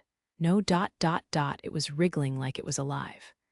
At closer look, the leather cloth wasn't connected to either the walls or the ground. It seemed to be floating in the air. The center of the cloth protruded like there was something beneath it. And in fact, there was something, a grotesque fiend. The reason it looked like it was floating was because of its thin body. The top of its head was covered with a tattered leather cloth, and beneath that was a thin, sickly figure reduced to nothing but skin and bone. Its knotty joints, sharp claws, and bent legs were indeed those of a monster. It looked a little humanoid, but there was nothing human about it. That would be enough to make most people disgusted and start shaking in fear. It looked like a hanged man, but even for a fiend it appeared more dead than alive. The dark impression it gave off, and the peculiar tubes that eerily pulsated made it clear that this was the despicable fiend that brainwashed its underlings and used them as pawns. The Ogma. The tubes extending from under the dried leather cloth to Sajic's arms wriggled again. They had entered at the wrists and wormed their way to his elbows by now. Sajic's thick eyebrows twitched, his eyes still closed. The next moment, he flexed his arms so hard that veins appeared, and he broke free from his restraints. He grabbed the tubes and pulled them out of his arms. What? Fuck, I was dozing off. Sajic slowly and silently raised his head, a fierce anger in his eyes. He'd been separated from his comrades when he fell underground, and had finally encountered his target when he'd been hit with a surprise attack from a dark element spell and been captured by tentacles. He had been pumped full of anesthetics, and just as he was about to lose consciousness, he woke up. The reason he'd avoided getting brainwashed was because of the signal flare Alus fired. The waves of mana had penetrated the ground and awakened Sajic. It was truly fortunate timing, though he felt he'd only slept a little bit. Like Alus had predicted, the Ogma didn't have much in the way of combat prowess, which was why it hid itself down here. Now that Sajic was awake and using force, it was no different from a child. In an instant, he was right next to it and unleashed a powerful kick into its bony body. The Ogma's body bent in from the impact. Its abdomen burst open and its bones shattered. After blowing his opponent into the wall, Sajic angrily fired lightning through the tubes he was holding. Lightning ran through the tubes in each hand, and when they met in the Ogma's body, they burst into violent sparks. The light was so intense and bright that it erased all shadows for a short while. Seeing the Ogma burn to a crisp and unmoving, Sajic breathed out. Even for someone as daring as him, having foreign objects enter his arms was very uncomfortable. He sliced off the remaining tubes, threw them to the ground, and pulverized them under his foot. The tubes, having been cut off from their body, soon turned to dust. "Damn it, I really let my guard down," Sajic said in disgust, scratching his head. He then rubbed his neck, as having had anesthetics injected into him, he felt strangely sleepy. Moving to his eyes, he rubbed them too, but suddenly clicked his tongue. "Ouch, I got dirt in my eyes." He kept rubbing as he cautiously surveyed the fiend. After confirming it was still alive, he walked over to the charred figure. He gathered mana in his hand, which turned into the lightning attribute, and then discharged it. This took place in an instant, not giving the fiend a chance to escape. "It's time to stop hiding and fight. You sure gave me a hard time for a fake human, but now it's time for payback. Let's see how much you can take." Still discharging electricity, Sajic grabbed hold of the dried leather cloth, putting more force into his hand. He ripped it off and clutched the thin, wizened fiend's neck. Lightning ran through the Ogma's body. White smoke rose from it, and the repeated shocks made its body twitch. With the intent to finish it off, Sajic swung down his hand like an axe and shattered the fiend's head. Found it in the first hit. Inside the skull was a poisonous-looking core resembling a brain. Sajic's lips twisted into a grin. He turned his mana into lightning, his gauntlet glowing white as he poured all of it into the Ogma. The core had no chance of withstanding that dreadful attack and shattered. The Ogma's core was burned away so fast it didn't even have a chance to scream, and its body crumbled into ash. Sajic let go of its head, which was the only thing that remained, and watched it turn to dust on the ground. "Yeah," he said, his spirits raised. "Hey, Sajic. Sajic, you still alive?" He heard the familiar voices of his comrades. They'd split up to wipe out the fiends as they worked their way through the complex of tunnels, and some of them had finally reached him. "I'm here," Sajic replied in a booming voice, as if to say he was perfectly fine as his comrades came running up. "Did you sense Sir Alus's signal flare? We need to wrap this up quick," a squad member said. But Sajic just rubbed his chin and laughed. "You're too late, I just finished it off. Once we get to the surface, we should fire off the signal to show the Ogma's been killed." There'd been some accidents, but the Ogma had been eliminated in a rather short amount of time. And since Sajic did it on his own, that was even better. But as expected from an A-class like the Ogma, even though it was fragile in close combat, it had unexpectedly struck his weak point. This'll devastate the captain. A stench was in the air. The source of it was a pile of half-eaten corpses left in a corner. They were most likely part of the advance party. Sajic's heart was filled with burning anger. The leather cloth the Ogma had worn only added fuel to the flame. Dried human skin had a slight insulating effect. Perhaps it was the Fiend's attempt at resisting the lightning attribute, or maybe it was because it abhorred the light. Either way, once Sajic grouped up with his comrades, they turned around to return to the surface. Blood was still flowing out from his arms after he'd pulled out the tubes, without any sign of stopping. "I'm going to have to ask Louise for help with this. She always rats me out to the captain." Sajic had pulled the short straw and would have to report the fate of the advance party to Lettie, so he couldn't help but feel depressed, and he grumbled with a fed-up expression. However, he had no intention of taking even a short break. Once he'd been patched up, he would link up with the rest of the squad. That's why he wanted to avoid upsetting Louise when he finally met up with her. And that was why he got his complaints out now as he trudged through the dark tunnel. Loki and Mugir were running up a mountain at top speed, their eyes forward, moving as if rushed on by something. But rather than impatience, it was a sense of responsibility that drove them forward. "What speed? I can't keep up," Mugir said with a troubled expression. As a double digit, if he wanted to, he was confident that his instantaneous speed could surpass Sajic's in normal circumstances and even rival Lettie's. The same went for his kinetic vision. He could even react to Sajic when he was using force. But now he cast spell after spell as they chased the Lefkis to stall it, but they showed no signs of hitting. After his first shot, the Lefkis seemed to sense them ahead of time and dodged.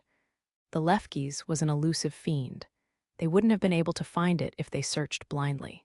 But thanks to Alus's plan, they were able to locate it by following the path of the aftermath after the first Demi's Brionic. They tracked it down and began pursuing it, but that's when their troubles began. "Mugir, let me do it." Loki was only meant to be support, so Mugir reluctantly accepted her offer. The Lefkis had to be stopped, and he couldn't afford to be picky. "Please," he said. In the same moment as he responded, Loki disappeared in a flash of lightning. Cutting through the air, she closed the distance to the Fiend. Her instant speed was a match for Sajic using force, which surprised him. However, she was able to do it by ignoring the stress it put on herself. Loki's overuse of force, while her body was still developing, would eventually come back and hurt her. But even so, there was no other way. Seeing that, Mugir's expression was conflicted. He'd heard about the painstaking efforts it took for Sajic to learn force. Even adults could suffer serious damage to their legs if they recklessly continued to use force unnecessarily. Meanwhile, the Lefkis, who had been running from peak to peak, began to charge large amounts of mana into his long horn. It continued to run while charging, narrowing its eyes as if looking at something far away. Loki could clearly see lightning converging in its horn. The mystical light was without a doubt a sign of Demi's Brionic. It shouldn't be able to use it repeatedly. As that panicked thought popped into her mind, Loki realized why the Lefkis moved around so much. It wasn't just a means to escape pursuit. Demi's Brionic was a powerful spell that gathered the mana in the air and fired it. As a result, it used up most of the mana in its surroundings, but by moving to a new, untouched area, it would be able to absorb more mana. The second shot would be less powerful than the first, but that didn't mean it wasn't a threat. "I can't let it shoot again." Speeding up even more, Loki pulled out several knife-type AWRs and threw them in a single movement. The knives, clad in electricity, had considerable penetrating power. Flying straight as arrows, they looked like they would pierce the Fiend's head just before it could fire the spell. However, all of the knives got repelled by a barrier similar to an electric discharge that had been created by the Fiend's horn before they could reach it. It was a combination offensive and defensive move. The composition of the spell must have included parts of a lightning attribute barrier spell. Like a shield protecting a sniper before they fired, the Lefkis seemed to be able to deploy it at will, in which case novice spells or attacks with a comparable amount of mana wouldn't be able to stop the frightening attack.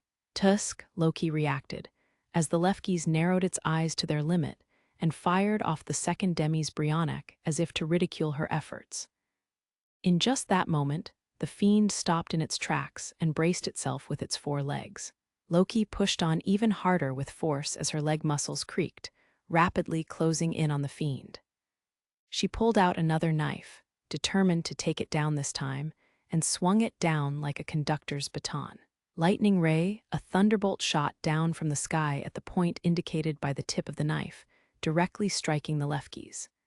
An ear-ringing roar rang out. She tried to brace herself as she cast the spell, but as a result of her acceleration, she kicked up a lot of snow. She quickly resumed her posture.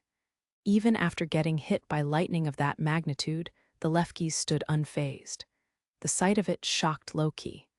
All of the energy from the lightning had slid off its body without penetrating it, like rain off an umbrella.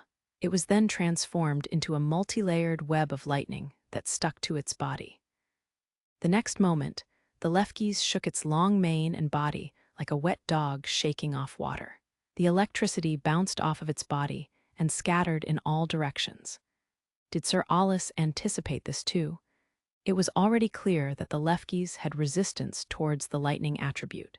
The Fiend's body and fur were better mana conductors than an AWR. Alus had said that Brionac and Demi's Brionac were partly lightning attribute spells, so even if he wasn't completely sure, he'd at least anticipated the possibility that the Lefkis specialized in the lightning attribute. If speed was all it took to pursue and evade the Lefkis' long-range attacks, then Sajic using force would be better than Mujir. However, Alus chose to send Sajic to eliminate the Ogma instead. He must have foreseen this situation. At the same time, Loki realized she hadn't been told to support Mujir because she was weak. Alus's directions and positioning of personnel had been just right. If Lightning Ray doesn't work, I'll need to try something else, she thought, biting her lip. It would be mortifying to remain just as Mujir's support. A flash of light appeared above the Fiend's head.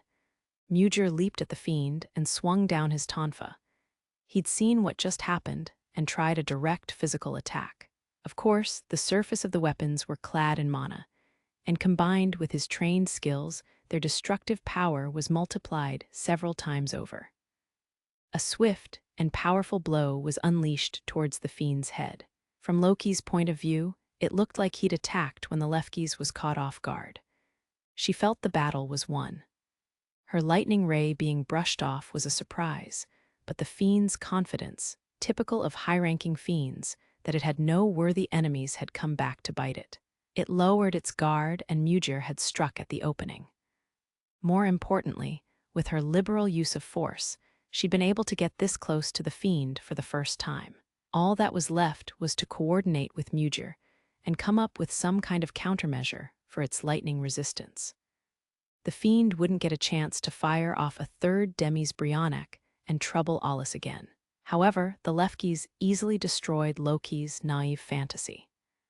Mujir's attack was a few millimeters away from striking the back of its neck, when suddenly the target disappeared from in front of him.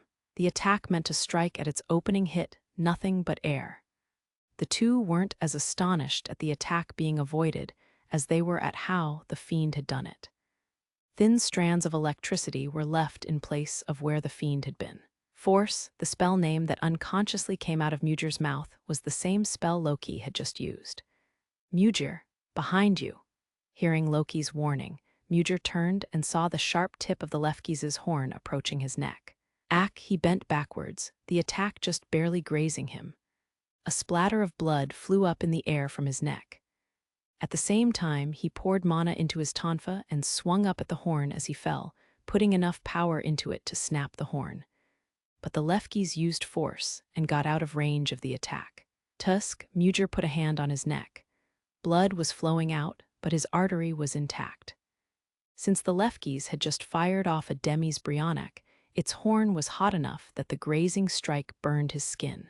After checking his injury, he looked down at his tonfa. His eyes shot wide open, but it wasn't because he'd discovered a way to kill the Lefkes. Hair. He was reacting to what had attached to his tonfa in his counterattack. It was a part of its mane, but looked completely different from the thick fur the Fiend wore. It was thin, lustrous, and of a particular color. Mugger's discerning eye immediately told him it was human hair. He'd thought he had prepared himself for this, but he knew whose hair it was, the female spotter who had been in the advance party. Moreover, she was one of the rare users of the light element. Unfortunately, it appeared Alus was right on the mark with his cruel explanation for why the Lefkes could use an element normally impossible for it. A violent rage threatened to burst from him, but he restrained it with a cold exhalation. It didn't change the fact that he needed to kill this fiend, but letting his anger get the best of him was inefficient and went against his way of doing things.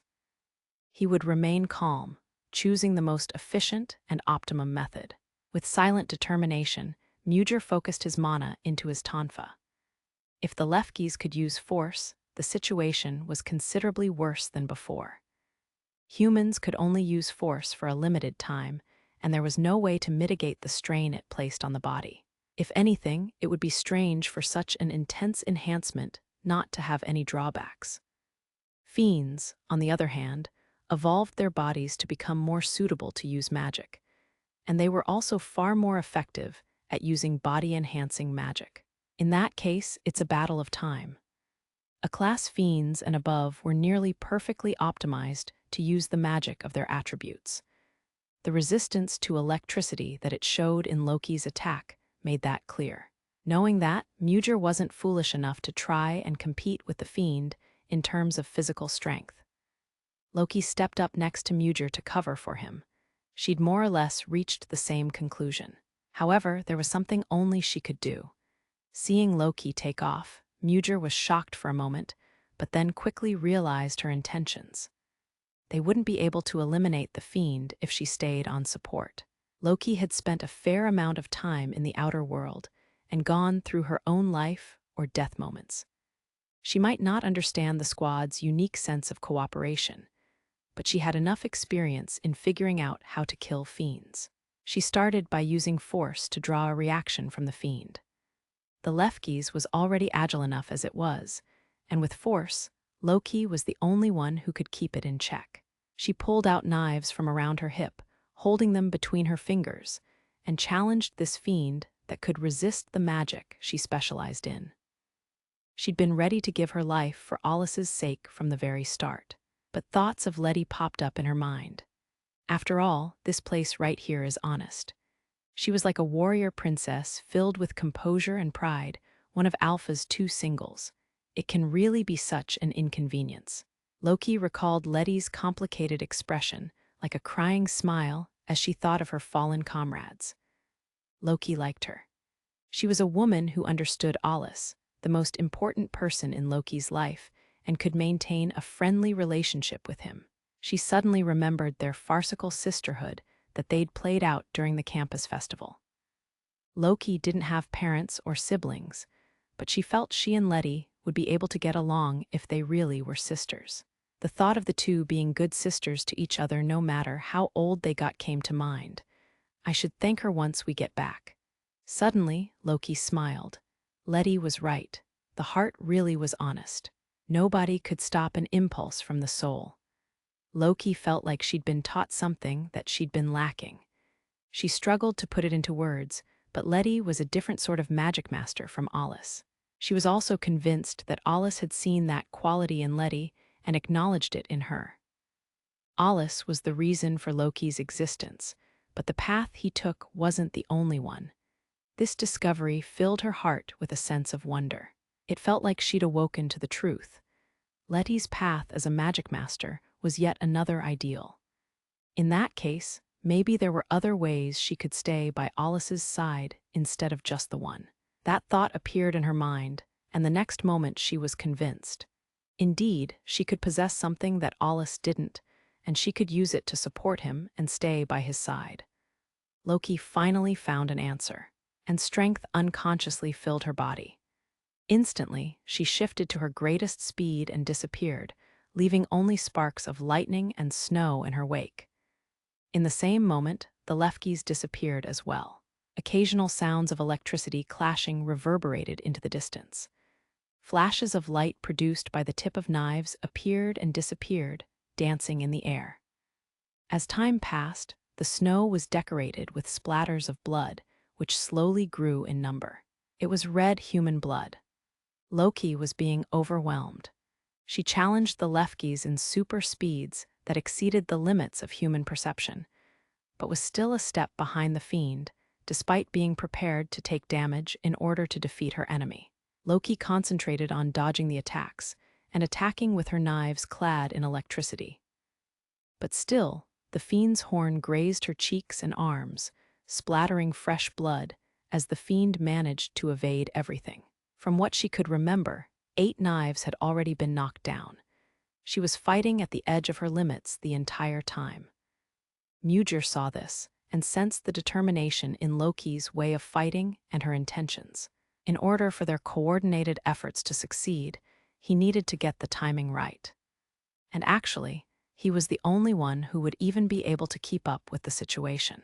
At best, an ordinary Magicmaster would just see sparks colliding at high speeds. He first used his ears. Following the sounds over the snow, as well as the flow of wind, he could distinguish the clashes, and gradually his eyes adjusted. Once that was done, Mugir signaled Loki with his hand. Loki glanced over at him in the midst of battle and slowly shifted the location of the fight. Eventually, the Lefkis finally stepped into Mugir's range, and he wasted no time jumping in. He opened his eyes wide, and with an explosive initial speed, he closed in on the Lefkis. It was only for a moment, but it was at super speed. Mugir's tonfas flew towards the Lefkis' head and leg, the tonfas in his 2 hands attacking both places at the same time. His top priority was the head where the core was likely to be, as well as the leg to remove its speed. If either attack hit, that would be fine. At the same time, Loki switched over to offense. Both hoped this would put an end to the battle.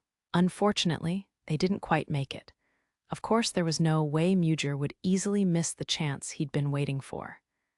The answer lay in the surface of the tonfa he'd quickly brought up to his face. A specific point on it had been heated, burning the surrounding air. That was a surprise. To think it could counterattack in that moment. Mugir was astonished. It was a technical blow with all of his power behind it. He couldn't believe it had been dodged, and he'd taken a counterattack in return. If he hadn't reflexively taken a shorter step and gone on the defensive, that hot horn would have pierced straight through his throat. Even while battling Loki, the Lefkis remained vigilant against Mugir. That meant that Loki alone couldn't occupy her enemy's full attention. Mugir's astonishment dulled his movements for a moment, and the balance the two had barely maintained collapsed as a result. Loki, surprised, dodged the Lefkis' thrust aimed at her, losing her footing in the process. Seeing an opening, the Fiend tackled her, sending her body flying. Since she threw up her arms to protect herself, the damage wasn't that bad, and she landed without further injuring herself. But the attack opened up distance between them, and the Fiend made the first move. Its horn suddenly started glowing as mana gathered in it. The image of Demi's Brionac flashed in Loki's and Mugir's heads. But this attack took much less time to construct. A ray of light shot out of the horn. It wasn't a long-range attack like before, but a simple one aimed at Loki. The range was only around a dozen meters. By the time she realized that it didn't need a full charge of mana if it wasn't a long-range, high-power attack, it was already too late. She never would have made it by dodging normally. A cold chill ran down her back, and then she broke through her own limits. She didn't have time to think about it, using force to the fullest to get out of the situation as fast as she could. The Demi's Brionac grazed Loki and disappeared into the mountain behind her. Being a simple version, it didn't have the ability to track her. After moving several meters in the blink of an eye, Loki fell and rolled onto the snow. She took a deep breath. Once fresh air entered her lungs, the realization that she'd made it out alive finally sunk in. However, the Lefkes was unconcerned about her feelings and moved to pursue her. As if sensing it needed to be cautious of her, it began its attack on her again. Hoping to crush her skull, it swung down a leg. She used force in the nick of time to avoid it, but was drawn into a life-and-death struggle all the same. The recoil of using force past her limits was bigger than expected, and she couldn't use her legs properly. Loki barely dodged the Lefkes' charge as it attacked her again. Its long hair grazed her chest. As they passed each other, she poured twice as much mana into her knife than usual and threw it, clad in electricity, at the Lefkes. But the next moment, blood poured out of her chest. What? Loki was shocked, wondering when she'd been injured. The hair had only lightly touched her chest, yet each strand was as sharp as a blade and sliced her up. Moreover, they were so sharp she hadn't even noticed she'd been cut. Loki held a hand against her chest and rose onto one knee. She still hadn't recovered from the backlash from force either. Her thrown knife had already been repelled by the Fiend's horn. All it achieved was leaving a small scratch on the horn. Seeing the Lefkes ready to charge again, Loki immediately got to work on constructing a spell. Her body was moving faster than her mind. Her legs not being able to move before this enemy would mean certain death. She pulled out 4 knives between her fingers and threw them towards the Fiend. But none of them flew at the Lefkes, instead taking various trajectories. The Fiend didn't so much as glance at the knives as it closed in on Loki. But that was just what she had planned. Lightning bind, the handles of the 4 knives sparked, and in an instant lightning connected them into a web of electricity. Normally, the knives would be embedded into walls to anchor the net and capture its target. But here there was nothing to attach to, so it wasn't fully effective. If anything, it was a conditioned reflexive move meant to stall it. Either the Lefkes saw through the effects of the spell, or knew its resistance would protect it, as it didn't show any signs of running away. In fact, it leaned forward to lower its horn, as if to rip through the web. The lightning bind looked like it was ripped apart, but in the next moment it wrapped around the Lefkes, stalling it for just a moment. The Lefkes seemed surprised and froze for an instant. Shaking its head, it carelessly forgot about the existence of the other Magicmaster. And in that exact golden moment, Mugr struck. His habit of calmly observing his prey and seizing any opportunity had paid off. He attacked suddenly and from the Fiend's blind spot, smashing his tonfa into its head at full force. With unerring aim, Mugr's mana-enhanced tonfa struck the Fiend's vital point, slamming its body headfirst into the ground. In the process, his arm brushed against its sharp hair and was lacerated, but he continued on with another attack. Swinging his tonfa around, he drove it into the Lefkes' stomach. The Fiend groaned, but it wasn't a fatal wound. It forcefully repelled the tonfa, jumping up and away as blood spurted from its wounds. Loki thought they'd missed their chance, but Mugr calmly continued to observe it. HMPH, you've been running around as you pleased, but you've finally taken a step back, he said. She gasped.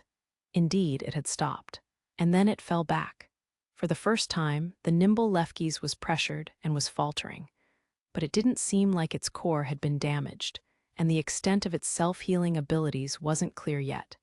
Nevertheless, they'd gotten a hit in. Loki stood and confirmed that the many wounds on her chest wouldn't impact her ability to go on. At times like these, she was grateful for the special-made military uniform. I can still fight, she raised her voice as much as she could, considering her wounds and the aftereffects of force. Understood. We'll finish this in the next attack. From what I can tell, it's reeling. It should be enough to close the gap. Mugr's voice was composed and his tone was certain. He wasn't saying it out of carelessness or pride, but conviction. Loki got into position to use force again. Before she knew it, her calves were wet with blood. It was probably from internal bleeding rather than the wounds on her chest. Frankly, her legs were almost at their limits. In addition to increased physical ability, the repeated use of force could also cause symptoms similar to paralysis of the senses. preventing the user from recognizing their limitations. When they could no longer move their body, they finally understood what state they were in. Of course, Loki wasn't going to repeat her blunder from the Friendship Magical Tournament. She avoided any wasted movements trying to throw her opponent off and took the shortest route instead. She closed the distance to the Lefkis and jumped up above it, throwing knives down at it.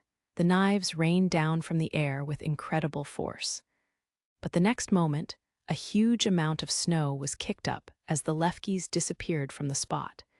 It had evaded the frightening rain of knives, but not all of them. Loki's eyes focused. 2 knives looked like they'd been hit by the horn as they spun around in the air, thrown off from their original trajectory. The knives had come down all over, but 2 clearly pointed in the direction the Lefkis disappeared in. It's slowing down. Loki landed, then kicked off the ground again. But she didn't head after the Fiend. Instead, she went towards the 2 knives still spinning in the air and gave them a good kick to their handles. The knives were then sent flying like arrows again. They pierced the Lefkis' neck, and the Fiend twitched in pain. In that moment, the atmosphere around the Lefkis changed. It was a tiny change that might have gone unnoticed if she hadn't been paying close attention. Its center of gravity changed as if it was looking to escape. The Lefkis was a fiend with very animalistic characteristics, and fiends that took in the information of animals, especially carnivores, would occasionally show glimpses of those wild animals' survival instincts. They tended to obey the law of the jungle, so it was only natural that their primitive instincts would lead them to try to avoid death. But by the time the Lefkis attempted to obey its instincts, the hunter's trap had already closed. Its 4 legs were sinking into the mud. Mugir's spell, Restriction Marsh, had made the surrounding ground highly viscous. Before long, the fiend's ankles sank into the mud. The mud coagulated, which made it unable to pull out its feet. Mugir lowered his tonfa and moved to add the next spell onto Restriction Marsh. Suddenly, the mud began to move. It crawled up the Lefkis' legs as if it had a mind of its own. The mud clung to its body, bubbling, like a mollusk refusing to let go of its prey. As the mud entangled itself around the fur, the Lefkis' body started sinking faster.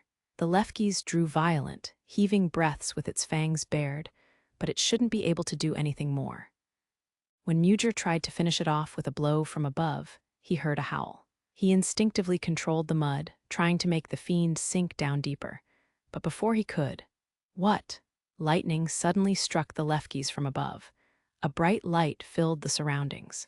He suspected the Lefkis had brought lightning down on itself, but both he and Loki were too busy protecting themselves to find out. More lightning roared, blinding Mugir. At the same time, Restriction Marsh was blown away, and the bottomless swamp disappeared. Normally, such a move would be suicidal, but the Lefkis had resistance towards lightning. It was probably a last-ditch effort to take advantage of that property, so it can even do something like that. Mugir didn't have any flashy spells like Sagic. Because he used poison and nature-altering spells, there weren't many he could learn. Even so, he'd spent a long time at Lettie's side in the outer world, and he did have a trump card or 2 up his sleeve. All that's left is finishing it off, and it still wants to resist, huh? The fiend's unexpected struggling came as a surprise, but Mugir was still composed. He knew this battle was about to end. When he'd slammed the tip of his tonfa into the Lefkis, he'd quickly poured a poison into its body that would make the mana within it seize. It was a spell called Medusa's Blood.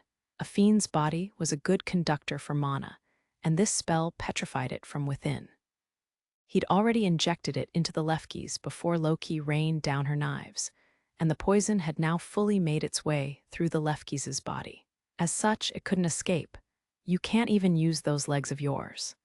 By the time Mugir said that, he was already on the move. Without dropping any speed, he pushed towards the Lefkis, which intercepted him with lightning. But he was a step or 2 ahead of it.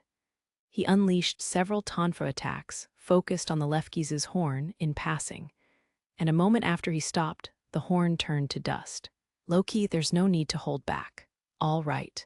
When Mugir turned around to say that, Loki had already moved in front of the Lefkis, knife in hand. Her right hand was drawn back, ready to strike at any moment. The spell she was preparing differed from the usual construction process and the rest of the lightning attribute spells. Even including the deceased, there were only a handful of Magicmasters that could use it. I see, so she can use the Vertex of Thunder. Mugr looked on with admiration. Loki's mouth moved as she muttered something. The density of electricity increased well beyond what normal lightning attribute spells could achieve. May the Vertex of Tempestuous Thunder manifest, she said, thrusting the palm of her hand forward, and then thunder roared. Naruikazuchi. The Lefkis howled at Loki, perhaps trying to put up a fight or intimidate her. But the lightning shot down into its mouth. The massive lightning overwhelmed any resistance, and the Lefkis was charred inside and out. It didn't matter where its core had been. It would have been a different story if it had been unharmed and could dodge. But taking it directly, as well as being hit inside, its resistance simply didn't matter. There was no way to resist the Vertex of Thunder. With that, Loki and Mugr were done. Good work, Mugr praised Loki as he got ready to fire up a signal flare. His words embarrassed her a little. From her point of view, she'd only done what she could, which was natural. No, I couldn't have done it alone. That said, it wasn't a good matchup for you. He was being considerate, but that only made her feel uncomfortable. His protecting her pride made it seem like he was treating her like a child. Moreover, she didn't struggle due to a poor matchup. Even she could tell it was also because her skills weren't up to par. In the end, it was your spell that slowed the Lefkis' movements, wasn't it? Well, yeah, but it's not like it's a perfect spell. There are fiends it doesn't work against too. Is it some kind of poison? Mugr nodded with a slight smile. It was actually considered impolite to ask Magicmasters about their trump cards. So Loki didn't ask any more questions. Her chest wounds started hurting worse. When she looked down to check her chest, she blushed a little. Her uniform had torn open from the cuts, and the hole had been expanded from her violent actions. There was a difference in how exposed she was when looking down at it compared with looking at it head-on. Realizing that, she understood Mugr's consideration. It was like he was handling an adolescent daughter, and that he'd been doing it without her knowledge made Loki blush even more. Mugr spoke to her without looking her way. To think Sagic beat me to the punch. Well, let's send out our own signal, Loki answered with a small nod. They had noticed Sagic's flare just moments after they defeated the Lefkis.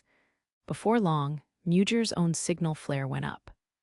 After seeing that through, he realized that the snow still hadn't stopped. It wasn't a fierce storm, but it was gradually piling up as before. Sagic's signal should mean that he's taken down the Ogma, and the Lefkis is dead too, so I suppose the S-class that Sir Alus and the captain are pinning down is responsible for this snow. Thinking about it normally, that would be the case, but he recalled that Alus had been strangely doubtful about it. Maybe it's not even that S-class that's responsible. Maybe it's an unknown fiend still hiding in the tunnels. So perhaps Loki and I should look into it, he thought to himself. The worst-case scenario would be if there's another fiend and it's stronger than an S-class. He wanted to hear Loki's thoughts on the matter, so he turned to her. Loki was pressing down on her wounds and staring blankly into the distance. Mugr immediately understood what she was doing and what she was looking at. The vague wave of mana he felt on his skin was from a mana sonar. However, the strange snow should have made detection pointless. So just what was she trying to look at? He decided not to say anything and simply watched over her. Spotters typically had a keen sense for mana, and the ones that relied on mana sonar were particularly sensitive. He figured she might be tracking something that even a double digit like himself couldn't sense. In fact, Loki had sharpened all of her senses to the point that she felt the cold air with all of her body.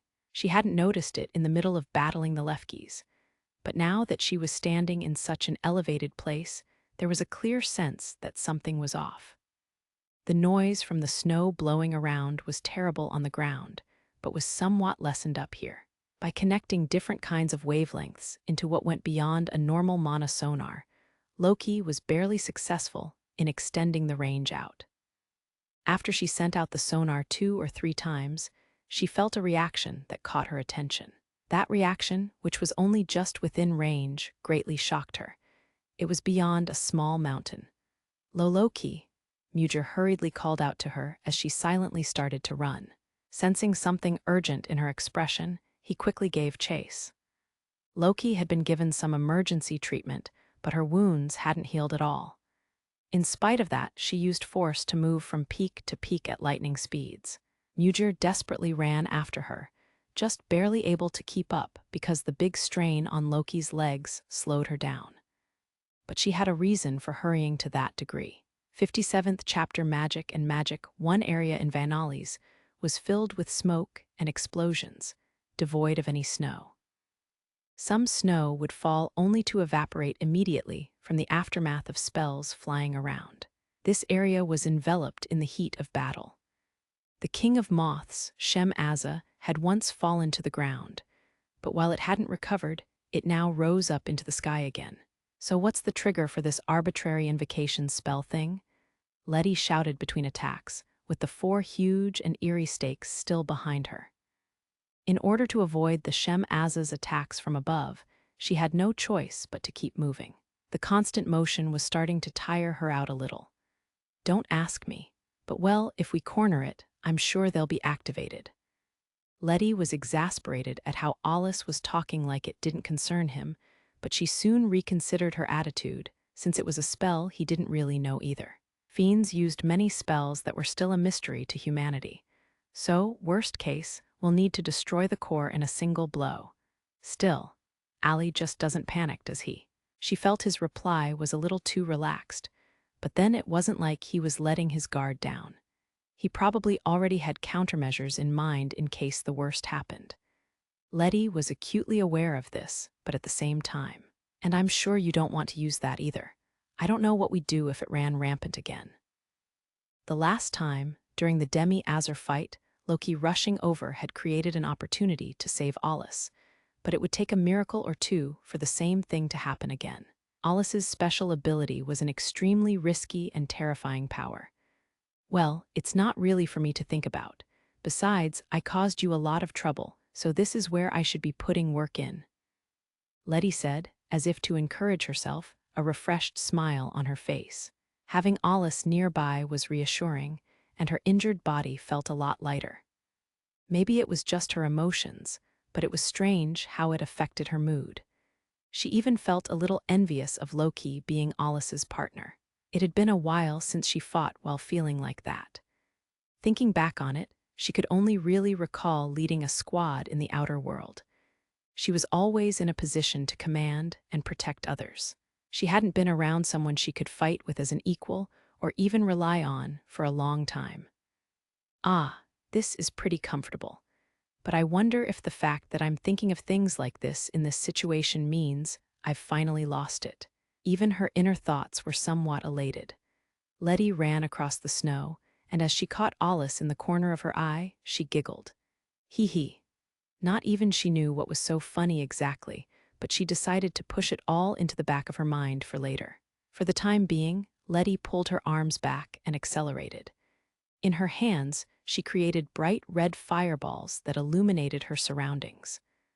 The mana naturally flowed into her arms without any resistance. She felt like she could do anything now.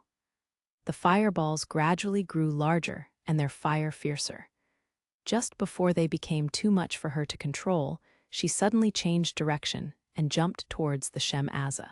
With 2 fireballs large enough to swallow an adult whole at the ready, Lettie put some strength in her arms to swing them and released the fireballs from her palms. The massive fireballs flew towards the Shem-Azza, growing even bigger on the way. Just in front of it, they overlapped and swallowed each other. That gave them explosive growth, turning them into something like a small sun. Judging from the burning flames, it wasn't the kind of explosive spell that Lettie specialized in, but it was an expert-level fire spell. Being a fire attribute spell, it was only natural that Lettie would be able to use it, but even Alus could count on a single hand the number of times he'd seen her use pure fire spells. I see you still love to keep it flashy, he said, with a smile. He could tell that she was enjoying weaving her spells much more than during the first encounter with the Shem-Aza. Aside from knowledge and technique, a person's mental state also played a big part in casting spells, which was why a person's preferences and mood couldn't be ignored. But from what Alus could tell, creating an expert-level spell of this scale required more than just aptitude, be it talent or mood. Impressive, but Alus thought to himself and frowned. Their current situation was complicated and difficult. That spell most likely wouldn't be enough to defeat the Shem-Aza. The arbitrary invocation spell was eerie, and its trigger was still unknown. Rather than carelessly injuring the fiend, it was better to put it into a situation where they could finish it off without fail. That was one of the reasons why he'd held Lettie back from pursuing it before. But he wasn't certain how to go about killing it. Alus still hadn't reached an answer. Even so, the battle needed to continue to keep the Shem-Aza's attention on them. But there is something I don't understand. Alus hadn't seen the Shem-Aza use an ice attribute spell even once. There were times when high-classed fiends specialized in specific attributes, but it was typically possible for them to use multiple attributes.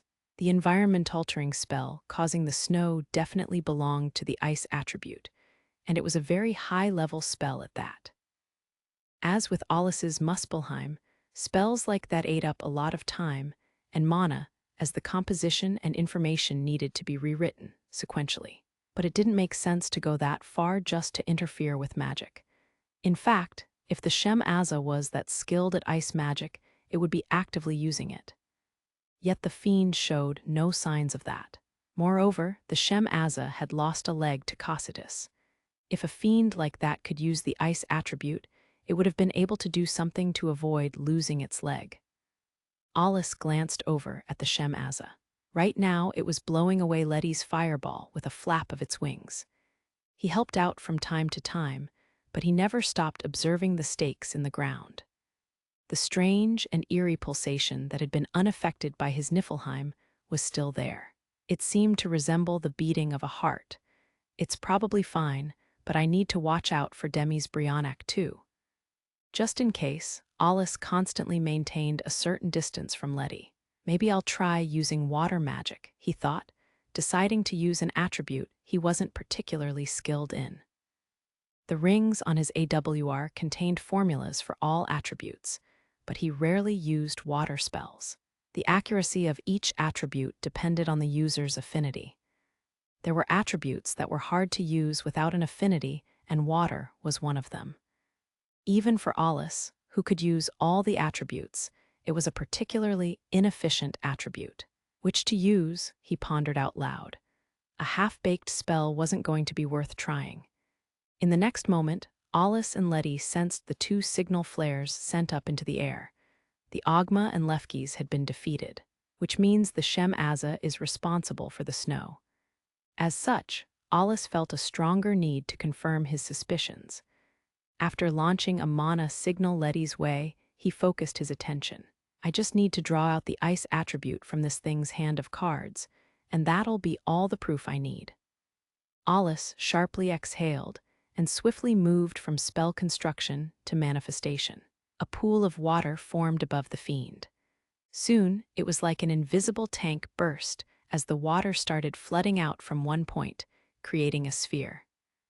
The amount of water alone was enough to submerge a small village. He took his mind off the spell, and the next moment, the massive sphere of water started falling down on the fiend. Great cascade.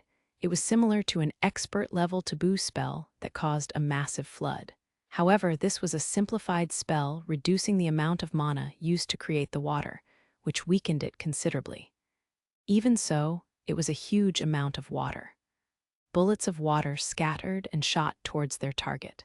If they all hit, that would be fine, but if it tried to dodge, got you. If one wanted to counteract a water spell like that, the easiest way was to freeze it with the ice attribute. Of course, there were other methods of dealing with it, but if the Shem-Aza could use ice magic, it would be strange for it not to rely on it. The countless water bullets were stopped by an invisible wall and froze before shattering above the fiend. The way they turned into a fine mist and disappeared had a fantastical beauty to it. But the sight felt very off to Alus. In reality, it was a strange phenomenon. The spell had been frozen like he'd expected, but it was difficult to judge who had cast the spell. It would be natural to assume that the Shem Azza had used a spell to protect itself, and even Lettie wasn't questioning it. However, in that moment, the snow stopped. Alus unconsciously readied himself to cast a spell before he could even think. He still had his doubts, but he wouldn't overlook such a golden opportunity. "Allie," Alus nodded at Lettie's urgent tone, and they moved to finish off the enemy in one fell swoop. 2 single-digit Magicmasters preparing spells made for a blast of mana that filled their surroundings. Any weak fiend would cower in fear from that alone and be rooted to the spot. The same applied for Magicmasters too. A single's power was similar to going beyond human knowledge. The monstrous amount of mana threatened to swallow up the entire area. Alus's ominous mana had a seemingly endless amount of darkness and intent to kill. Lettie's dazzling mana shone bright, colored by her strong will. However, in the next second, the two felt a massive wide-area spell activating that covered even the area where they were. It was a blatant reaction of mana that stretched over a kilometer radius, as if Vanalis itself was spitting out magic. The pressure Alus felt forced him to cancel the spell he was casting. "Lettie," he ran to Lettie as fast as he could. They only had seconds to spare. As the unidentified spell's presence grew stronger, he reached out with his hand. Lettie's spell had been dispelled from her own surprise and shock. She twisted her head and looked at Alus with a fearful expression. Not only was she surprised, but she was also astonished by the unbelievable phenomenon happening to her. "Allie, I can't move my body at all. Reach out with your hand." I can't." She tried to reach out to Alus, but her body refused to budge like she'd been deprived of all freedom. That paralysis only confused her even more. She'd always remained conscious of the mana inside of her so that there wouldn't be any interference. The Shem Azza stared down at them from above as if mocking them. Alus kept reaching out, but he was convinced he wouldn't reach her at the rate he was going. Even so, he needed to get as close as possible. Then a part of Vanalis's ground rose up as if being pushed by something below. A moment later, a powerful wind blew from the bottom of the earth, and everything turned to dust. Mud, snow, wood chips, and stone fragments were hurled up into the sky. It was like their surroundings were thrown into a blender. Everything was pulverized as the terrible wind howled. Where am I?" Lettie opened her eyes and hurriedly looked around. She was near the peak of a high mountain. The terrain was hard and craggy, the air thin. She could see snow-capped peaks in the distance. The slanted footing made Lettie lose her balance. The piled-up snow was the same as the snow field where they'd fought the Shem Azza, but that was the only similar thing. After a moment of confusion, she noticed a strange device nearby and let out a gasp. It was a pole covered in a translucent, white material with complex machinery inside. It was the portable circle port that she'd had Alus check out yesterday. That was a close one. Any later, and we would have been toast. Lettie turned in answer to the familiar voice next to her. Does that mean we teleported from there?" Alus nodded. But why had the device left in their base been moved over here? The reason was that Alus had asked the unit that remained at the base to carry it outside to the top of the mountain near the base just in case. The Shem Azza was visible in the distance, but despite the distance, they were still in range of being detected. "Phew, I'm glad you managed to move somewhat at the end. So how's your body holding up?" "That's true. It feels fine." For some reason, Lettie pulled at her shirt and looked inside her clothing before saying, "It looks fine too." But it was too much of a pain for Alus to quip about it. "You seem to be in a good mood for someone who almost died." "Well, I knew I wouldn't die." Lettie smiled like Alus had said something strange. From the look of it, she seemed a little thrilled to have been caught up in a spell of that scale, or it could just be that she trusted Alus that much. "In exchange, it was destroyed in a single transfer," Alus said, pointing at the circle port with his thumb. Important-looking parts were spewing white smoke. It was obviously broken. "Good work," Lettie said to the machine. Alus had created the theory that formed the basis of the circle port, as well as designed its foundation. So he could certainly use it as an emergency escape device. Of course, he hadn't planned on using it while it was still snowing, because he couldn't tell what kind of problems that might cause. Fortunately, the snow had stopped in that moment. Strictly speaking, he'd used the transfer destination of shuffle, restricted it to one direction, and set the copied coordinates for the circle port. Normally, 2 devices were necessary to make use of the circle port. This time, though, Alus was responsible for the transmission part, making the transfer possible. The theory behind the circle port had been a byproduct of learning shuffle. They both used similar magic formulas, so it was a drastic move only Alus could pull off. Even so, the sudden transfer of 2 people proved to be too much for the device. If possible, he would have preferred to directly touch Lettie to make the duplication of information easier. But he'd had to settle for just safely transporting them at all. That finally convinced Lettie, but then a thought occurred to her. Anyways, it was that alley, the pattern on the wings. Alus grunted, urging her to continue. "You know that I like pattern. I looked at it just before, and immediately afterwards I couldn't move my body. Now that I think about it, Mujir can use a similar spell. Magic that's applied through vision.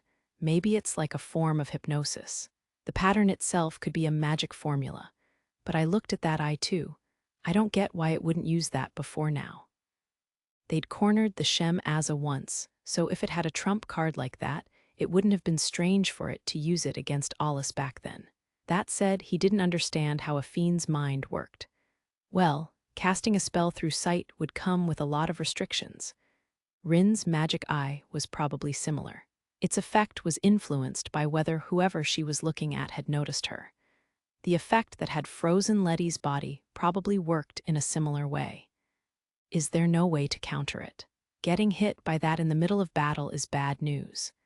It won't work perfectly, but you should make your flow of mana completely autonomous so there's no room for outside interference.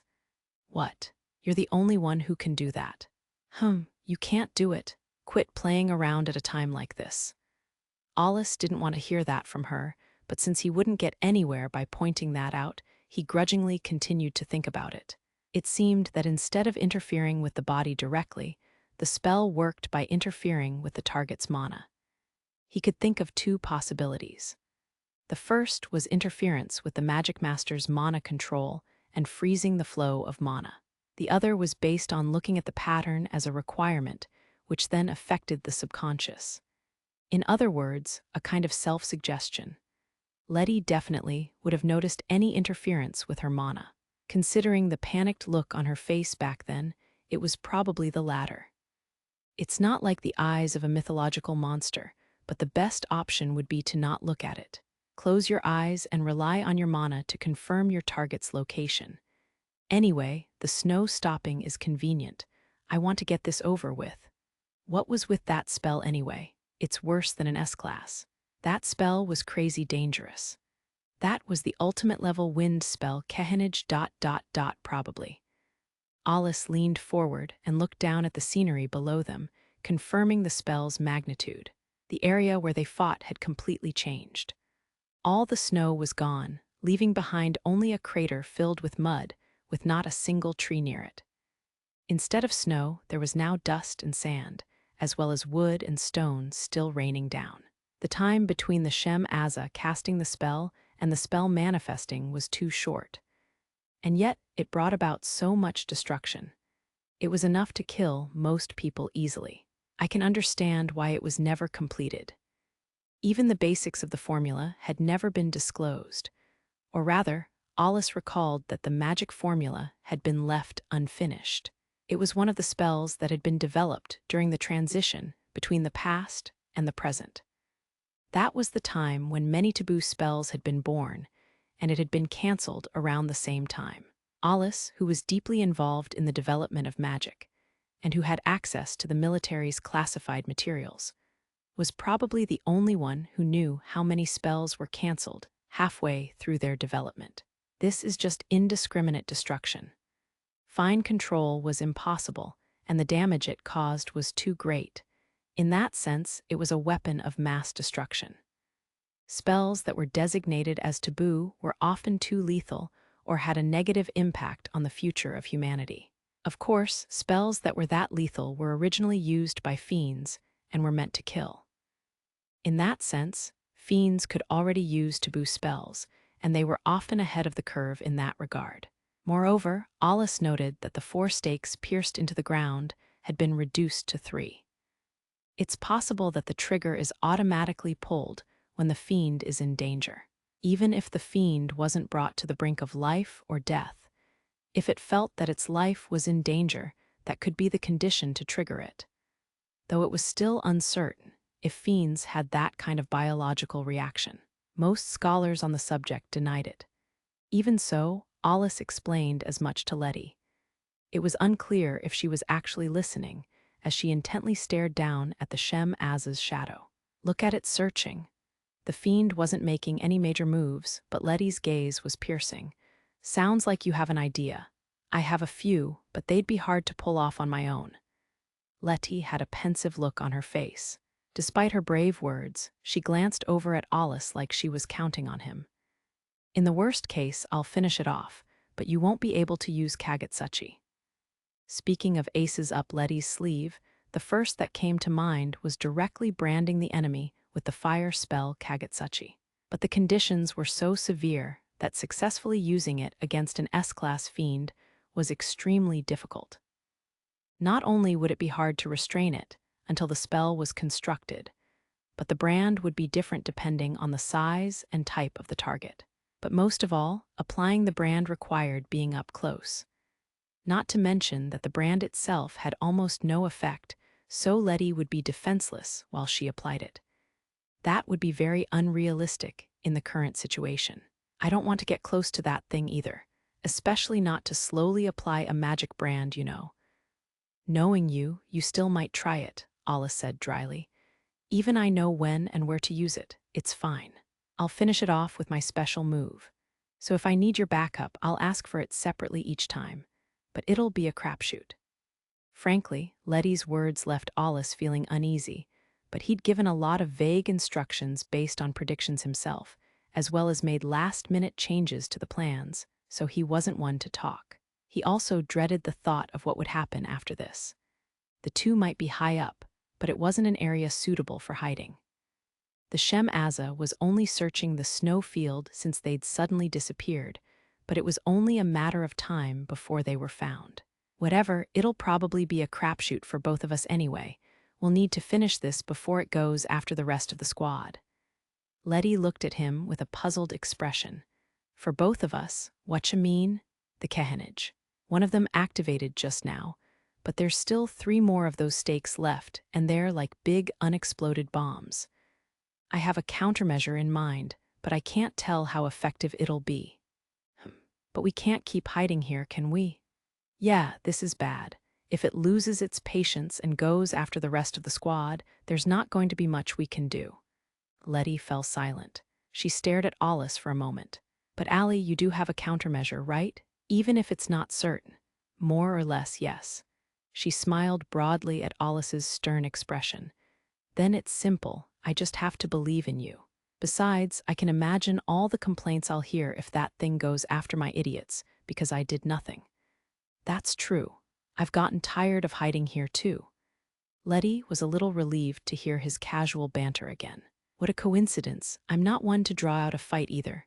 I bet, hey, well, I'm going first. She took off running before Alus could stop her, going down the sloped ground. Sorry, Allie, but I can't stand losing anyone else because I'm no good. Somewhat exasperated, Alus ran after her, but there was a bittersweet feeling in his chest. Sure, it was reckless and simplistic, but that was just how Lettie was. She believed in Alus and wouldn't hesitate to throw her life away to protect her allies. That said, Alus had no intention of letting her throw her life away in the first place. I forgot she was such a handful. This is what I get for casually agreeing to help. Either way, if she dies here, the mission will get pushed on to me. Let's start with an ambush. Allie, knock it down. Lettie pointed at the Shem Azza. Alus's cheek twitched at her easily requesting something like that, and he grabbed Night Mist. He would have loved to say it was impossible, but frustratingly enough, several ideas came to mind right away. I guess I'll go with speed. He pulled Night Mist's chain out longer than usual. The ring that appeared in front of his face began faintly glowing. Lettie sensed the immense wind generating around Alus. Running forward, she looked up. The thick clouds burst apart as a massive wind shot down like a giant cannonball. Downburst, huh? Do you think that'll bring it down? If it doesn't, then I'll just fire off one more. Before long, the burst of wind slammed down on the Fiend's back. The Shem Azza's posture was thrown off as it was suddenly burdened by an invisible weight. Downburst was a strong enough spell to crumple the ground itself when focused on a single point. However, a single application wasn't enough to bring the Fiend down to the ground. Flapping its wings, the Shem Azza put up a fight against the weight on its back. But that level of resistance was pointless. Alus applied the spell again and again, increasing the weight, pushing the Shem Azza down. Great work. Alus watched intently as the Fiend was unable to hold on any longer and fell to the ground just as Lettie had requested. Well, I did what you wanted. He wasn't sure about Lettie's plan, but at least he'd get to see what she would do next. This would be the first time Alus witnessed the true depths of Lettie's power on this mission. The Shem Azza's massive body slammed onto the ground with a roar. In the blink of an eye, flames burst up into its abdomen that was on the ground, which then exploded, a trick not possible when the snow was still around. The next moment, the King of Moths was wrapped in fire and smoke. Claymore, hidden and timed perfectly. He was a little surprised by her impressive skills.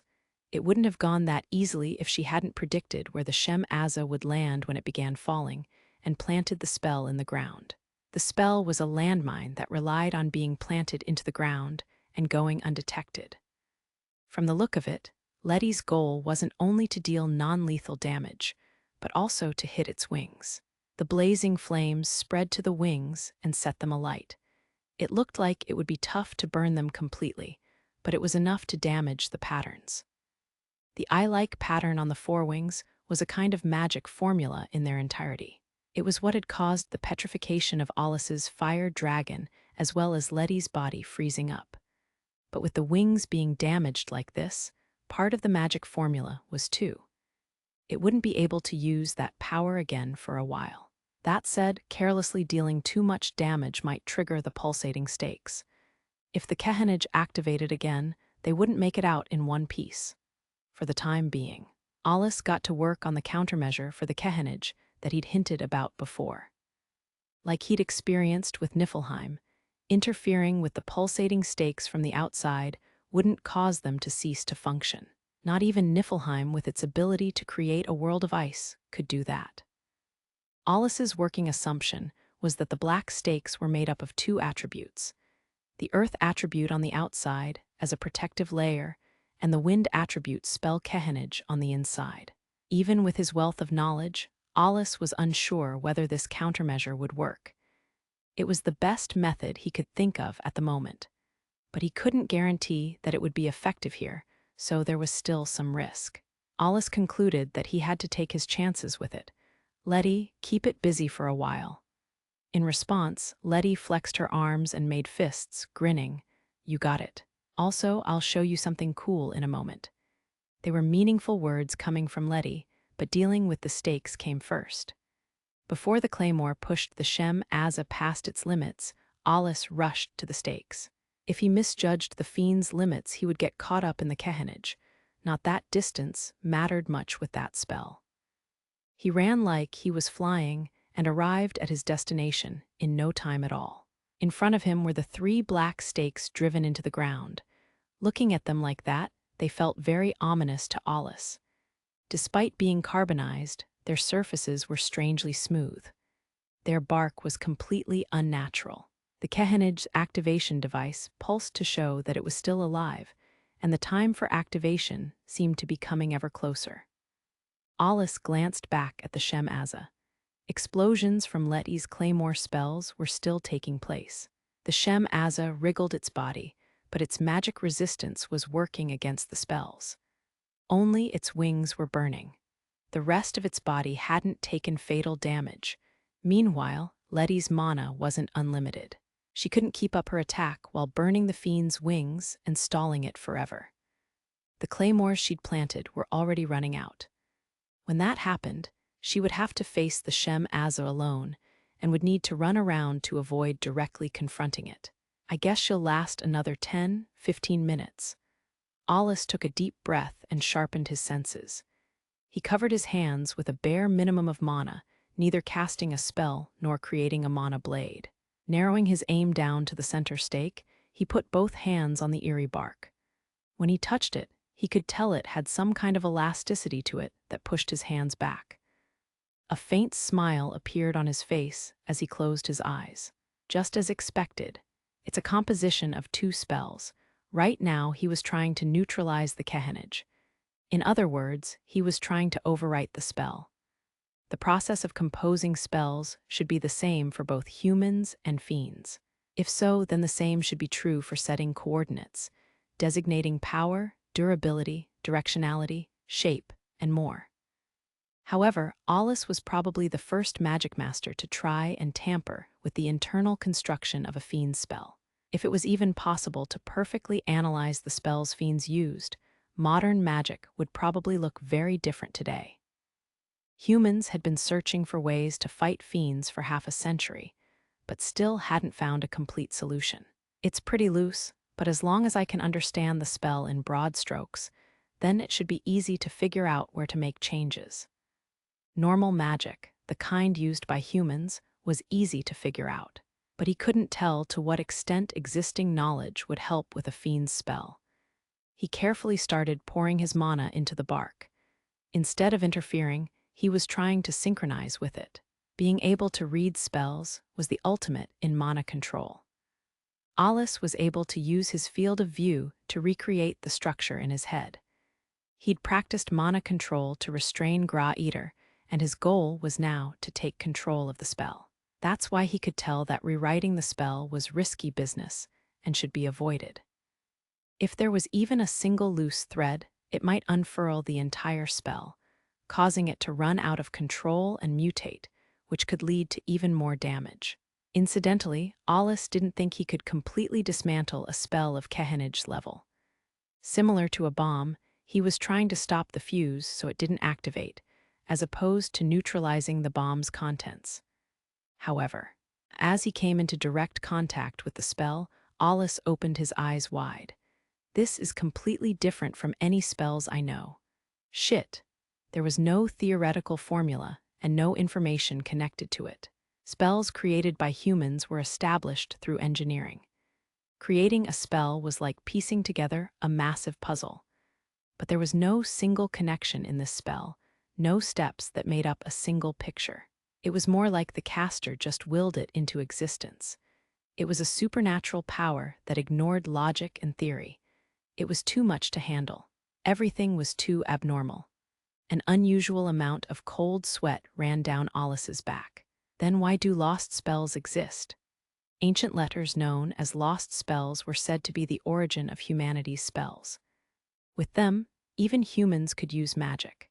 They were a form of guidelines, believed to have been derived from deciphered fiend spells, but any evidence of that would have dated from before humanity's chaotic period and was therefore lost to time. The reason fiends could use magic better than humans was probably because the source of lost spells was included in their formulas. It was likely something as strange as hieroglyphs. Alus sharpened his senses further, diving deep into the sea of information, even if it frayed his nerves. No, the origin of lost spells, their source, exists somewhere. I just can't perceive it. The sea of chaos chose who could see it. Those with limited vision would go mad. It wasn't a place humanity should enter. It was more like a divine or demonic realm. Even with his knowledge, Alus was far from grasping everything, though he was probably the first human to access this information. When he perceived it, he felt his brain rapidly activating. It was like he was being bombarded with enough information to last a lifetime. Pain surged through his head like his brain was frying.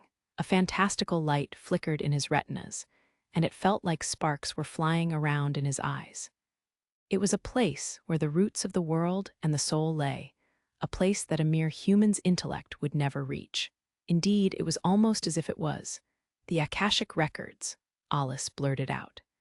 His voice felt like it belonged to someone else, like his mind had been taken over by something and the electrons in his brain had fired off on their own to move his mouth.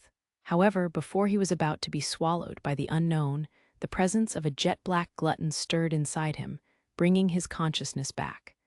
I see. I was able to access it just a little. A look of satisfaction appeared on his face. He'd understood a portion of the Fiend's magic. It was just for a moment, and he couldn't reach the same place again. Even so, he had ever so briefly touched upon it. Composition or construction has nothing on completed magic. It even has a sort of beauty to it. To think there's no excess information whatsoever, it's truly monstrous and pathetic. Human magic always contained noise in the form of emotions. In a sense, it was an incomplete product that tried to approach perfection but could never reach it. When Alus sensed that, he stopped trying to interfere with the spell directly. He didn't give up. He just changed his approach. No matter how perfect the Fiend's magic was, humans could create magical theories that imitated their instincts. That, of course, meant they had something in common. The Kehanage was set up to be remotely triggered. Then the Shem Aza must be holding the trigger or the end of the fuse. All three are still connected, aren't they? Alus searched for magic in a world that was completely different from the one humans experienced.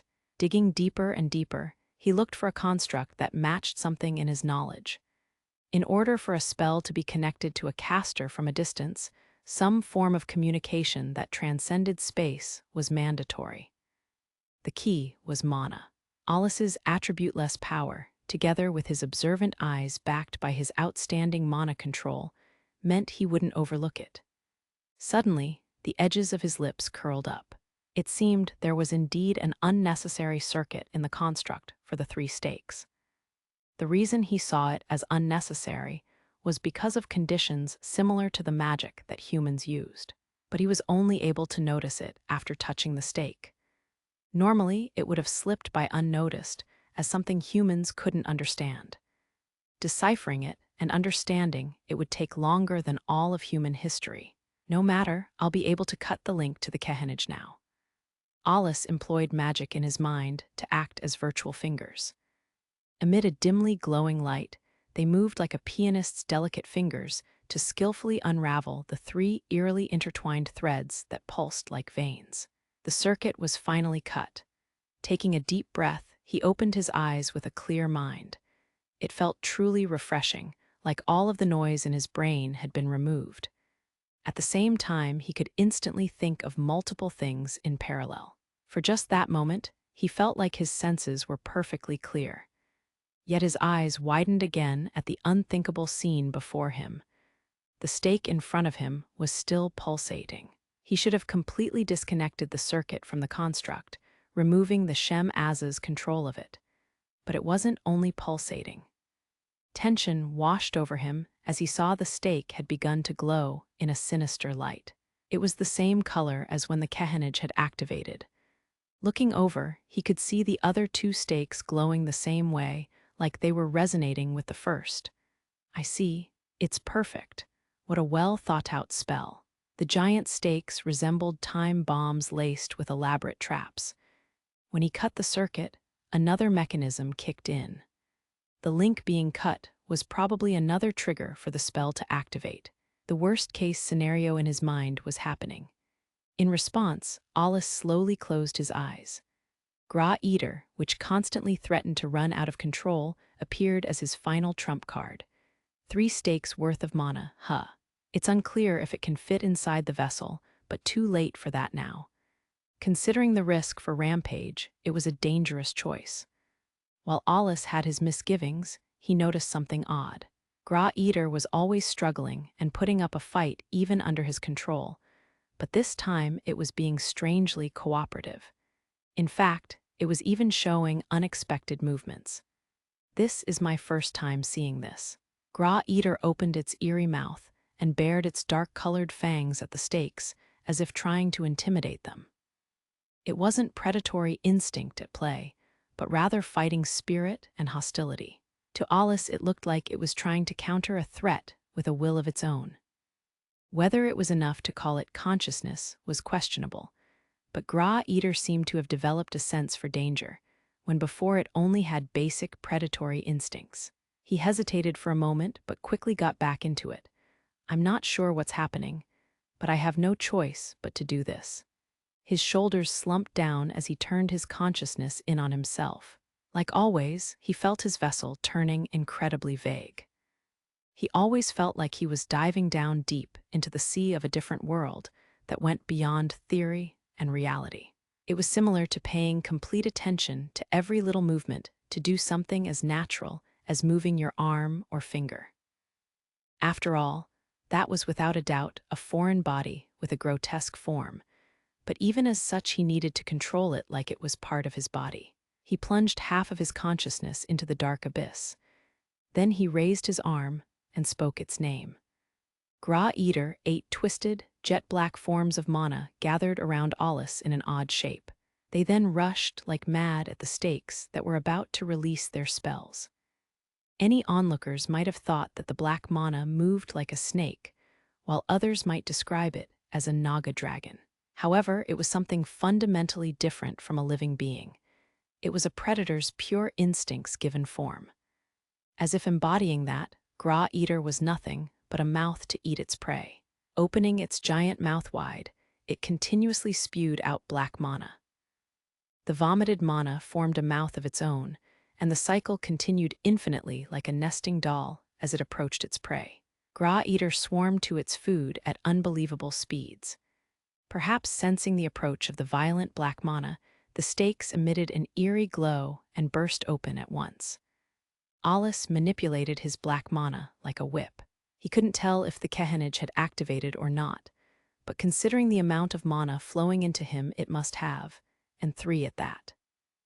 However, unlike when he'd come into direct contact with the knowledge within the Fiend's magic, the information in what he absorbed was too rough to distinguish. A moment later Alus stood alone with only a violent wind rampaging around him. He let out a long sigh and confirmed the state he was in. The absorbed mana far exceeded his expectation, but it managed to stay within his vessel. But he did feel a sort of pressure. Meanwhile, the 3 stakes were sucked dry and returned to mana particles. Alus, though, was deep within his own mind, ignoring all of that. After his battle with Demi-Azur, Alus's vessel for storing mana had increased twofold. Moreover, Gra Eater was easier to control than before, which was why he was very aware of the mana he'd absorbed. Maybe he was being overly cautious, but he wasn't going to repeat the same mistake. Once he'd confirmed it had been completely absorbed, he swung his arm towards the Shem-Aza. As a result of the repeated claymores, the Shem-Aza had been thrown back up into the air. Its wings were badly burned, the patterning on them mostly gone, but the Shem-Aza flapped them in hopes of flying. But it wasn't enough, and it needed to support itself with wind magic just to stay afloat. Alus concluded that now was the time to counterattack. There was no longer any need to concern himself with the mana necessary for his assault, and with the greatest threat already neutralized, he had nothing to worry about. Thinking back on it, this was the first time in a long while that he'd struggled against a mere S-class. He'd been forced to brace himself for death in battle against powerful fiends, but that was all in the past. Now, he truly had the power to stand at the top of all Magicmasters. Just as he began constructing his spell to finish off the Fiend, he heard a clear voice chanting. Blocked by 35 lattices, O hellfires of rejection, confined within an infinite hallway. The critical point is there, the edge of light is there, leave not even dust behind. Guide it all to the end of life. Alus sharply reacted to Lettie's unfamiliar incantation. Before he could even decipher the meaning of it, he searched his brain for the magic formula, using the lost spell it contained to predict the magic he could expect from Lettie. But there were no matches in his head. The more her incantation progressed, the worse his goosebumps got. That said, there was no reason for him to cancel his own spell. For the time being, Alus manifested his spell filled with vast amounts of mana before Lettie could finish her own. The sound of ringing chains could be heard, as two appeared in front of the Shem Azza and another two appeared behind it, hanging down from the sky above. Though made from magic, the chains were unusually thick and could be mistaken for real solid objects.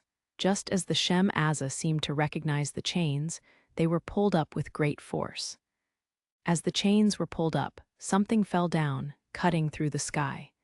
It was a set of 4 crescent-shaped blades. It looked like a guillotine made for fiends. Each blade precisely cut off one of the Shem Azza's wings at its base, then fell to the ground and disappeared. The chains, having completed their own job, also disappeared, leaving large amounts of mana remnants behind. In place of the disappeared blades was a flood of blood. Having no wings, the Shem Azza lost its balance and let out a strange, deafening sound. As it fell, it used wind magic to keep itself from crashing into the ground. The next moment, Alus felt an immense pressure and looked over his shoulder. There he could see Lettie finally completing the mystical spell she'd been casting. A translucent sphere spread out to envelop the Shem Azza's body. The surface was covered in an enormous number of lost spells. Lettie thrust out her hands, and the bracelet-type AWRs on her arms started glowing. She wasn't using her rings as usual, and moreover, she was using 2 AWRs at once. However, her expression was neither hateful nor bitter. She looked terribly sorrowful, and at the same time like a realization had dawned on her. Like she'd finally reached her goal after a long period of wandering. In other words, it was a mixture of joy and sadness. As those thoughts ran through Alus's mind, the translucent membrane gradually shrank. It looked like it finally got absorbed into the Fiend's body and disappeared, but if one strained their eyes, a bright light could be seen leaking out from its skin. Indeed, it wasn't shrinkage, but condensation.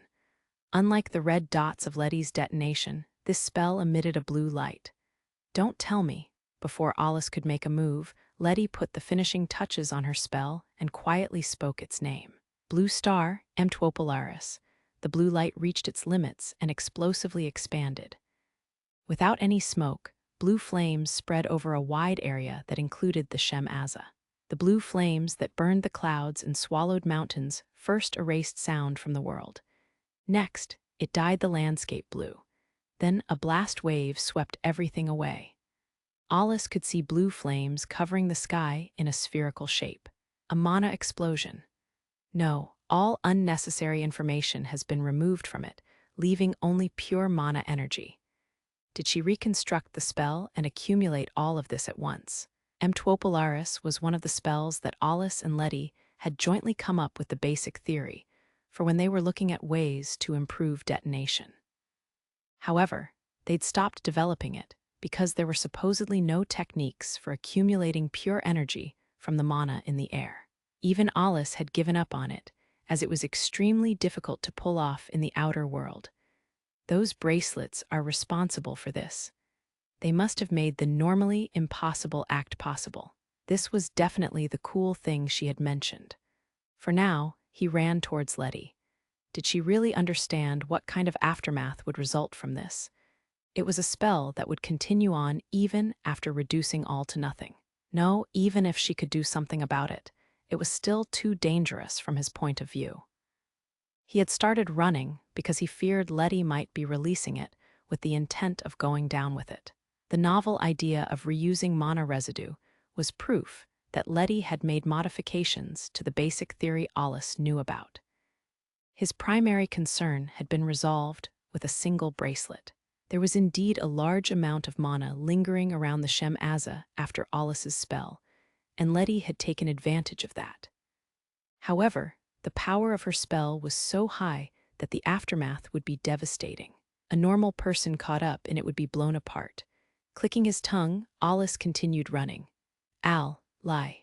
Alus slid in front of her, not even having enough time to respond to her voice. He bit his lip, repressing the irritation welling up inside. Behind him was Lettie pouring everything into her. Thanks to that, the blue flames shrunk just a little.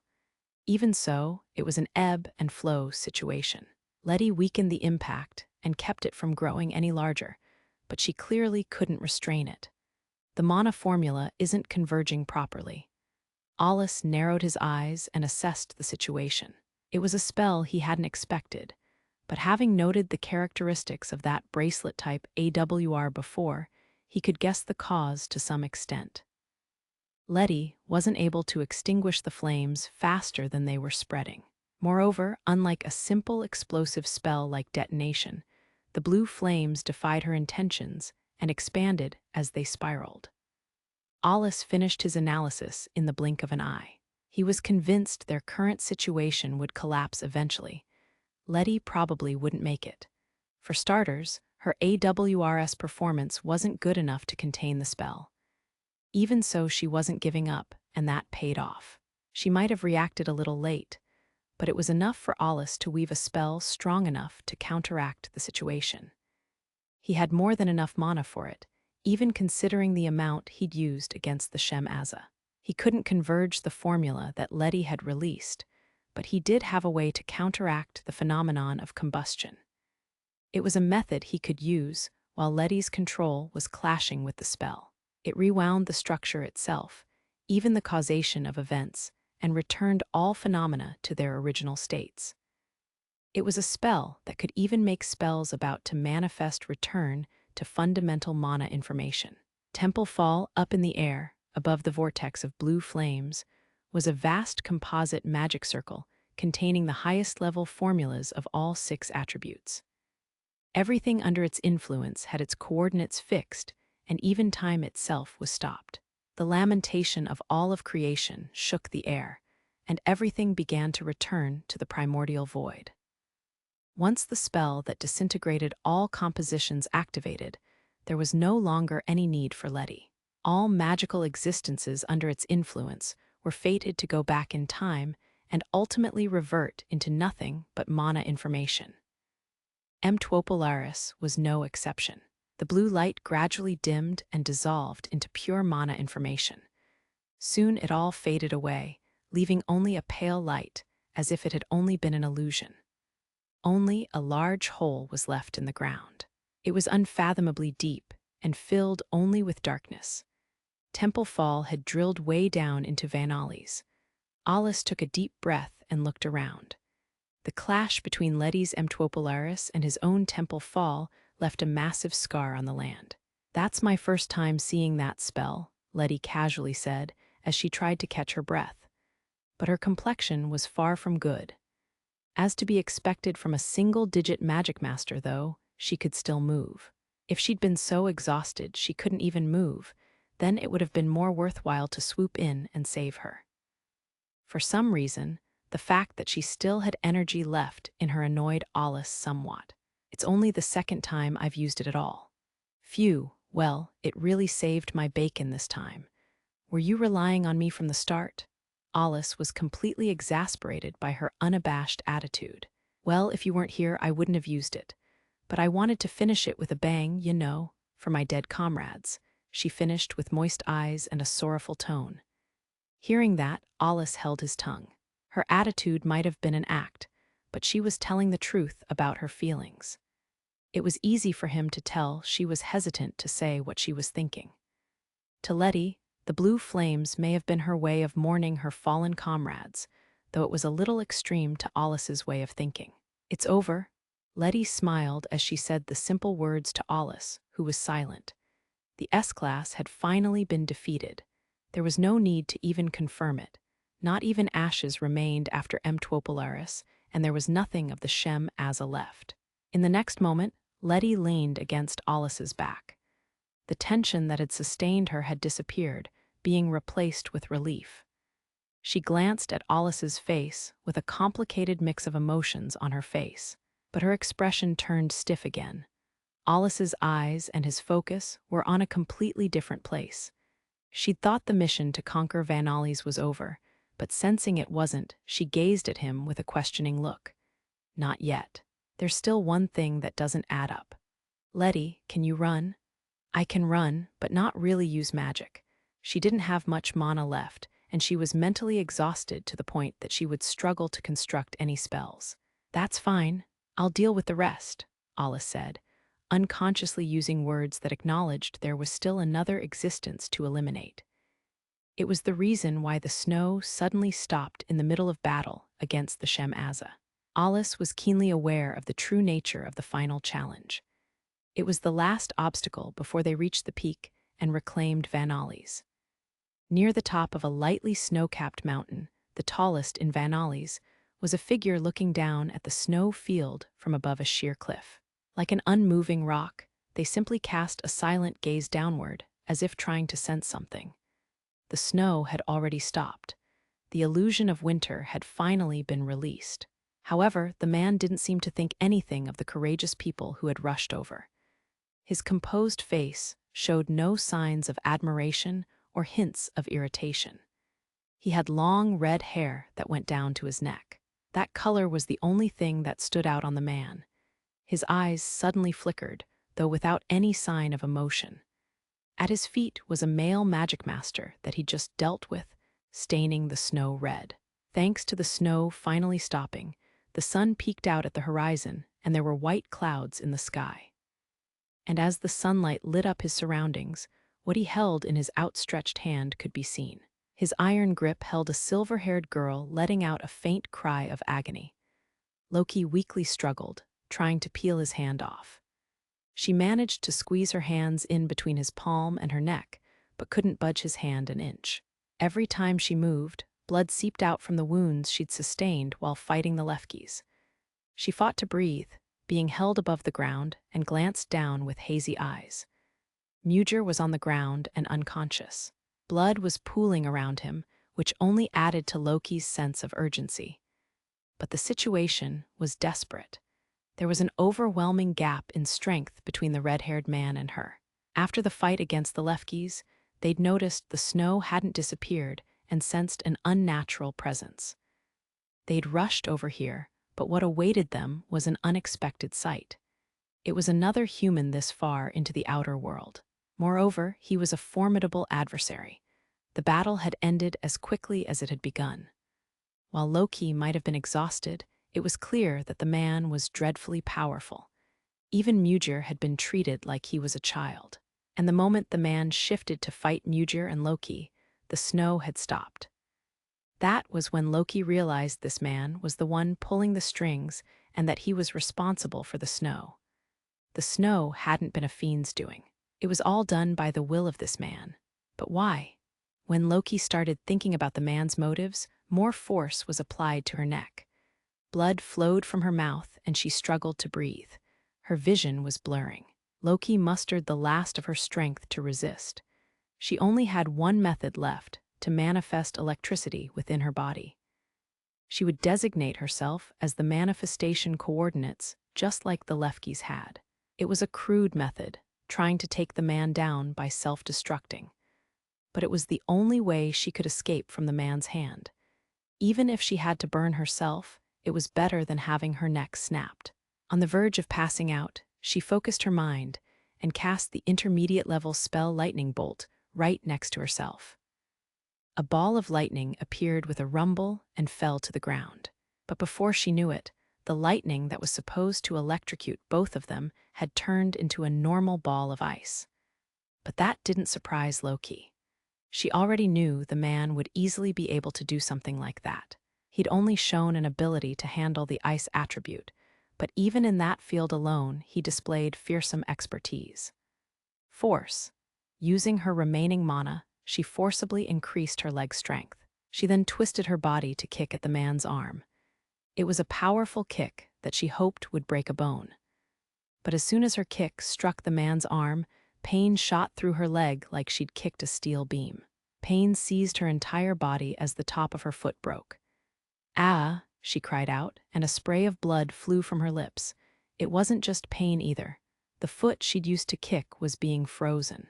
She swiftly pulled her foot away, but her skin was ripped off along with the frozen, brittle military boot. Blood poured out from the fresh wound and dripped down from her toes. A commendable feat for your age. The man gave Loki empty praise as he threw her away like a broken toy. But I am beginning to lose interest.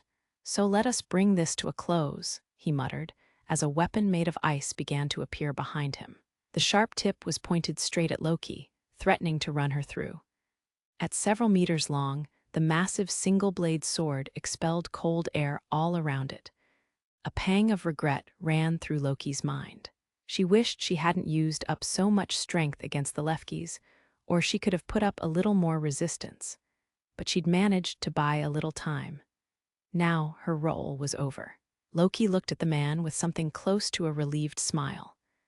Then, in the next moment, a force grabbed hold of her body and took her away. It was neither the Reaper nor the impact of the man's ice sword. When the snow stopped, her mana sonar worked again, and she was able to make full use of her abilities as a spotter. There he is. Instead of a flare, she had fired out her sonar, knowing he would notice. She was convinced of it, in fact. Even upon their heavy landing, Loki didn't close her eyes for a moment. She'd simply looked on as Alus had swept her away in his arms and rescued her. Because she had absolute faith in him, she didn't want him to think of her as some princess just waiting to be saved. "Thank you very much, Sir Alus," she said in a clear, calm voice, hoping not to cause him any needless worry, as if she'd been ready for this moment. After Alus gently put her down, Loki looked over at the red-haired man who tried to kill her. He was being flanked by Lettie on one side and Alus on the other, but the man was motionless, and of course he would be. The moment before he saved Loki, Alus had swung Night Mist at lightning speed and slashed the man twice. The man's arm fell to the ground. Blood poured out of his neck that had been neatly cut through. However, you certainly are fast. Despite his neck being cut so deeply, the man's voice remained unchanged. Holding his hand over his neck, the wound froze over and the bleeding stopped. Perhaps because Alus's swordsmanship had been so sharp and precise, the severed artery and even his windpipe froze over in an instant and rejoined. I'm glad I took action ahead of time. I had my experiments to consider this time, after all. A normal person would have been dead by now, but the man's gentle tone remained the same. What are you after? Were you trying to play nice with the Fiends? The man smiled at Alus's question. Surely you jest. This is just an experiment for fun. Alus furrowed his brow as the man continued with a soft expression. Still, I was surprised that Godma could produce such useful research results. He truly was a genius.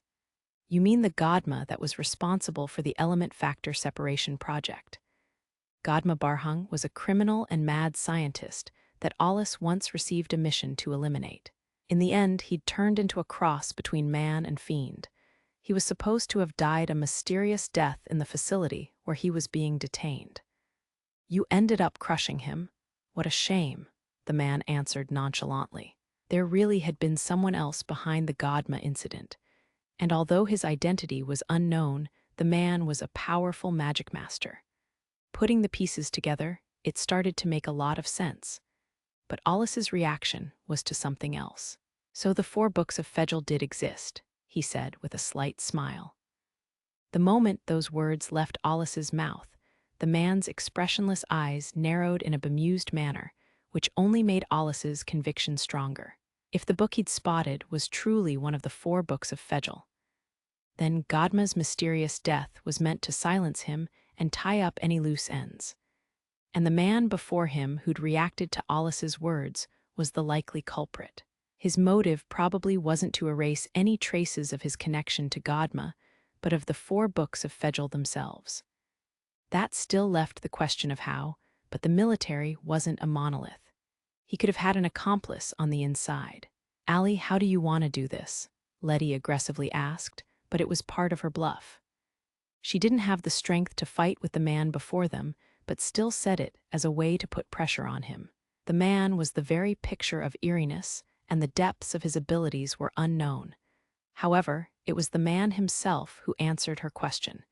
He was almost fearless given the situation. "There won't be any need for that. My mission is complete, so I will be taking my leave. That one should still be drawing breath as well. Though I would have made him breathe his last if I had a little more time, he said in a light tone while glancing over at Mugir. In contrast to his tone, though, his eyes were dreadfully cold. It was clear as day he would have done so if Alus and Lettie hadn't made it here in time. You sure can talk a lot in this situation. You don't have the choice of escaping. You'll be killed by me or by Lettie. Either way, you're going to die here, Alus said, his sharp eyes locked onto the man. The man certainly knew his way around ice spells, and he'd already finished icing the end of his cut-off arm to stop the bleeding. But that was all. It was next to impossible for him to overturn the situation he was in. Alus had cut his neck ahead of time to prevent any pointless resistance, so his consciousness is clear even under these circumstances.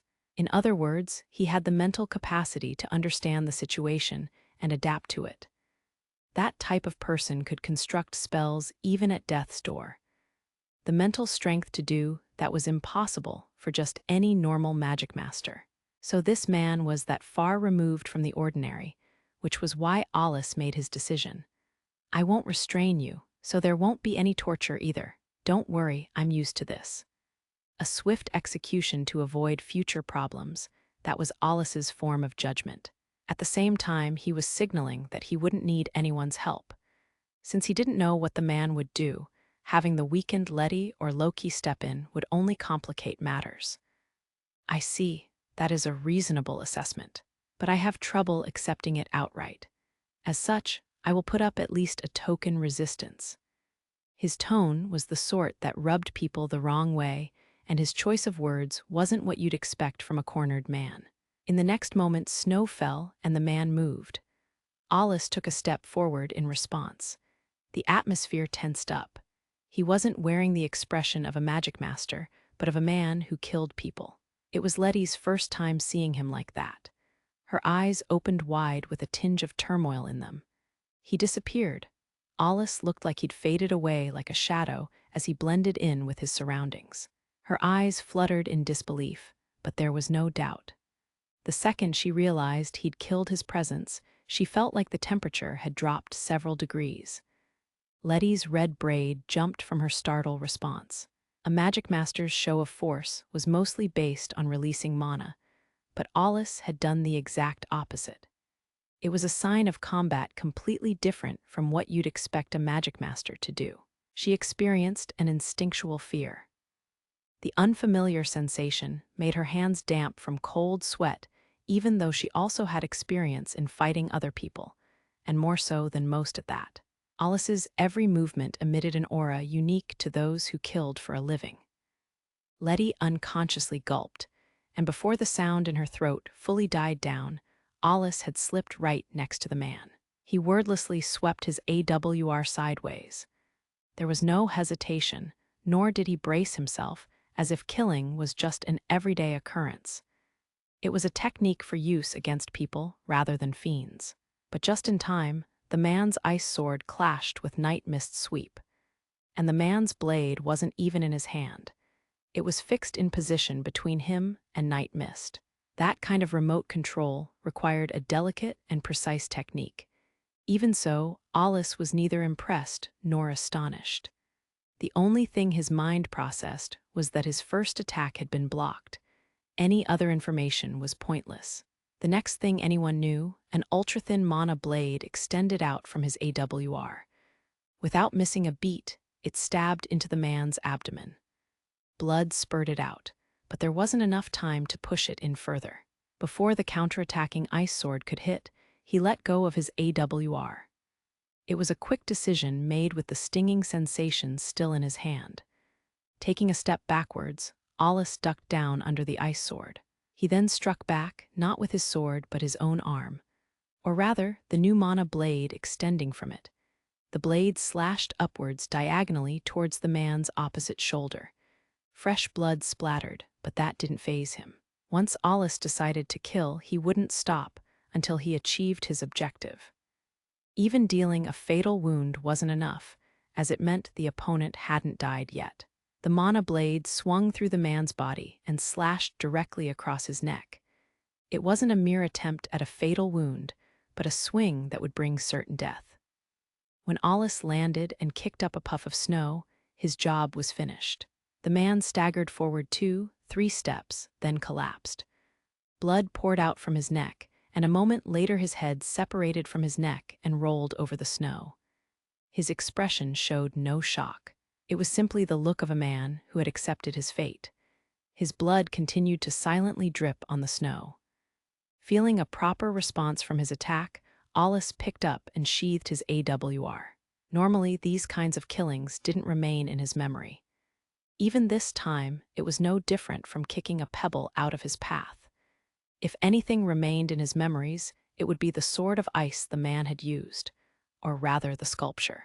Its shape and decorations were vaguely familiar, but in the end, it wasn't worth remembering and disappeared in the aftermath of the battle. "Mugir, you still alive?"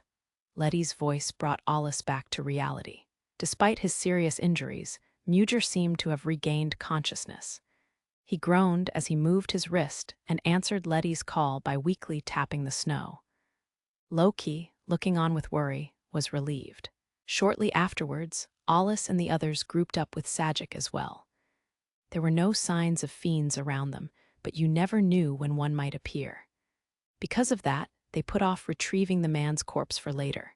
Alus had checked his body, but found no clues as to what his identity was, nor did he find any equipment needed to survive in the outer world. That fact only made the man more unsettling. He'd come to fiend-infested Vanalis empty-handed and aided the fiends with his snow. The man left nothing but mysteries behind, but for the time being, bringing back the injured took priority. Sagic, who'd been tasked with carrying Mugir, looked truly annoyed, but the group safely returned to the base. 58th chapter. That reaching hand when the group arrived back at the base, healing Magicmaster Louise took over. Her moment to shine was, in a sense, once the mission was complete. With her rapid and accurate instructions, the base was quickly converted into a treatment ward. A strange scene took place at the entrance to her treatment ward, with a bunch of grown men squeezing together waiting to be examined. Beginning with Mugir and followed by Loki, Louise treated person after person. Though they were called healing Magicmasters, their abilities typically stopped at enhancing the injured party's own ability to heal themselves. There were of course differences between practitioners, but they were all fundamentally the same. However, there were exceptions. The first-rate healing Magicmasters known as Master Physicians didn't fall into that category. When it came to the level of Magicmasters that a single like Lettie scouted, they'd likely be among the best in the nation. Louise was no exception, and within a few hours most of the injured had recovered enough to stand on their own. Alus wasn't well-versed in healing Magicmasters, but their techniques were impressive even to him. It appeared they were now a necessity in the outer world that they couldn't afford to ignore. However, Mugir had been instructed to rest for a while. The person in question was unhappy with being told to lie down, but no matter how much he insisted he was fine, Louise's orders were absolute here. Lettie was probably the only one who could go against her. The surrounding squad members weren't taking it too seriously, poking fun at Mugir instead. Even Alus had his frostbitten hand healed and had no choice but to follow Louise's advice. That said, what am I supposed to do about not using my arm?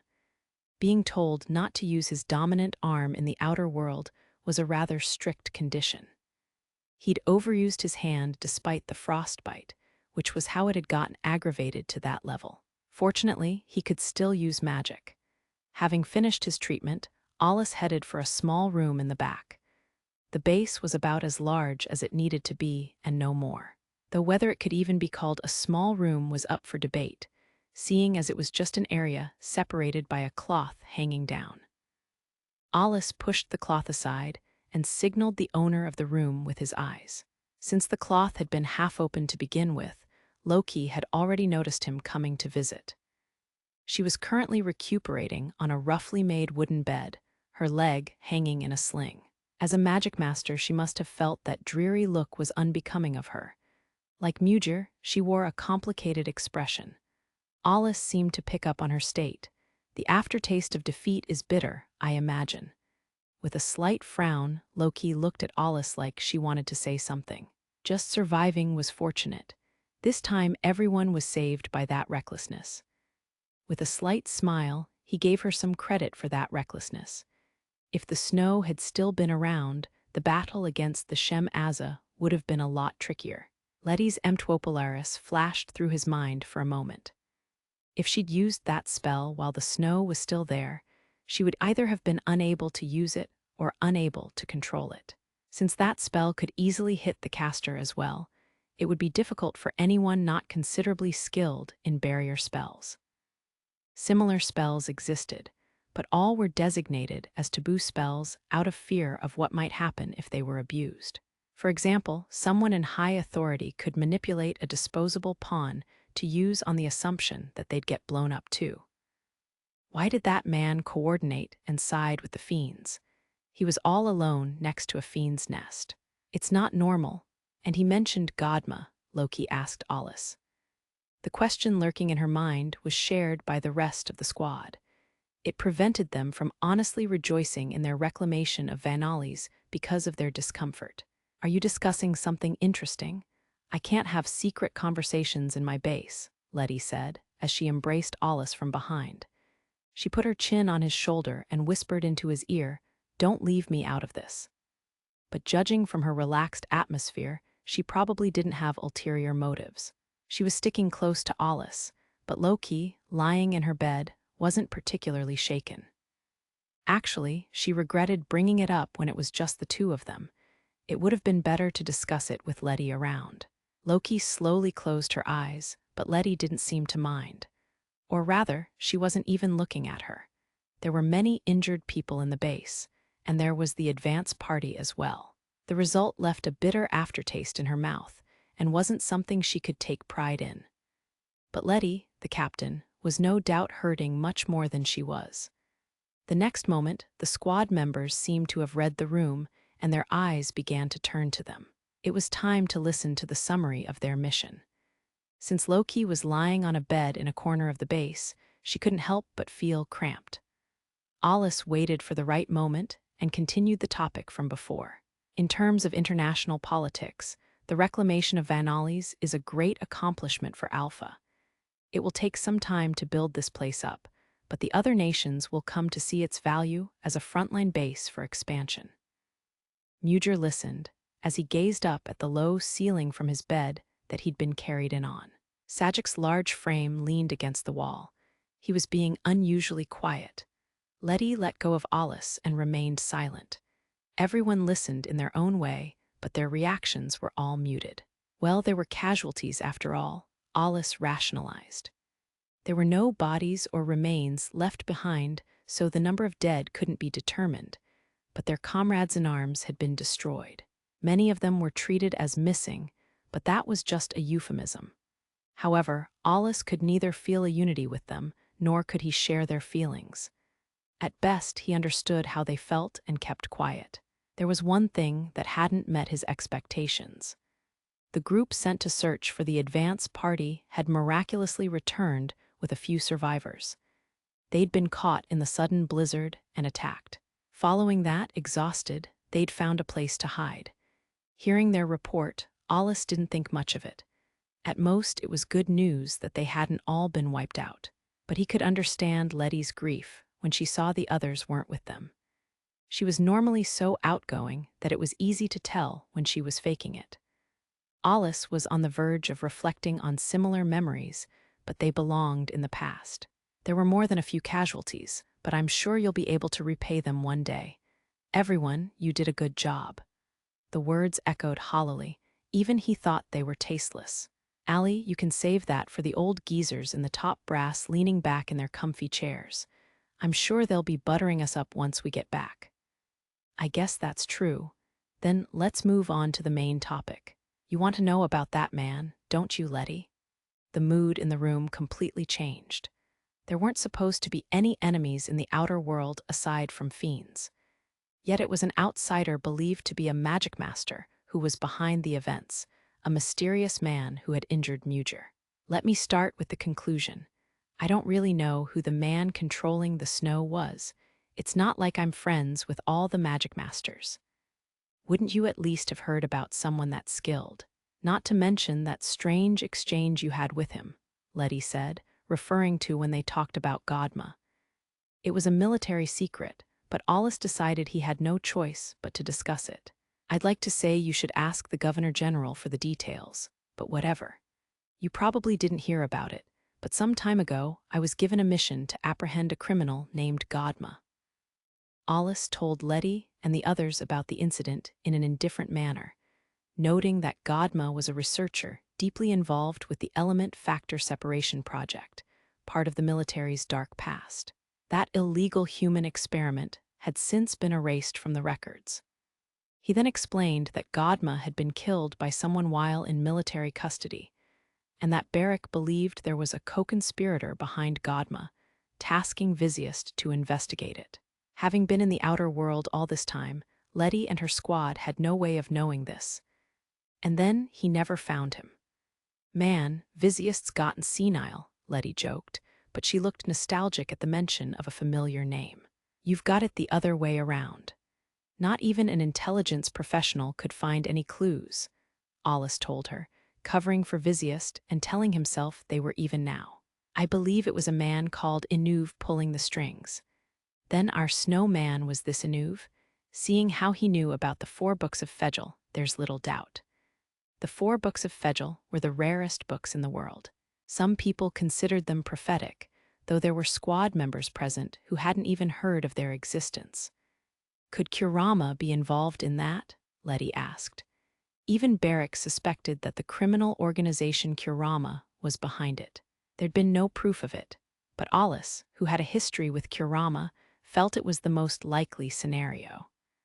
The mysterious man who was such a skilled user couldn't have been unknown to the world.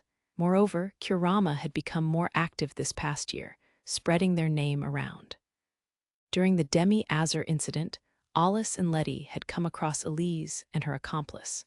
It was a long-distance exchange, but they'd had a first-hand experience of her power. That was why it was natural for their minds to go in that direction. Yeah, that's a strong possibility. What are they after? Mugir, lying on his bed, quickly asked. He couldn't move his head, so he'd spoken to the ceiling. It was someone who'd seriously hurt him, so he wanted to know who was behind it. I don't know. According to the man himself, his mission was complete. The man had the skill to freely control the snowfall in the vast region of Vanalis, and he didn't hesitate to incapacitate Mugir and injure Loki. With an exhausted Lettie present, the man was dangerous. That was why Alus had immediately decided to kill him. Either way, the dead don't speak, so that's all we've got for the time being. It's Barrick's job now. If the man really was a member of Kurama, killing him was big. Weakening them will make it easier for us to deal with them if they come at us, he added jokingly. But he knew that with Elise, the Kurama member who'd attacked the Institute, they couldn't beat Kurama without him. He didn't particularly want a rematch with that little visitor, but he had a hunch she wouldn't appear before him in that way again. Besides, with that magic eye, it wouldn't even turn into a battle to the death. The one eye of Salem was said to govern over life, and Alus knew what that meant. Elise wouldn't die. She couldn't die even. Because of that, he'd prefer not to have that rematch as well. However, the squad members didn't look particularly satisfied. They seemed to be searching for a way to express their conflicted emotions. Lettie was a little different. She gazed at him with a sort of innocence in her eyes, and he couldn't tell what she was thinking. Following her gaze, he finally saw that she wasn't looking at him but past him, at Loki. He didn't understand what he'd been charged with exactly, but he was aware any supposed sins would come to the surface if examined too hard. There was still something he hadn't told Lettie and Loki. "Allie, there's something else, isn't there?" As expected, Lettie took a step closer and peered directly into Alus's face. She was so close that the tips of their noses almost touched. "There's nothing else. I have no intention of hiding anything." That's so. He would have loved to say he was innocent until proven guilty, but there was no escaping Lettie's gaze. In reality, he'd only spoken the facts as they were. He'd left out his baseless guesses. However, Loki was shaken up by Lettie's implicating tone and seemed curious about what she was referring to. Sensing Alus was at a disadvantage, Lettie leaned forward, as if asking if he was really going to hide things even from his partner. As a result, she'd practically taken Loki's trust hostage, and it was then that Alus gave up. Perhaps he should be praising Lettie's ability to pick up on things. Fine. What caught my attention was the ice sword the man was using. It was my first time seeing it. What a pain to use it by controlling mana instead of just wielding it directly. Well, you did cut off his arm. It was definitely a useful technique, but it wasn't worth the effort. A high level of information processing was required to overwrite the coordinates and move the sword quickly. That's true. But well, it was an unusual spell. That's all, just forget about it. The details of the sword's nature stood out, but it wasn't anything to worry about. Loki, on the other hand, was a little shocked. She must have noticed that the ice sword was similar to the spell that someone else used.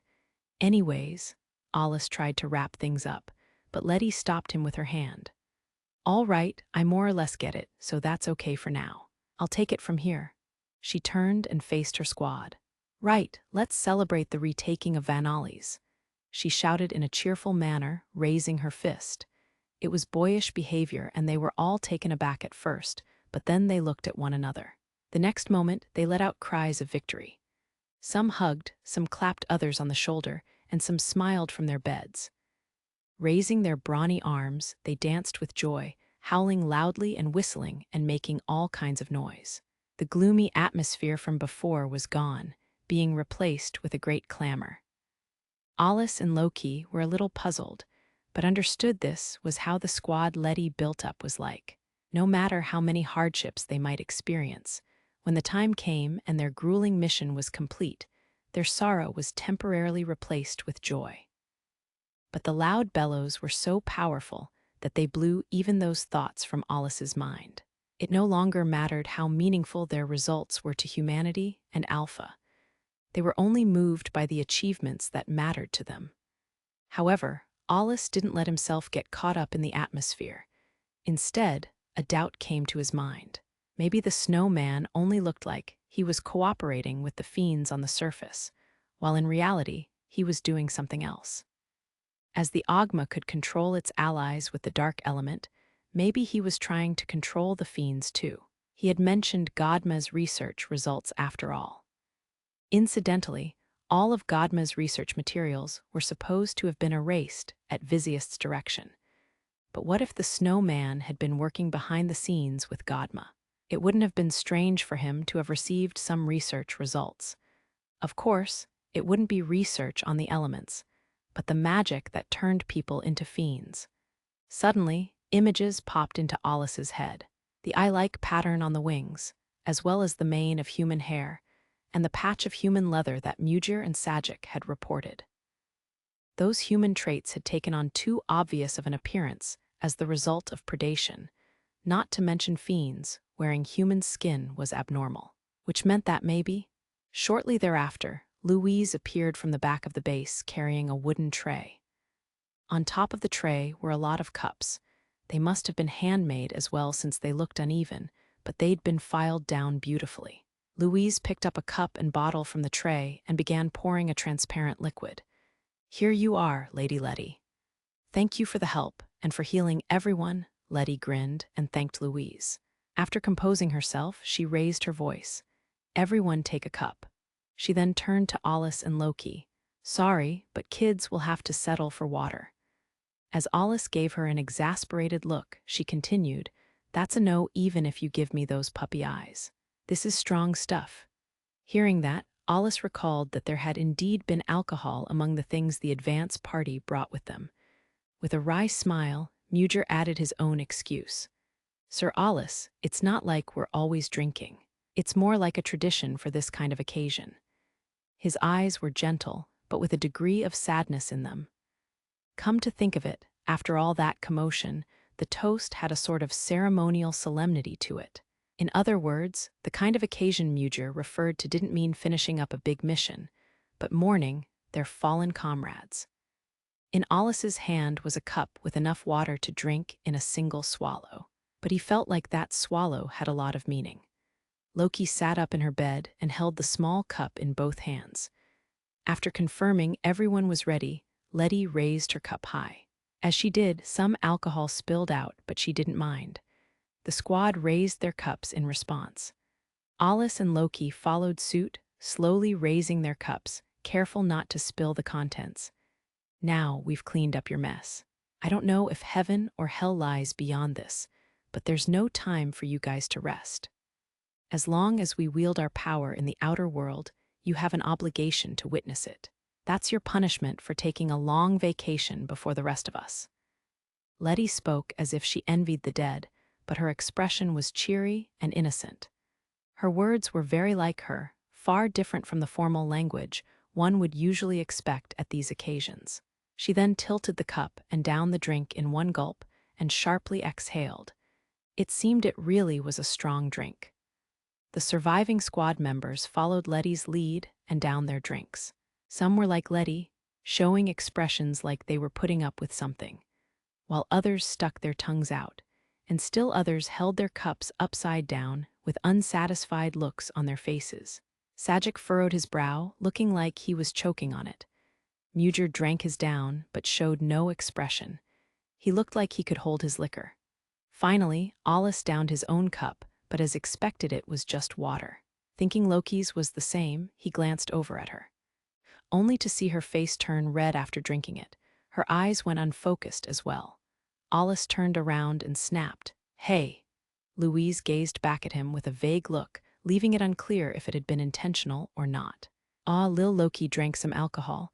Well, this is the outer world, so it's like we're outside our own nation. Actually, I didn't think you were such a lightweight. Ha, this is noshing. Really, I'm fine. I can make a mountain of fiends outside. Not only was she slurring her words, but she was being strangely confident. It seemed she'd even forgotten her injuries.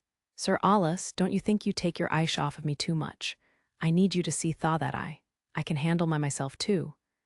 There were even hiccups mixed in with her speech, so there was no doubt that she'd lost control. She's a fun drunk, Allie. Well, I'm just glad she's not stripping or getting violent. Don't act like this doesn't concern you. What are we supposed to do about this? Lettie looked like she was enjoying herself. By the way, I'm the type that gets clingy. Alus ignored her, and when she tried to lean on him, he silently pushed her away. One look at Mujir's and Sajic's dry expressions revealed she was far from the clingy type when drunk. "Let's go, we will get this corpse party started," Loki said, and jumped out of her bed. Alus wrapped his arms around her stomach and held her aloft, but she started thrashing around like a child. "Hey, do something. What are we supposed to do?" "Right, Louise." In the meantime, Loki slipped out of Alus's grasp and used force to move a distance of 2 meters. Drunk or not, her body movements were flawless. The fact that she had no difficulty with mana control and spell construction in her state was surprising. Seeing Loki's smug face, Alus slapped his forehead. At this rate, she might make her way outside to the fiend-infested lands without anyone being able to stop her. Squad members hurriedly moved to block the passage out. The next moment, Loki showed a strange smile and then vomited a stream of blood. "Ah!" Her wounds opened up, Louise shrieked. She had restorative herbs in her hand, but it was already too late. When she saw Loki like that, her shoulders slumped. I told her she needed to rest too. Those didn't sound like the words of someone who was responsible for her drinking alcohol in the first place. Louise quickly picked Loki up and took her back to the treatment ward. Lettie was laughing out loud, but now wasn't the time for that, Alus thought. At least, though, he'd gotten a glimpse of a rare side of Loki and her real feelings. Moreover, he'd learned never to let her have a drink. Feeling exhaustion hitting him all at once, Alus fell back first onto a bed. That said, it wasn't actually cushioned, so it hurt his back a little. Eventually, Lettie stopped laughing, and she exhaled as if savoring the moment. The strong smell of alcohol tickled her nose. It was a brief pause for the Magicmasters who moved from battlefield to battlefield when time slowed down as it passed. To think a time like this would come in the outer world, in a small base built in a cave. Spending time with people in the outer world brought back memories of a distant past, of the fulfilling days he might have had then. "This kind of thing isn't too bad, you know," Lettie said, as if reading his mind. Without answering, Alus simply closed his eyes on top of the hard bed. They were both singles, so they had something in common. Moreover, he'd known Lettie for a long time. They weren't too close, but they weren't distant with each other either. It was an inseparable relationship in a way. "I'm beat." With that thought, Alus's consciousness drifted beneath the surface, and he fell asleep. A long, overdue stillness settled on Vanalis. In his comfortable sleep, his consciousness sank even deeper. Vanalis had once housed a fortified city. After the high-classed fiends that had made their nest there were eliminated, the map of the area needed to be redrawn.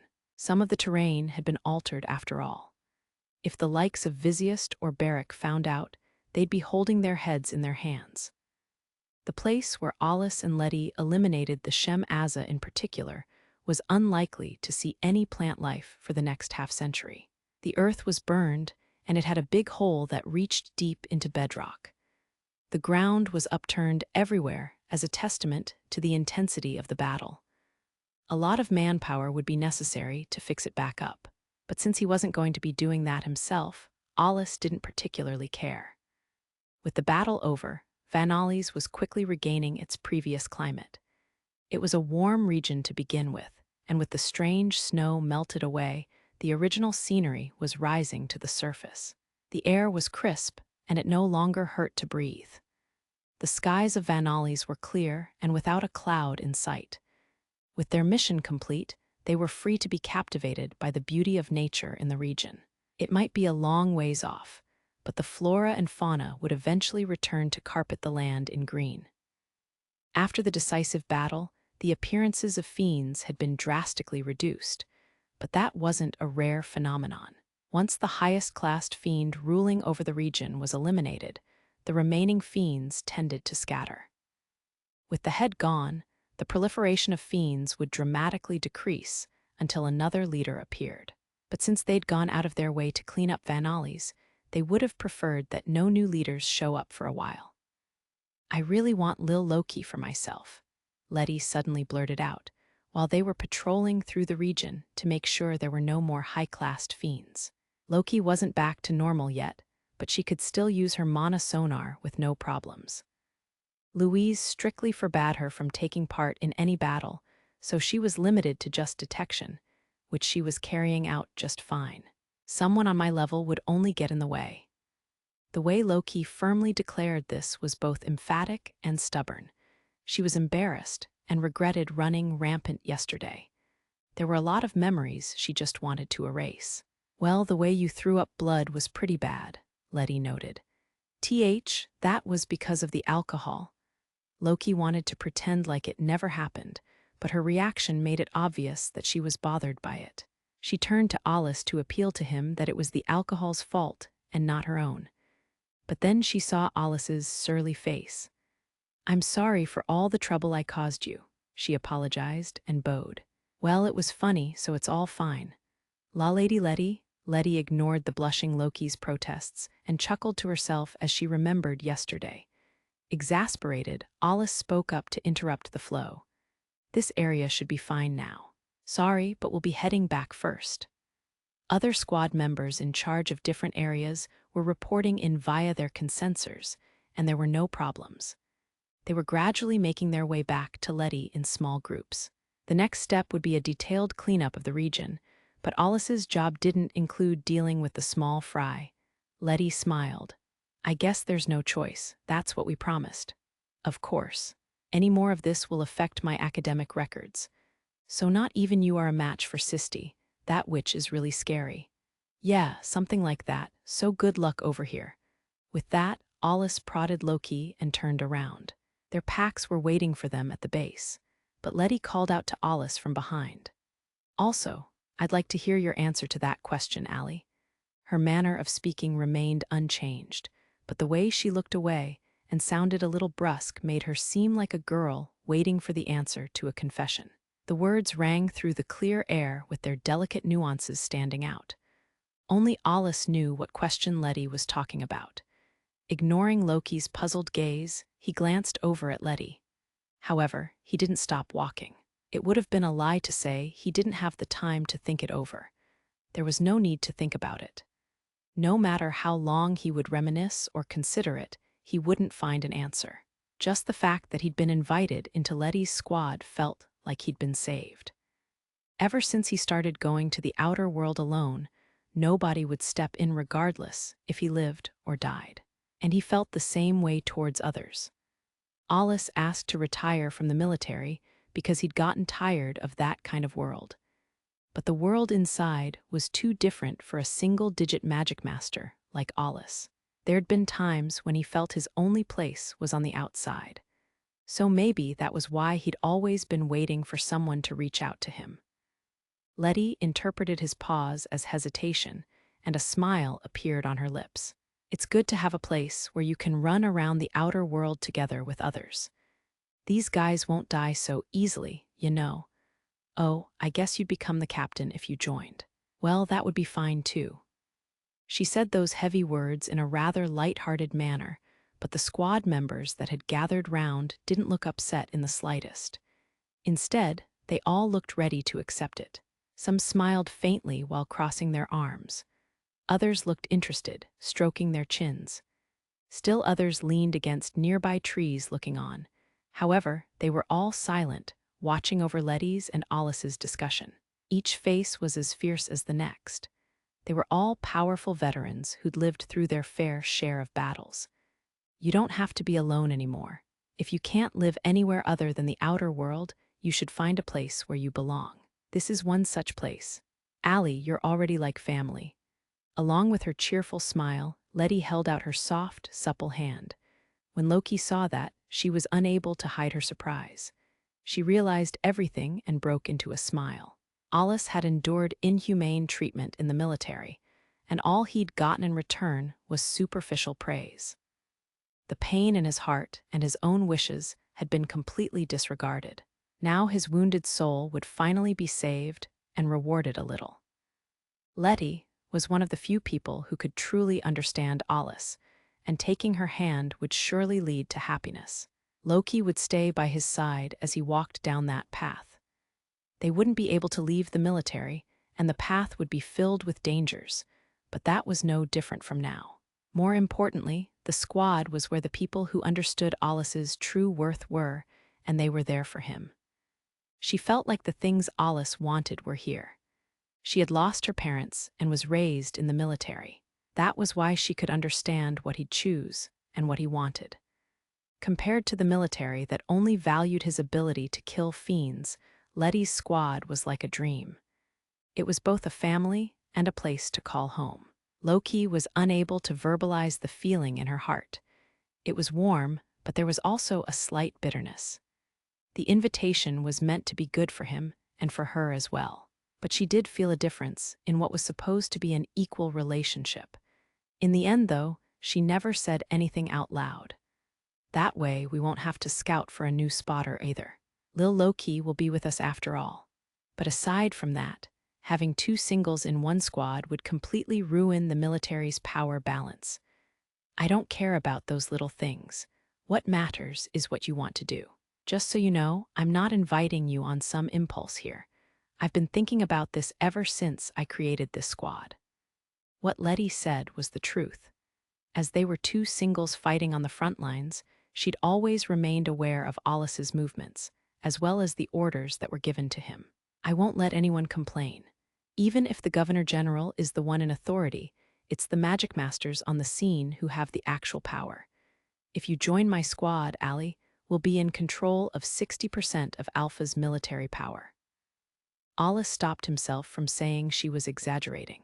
Lettie's inappropriate statement made it sound like she was fine with turning against the military. But it was actually a sign of her resolve.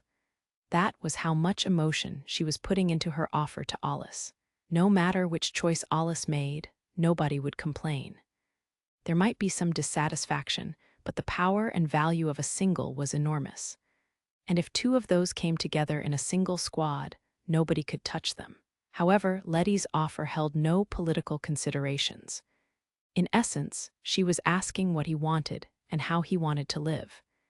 If he wanted to live out here, then the existence of comrades was necessary, and she might have been trying to tell him that they'd stay at his side and support him. Alus already knew that nothing lasted forever.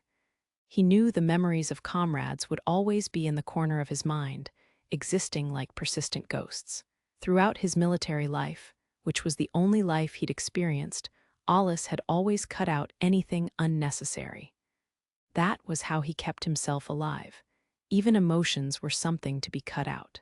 But now Lettie was extending her hand to him, and for a Magicmaster, it was a very pure hand. Alus knew the limits of being alone, but so far he hadn't reached that point yet. So if asked if this was necessary or not, he'd have to say it was unnecessary. Everyone would die someday, and for Magicmasters, the outer world was where they would spend the rest of their lives. For a moment, the question arose in his mind. Would he sit back and watch as more people died in front of him? No matter how much he helped them, the same scene would play out. And so, it would eventually become a pain and unnecessary. But maybe this time it would be different.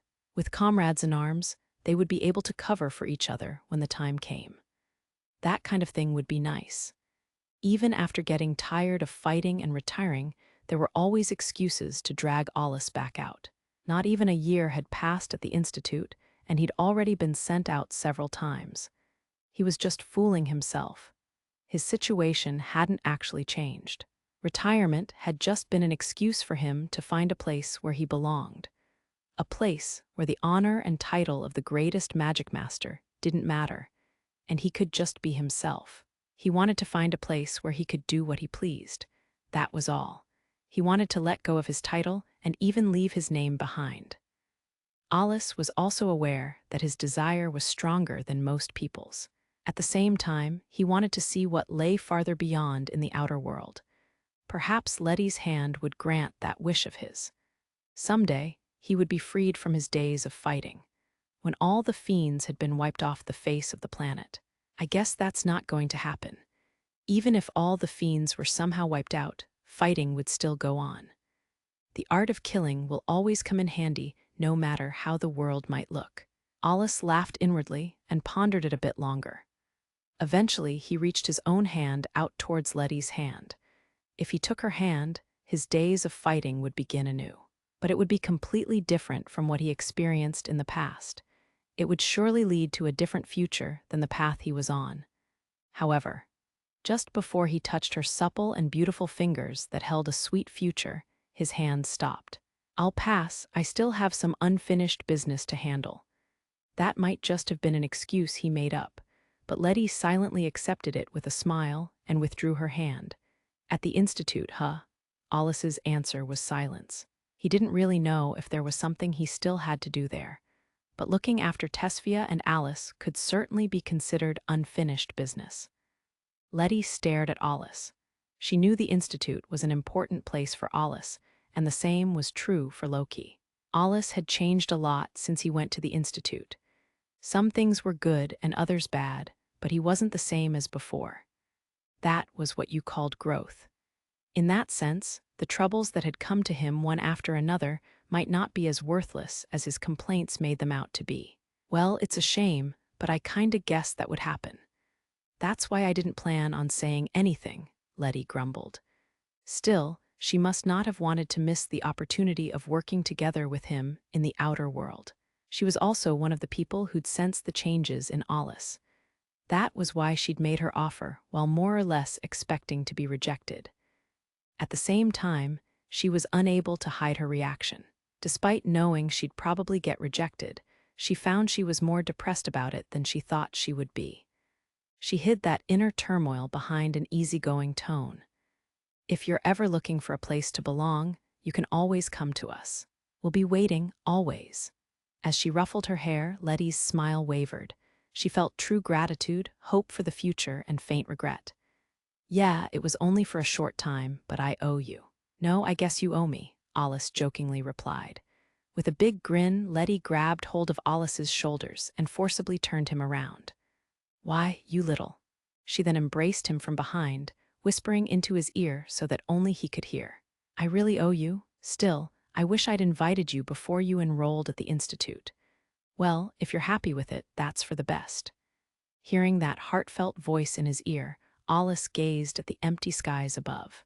If she really had invited him before he enrolled, then maybe. But that would never happen now. At the same time, he felt like her approaching him meant that all of his work in the past had finally paid off a little. As long as someone was around to acknowledge him, Alus couldn't fully leave this world or the military. Most of all, he didn't dislike Lettie. Lil Loki helped out a lot as well. You can stay behind on your own, you know, Lettie said in a joking tone, but with an outstretched hand. That meant she'd recognized Loki as a Magicmaster, a huge compliment coming from a single digit. However, it is an honor, thank you, Lady Lettie, but I will follow Sir Alus anywhere, Loki said clearly. She apologized with a bow. Lettie smiled wryly. Right, I guess that's for the best. But the outer world's a surprisingly small world, so I'm sure we'll meet again somewhere. Next time, I hope you'll properly call me sis. As she brought up the farce of what happened at the Institute, Loki hurriedly raised a finger to her lips. It was the kind of atmosphere unique to women that even Alus hesitated to interrupt. At the very least, their relationship had deepened on this mission. After watching Alus and Loki turn back to the inner world, Lettie's shoulders slumped. Ha ha, guess you got rejected, Captain, Mugger said, as if trying to comfort her.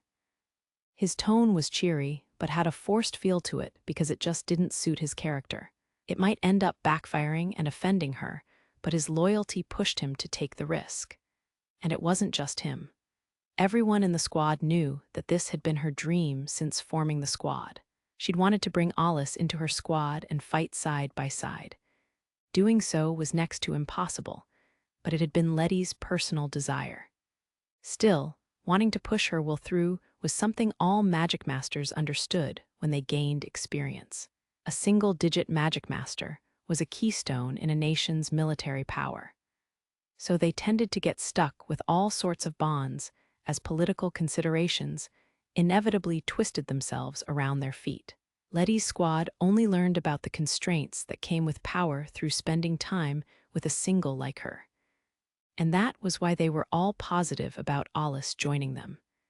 Together, Alus and Lettie could mentally support each other, not to mention that the squad should be quite comfortable for a single-digit Magicmaster.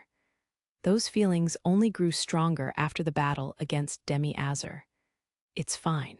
He'll come around someday, or maybe it would be better for Ali if he didn't. Make up your mind, Mugger said in exasperation, as the falling hammer he'd braced for never came. Ignoring his remark, Lettie just vaguely smiled. In reality, all of the preparations for the squad to receive Alus had already been made. But at the same time, she felt Alus wouldn't have agreed to it, until she heard rumors of his retirement and felt that was her chance. She was going to make her move using whatever means possible. That was when she learned that he'd enrolled at the Institute, and she put her recruitment on hold to observe what happened. If it worked out positively for him, then there might not be a need for him to join her squad. But when it came to her personal feelings, I feel like I missed my only chance. What a heavy loss. With a sigh, she put her hands on the back of her head and turned around. In front of her was the recently reclaimed land of Vanalis. What's with that? It wasn't a loss, it was a huge help. Without him, we might have had to spend another half a year on this mission, Sajic pointed out. But Lettie couldn't help but feel he was being naive. Don't be stupid. It wouldn't take just half a year. We'd be lucky to get out with our lives, Lil Sajic. Sajic immediately tensed up at her unfamiliar way of calling him, wondering if he'd screwed up and angered the captain. But no angry outburst came, as Lettie simply began to wander off, her brain already moving on to figure out how to proceed from here.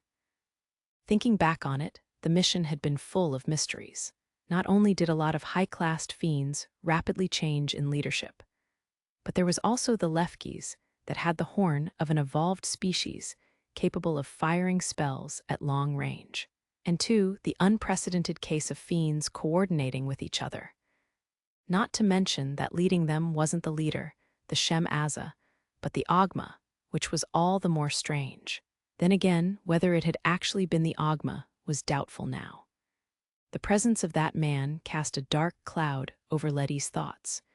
She felt like her head was going to explode from considering all the complicated factors. She groaned and shook her head to clear her mind.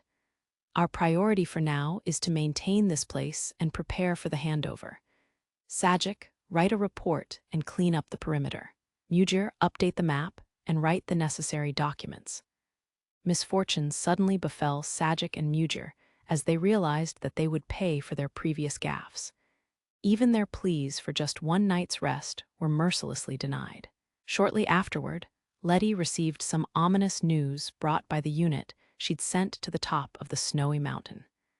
The area was supposedly cleared of any scavenging fiends, yet they reported that the man's corpse had disappeared. 59th chapter. The smell of the past an hour had passed since Alus and Loki left Vanalis. Like Lettie had mentioned on their way there, the temperature was already about the same as in the inner world. Then again, nature in the outer world was constantly changing, which was why the creatures that lived there rapidly adapted and evolved, including the Fiends. At any rate, the comfortable temperature was a welcome blessing. They'd made their way there in a rush, but that didn't mean they could take it easy on the way back. In the world of Fiends, humans were the outsiders, and outsiders were ostracized everywhere. But unlike the human world, the merciless Fiends had neither the will to communicate nor the ability to negotiate. However, since they'd already confirmed there were no Fiends around them, now was a good chance for them to catch their breath. Alus and Loki had only exchanged the bare minimum of words as they made their way through the outer world. That was in part because they couldn't let their guard down, but also because Alus tended to operate alone, so he didn't mind being quiet for hours on end. At the moment, he was running in front so that he could deal with any fiends they might encounter. The silence prompted him to think about the identity of the snowman, including the spell he'd used that controlled an ice sword with his mind. No, in reality, he didn't even need to guess. He'd realized it the moment he saw it. It was also a type of spell he was currently working on establishing the theory for. However, it wasn't for himself, and he was still in the process of creating the structure, so it wasn't complete yet. The fundamentals of that spell were the same as Zeppel. Loki probably realized it as well, and the person she'd naturally associate it with was the same that Alus did. Alus's mind was packed with knowledge. He knew taboo spells and even had the privilege of accessing state secrets thanks to his rank. Of course, there were spells he didn't know, but there weren't many he couldn't even imagine the theory they were based on. After all, it wasn't easy to create new spells. Yet there were exceptions to everything. In particular, it wasn't uncommon for nobility to develop a unique spell for their family and keep it secret. It was like a martial arts school and its secret techniques. Unique spells born in that way were often only passed down in the family and protected. Adding a new spell to the spell encyclopedia was a great contribution to humanity, as well as a high honor. But in this world where Magicmasters were so valued, having a unique spell that ran in the family as a secret trump card was a way to protect a family's rank in nobility. Suddenly, Alus stopped thinking and sharply exhaled. If he got too deeply involved, he'd only end up bumping heads with nobility. Since he had no good impressions of noble society, he had no interest in poking his nose into their business. After losing himself in his thoughts for a while, he looked over his shoulder at Loki. He then clicked his tongue at his own carelessness. Slowing down, Alus came to a stop. A short moment later, Loki caught up and gazed at him questioningly. "Is something the matter, Sir Alus?" Alus placed his hand on her head a little more strongly than usual, as if trying to cool down her heated body. "No, I'm just glad I noticed it early." He crouched down and inspected Loki's legs. He was no expert, but it seemed the healing spell cast on Loki hadn't gone as expected. Perhaps the spell was at its limit. Normally, it would take weeks for her injuries to heal. They'd left Vanalis too early, and she would have been better off resting in a bed like Muger. Seeing his furrowed brow, Loki said with a stiff expression, "It's not a problem. It won't have any effect as long as there aren't any battles with high-classed fiends." She desperately made her appeal, thinking she'd be left alone in Vanalis otherwise. Recuperating in Vanalis was frankly out of the question. She didn't want to slow him down, but truth be told, she didn't want to leave his side. She searched for a way to justify her selfish feelings, but couldn't find any convincing words. She obediently sat down on a nearby tree root at Alus's instruction. Her boot was then taken off, revealing her leg wrapped in a bandage. Alus observed her leg closely. Making an accurate judgment in the field was difficult, but it didn't look good to him. She was hurt in other places as well, but the leg would pose the biggest problem on their journey home. It was hard to tell what kind of strain force put on the body just by looking. Even the practitioners themselves could unwittingly exceed their limits. "It looks fine for now. You worry too much. Also, it tickles, so don't, All right, let's lower the pace. You wouldn't want to end up in a hospital room as soon as we get back, would you?" Even if he took her to a military doctor or healing Magicmaster upon their return, maintaining their current pace might seriously harm her leg. "Now then, what are you doing, Sir Alus?" I can't bring myself to leave an injured asset be." Alus turned to show his back to Loki, kneeling in front of her as he put his arms behind him.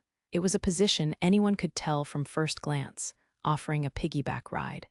"Asset, I didn't do anything. Really now, even Lettie acknowledged you, so I'm sure nobody would object." There was her excellent decision to consider. Upon finding the snowman, he'd undone his spell, and she'd bought time, indirectly contributing to the Shem as a fight. If not for her actions, there was a good chance they wouldn't be on their way home. The interference from the snow could have extended the time needed by several days. Her ability to quickly discern the presence of an abnormal existence was worthy of praise. "Either you turn back to Vanalis, or you get a piggyback ride from me," Alus continued. "Barrack and the principal will probably do something about the Institute, so staying in Vanalis for a few days won't be a big deal." Faced with two choices, Loki frowned since it was practically only one choice. Of course, since Alus was facing forward, he couldn't see it. Sighing, Loki finally resigned herself, but then she realized something and smiled softly so he wouldn't notice. She felt this was the same as when she'd made her first connection with Alus, when he'd saved her during her first mission. She wanted to keep that a secret from him, since she'd been crying then and showed an embarrassing side. Loki reveled in the feeling of the hand on her head, then put her own hand on her head. She felt like the warmth of when he'd touched her head was still there. And it was the same kind of warmth as back then. With a bright smile, she timidly leaned over his back. Putting her hands on his shoulders, she was being careful so as not to put too much weight on him. Alus bent his legs and casually brought his body up. Loki had grown some, so it was only natural that she'd gotten heavier. But that was a girl's feelings for you. "Ah, if I'm heavy we can leave my AWRs behind. I have quite a few of them," she hurriedly suggested, taking the initiative. If Alus were to thoughtlessly claim that she was heavy, then she would probably suggest that they return to Vanalis with a bright red face. "There's no need for that, it's not like you're heavy. More importantly, make sure you keep your arms around my neck." Right. They were already so close, but Loki was being so reserved that she didn't even have her arms around his neck yet. Like he said, she would get thrown off if something happened. Loki had dug her own grave, but Alus wasn't foolish enough to return to the previous topic. "Then let's go." But as Alus started running, he felt a little awkward. He'd almost blurted it out, but there was indeed something on his mind. It wasn't her weight, but the two bumps pressing against his back. Of course, if he were to say something, it might be the trigger to something else, so he stayed quiet. Alus did his best to push it out of his mind. He lacked the tact to make any comments on a woman's body, especially her chest area. It was one of the things he'd learned after enrolling in the Institute. After a few steps, Alus was back to sharpening his senses and paying attention to his surroundings. Carrying another would slow anyone down, and even Alus couldn't run indefinitely while carrying Loki. He was very fit, but he couldn't carry Loki all the way to Alpha. At best, he'd go on until her injuries healed a little more, or until they got through some of the more dangerous areas. In the end, he'd need to take her legs into account. Moments of silence passed. Soon, Loki seemed to calm down and opened her mouth to break the silence. Her words were quiet and blended in with the passing scenery. "Why did you reject Lady Lettie's invitation?" she whispered into Alus's ear. Regardless of what he'd chosen, Loki would no doubt have asked the same question. She wanted to understand what he was thinking. Accepting Lettie's invitation would definitely have been advantageous. Lettie didn't just want his power. Her invitation was made after understanding and accepting him as an individual. She'd clearly stated that that was the reason for creating her squad, and that she was prepared to go against the military's intentions if need be. Having fought on his own all this time, Alus had nowhere to run.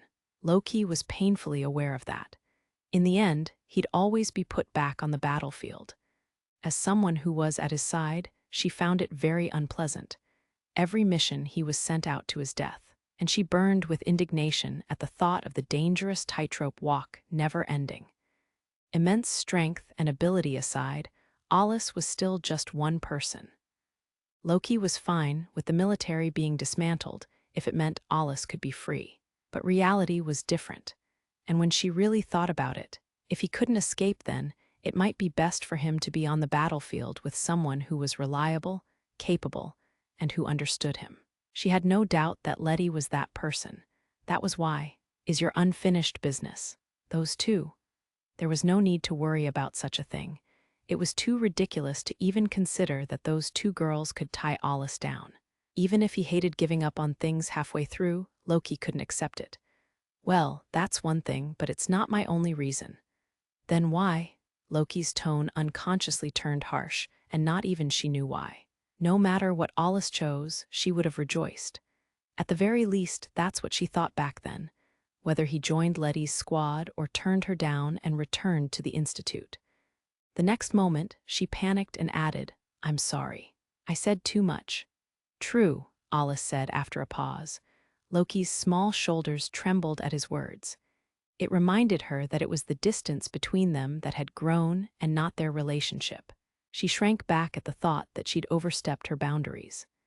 She'd asked the question to understand Alus, but her desire to learn everything about him was extremely selfish. As if unconcerned about Loki's ashamed thoughts, Alus repeated himself. "True, I don't really get it either, but it's different from before. That's just what I thought to myself. HMPH, guess I can't even understand myself at times." Thinking back on it, what he'd said to Lettie wasn't a lie. But it wasn't the whole truth either. Seeing that, Loki intuited the key to the chaos in Alus's heart that not even he could understand. It probably lay in the past. And when she realized that, she decided not to hesitate, but to take another step forward. Her decision was made with a great deal of courage. Her words weren't meant just to satisfy her own desires, but also to help Alus search his own heart. "Sir Alus, if you'd like, could you please tell me? Nothing might come from it, but I'd still like you to tell me about yourself, about your past, and what you have been through," she said, staring straight into Alus's black eyes as if looking for his past hidden within. "I think talking to someone about it would help you understand your own feelings better." Alus quietly listened to what she had to say, and when she finished, he paused for a moment. "It's nothing interesting. Have you heard that I was in Lord Visiust's squad in the past?" "Yes, I've heard that much." Loki only knew that Alus had joined the squad, and at some point the squad had disbanded.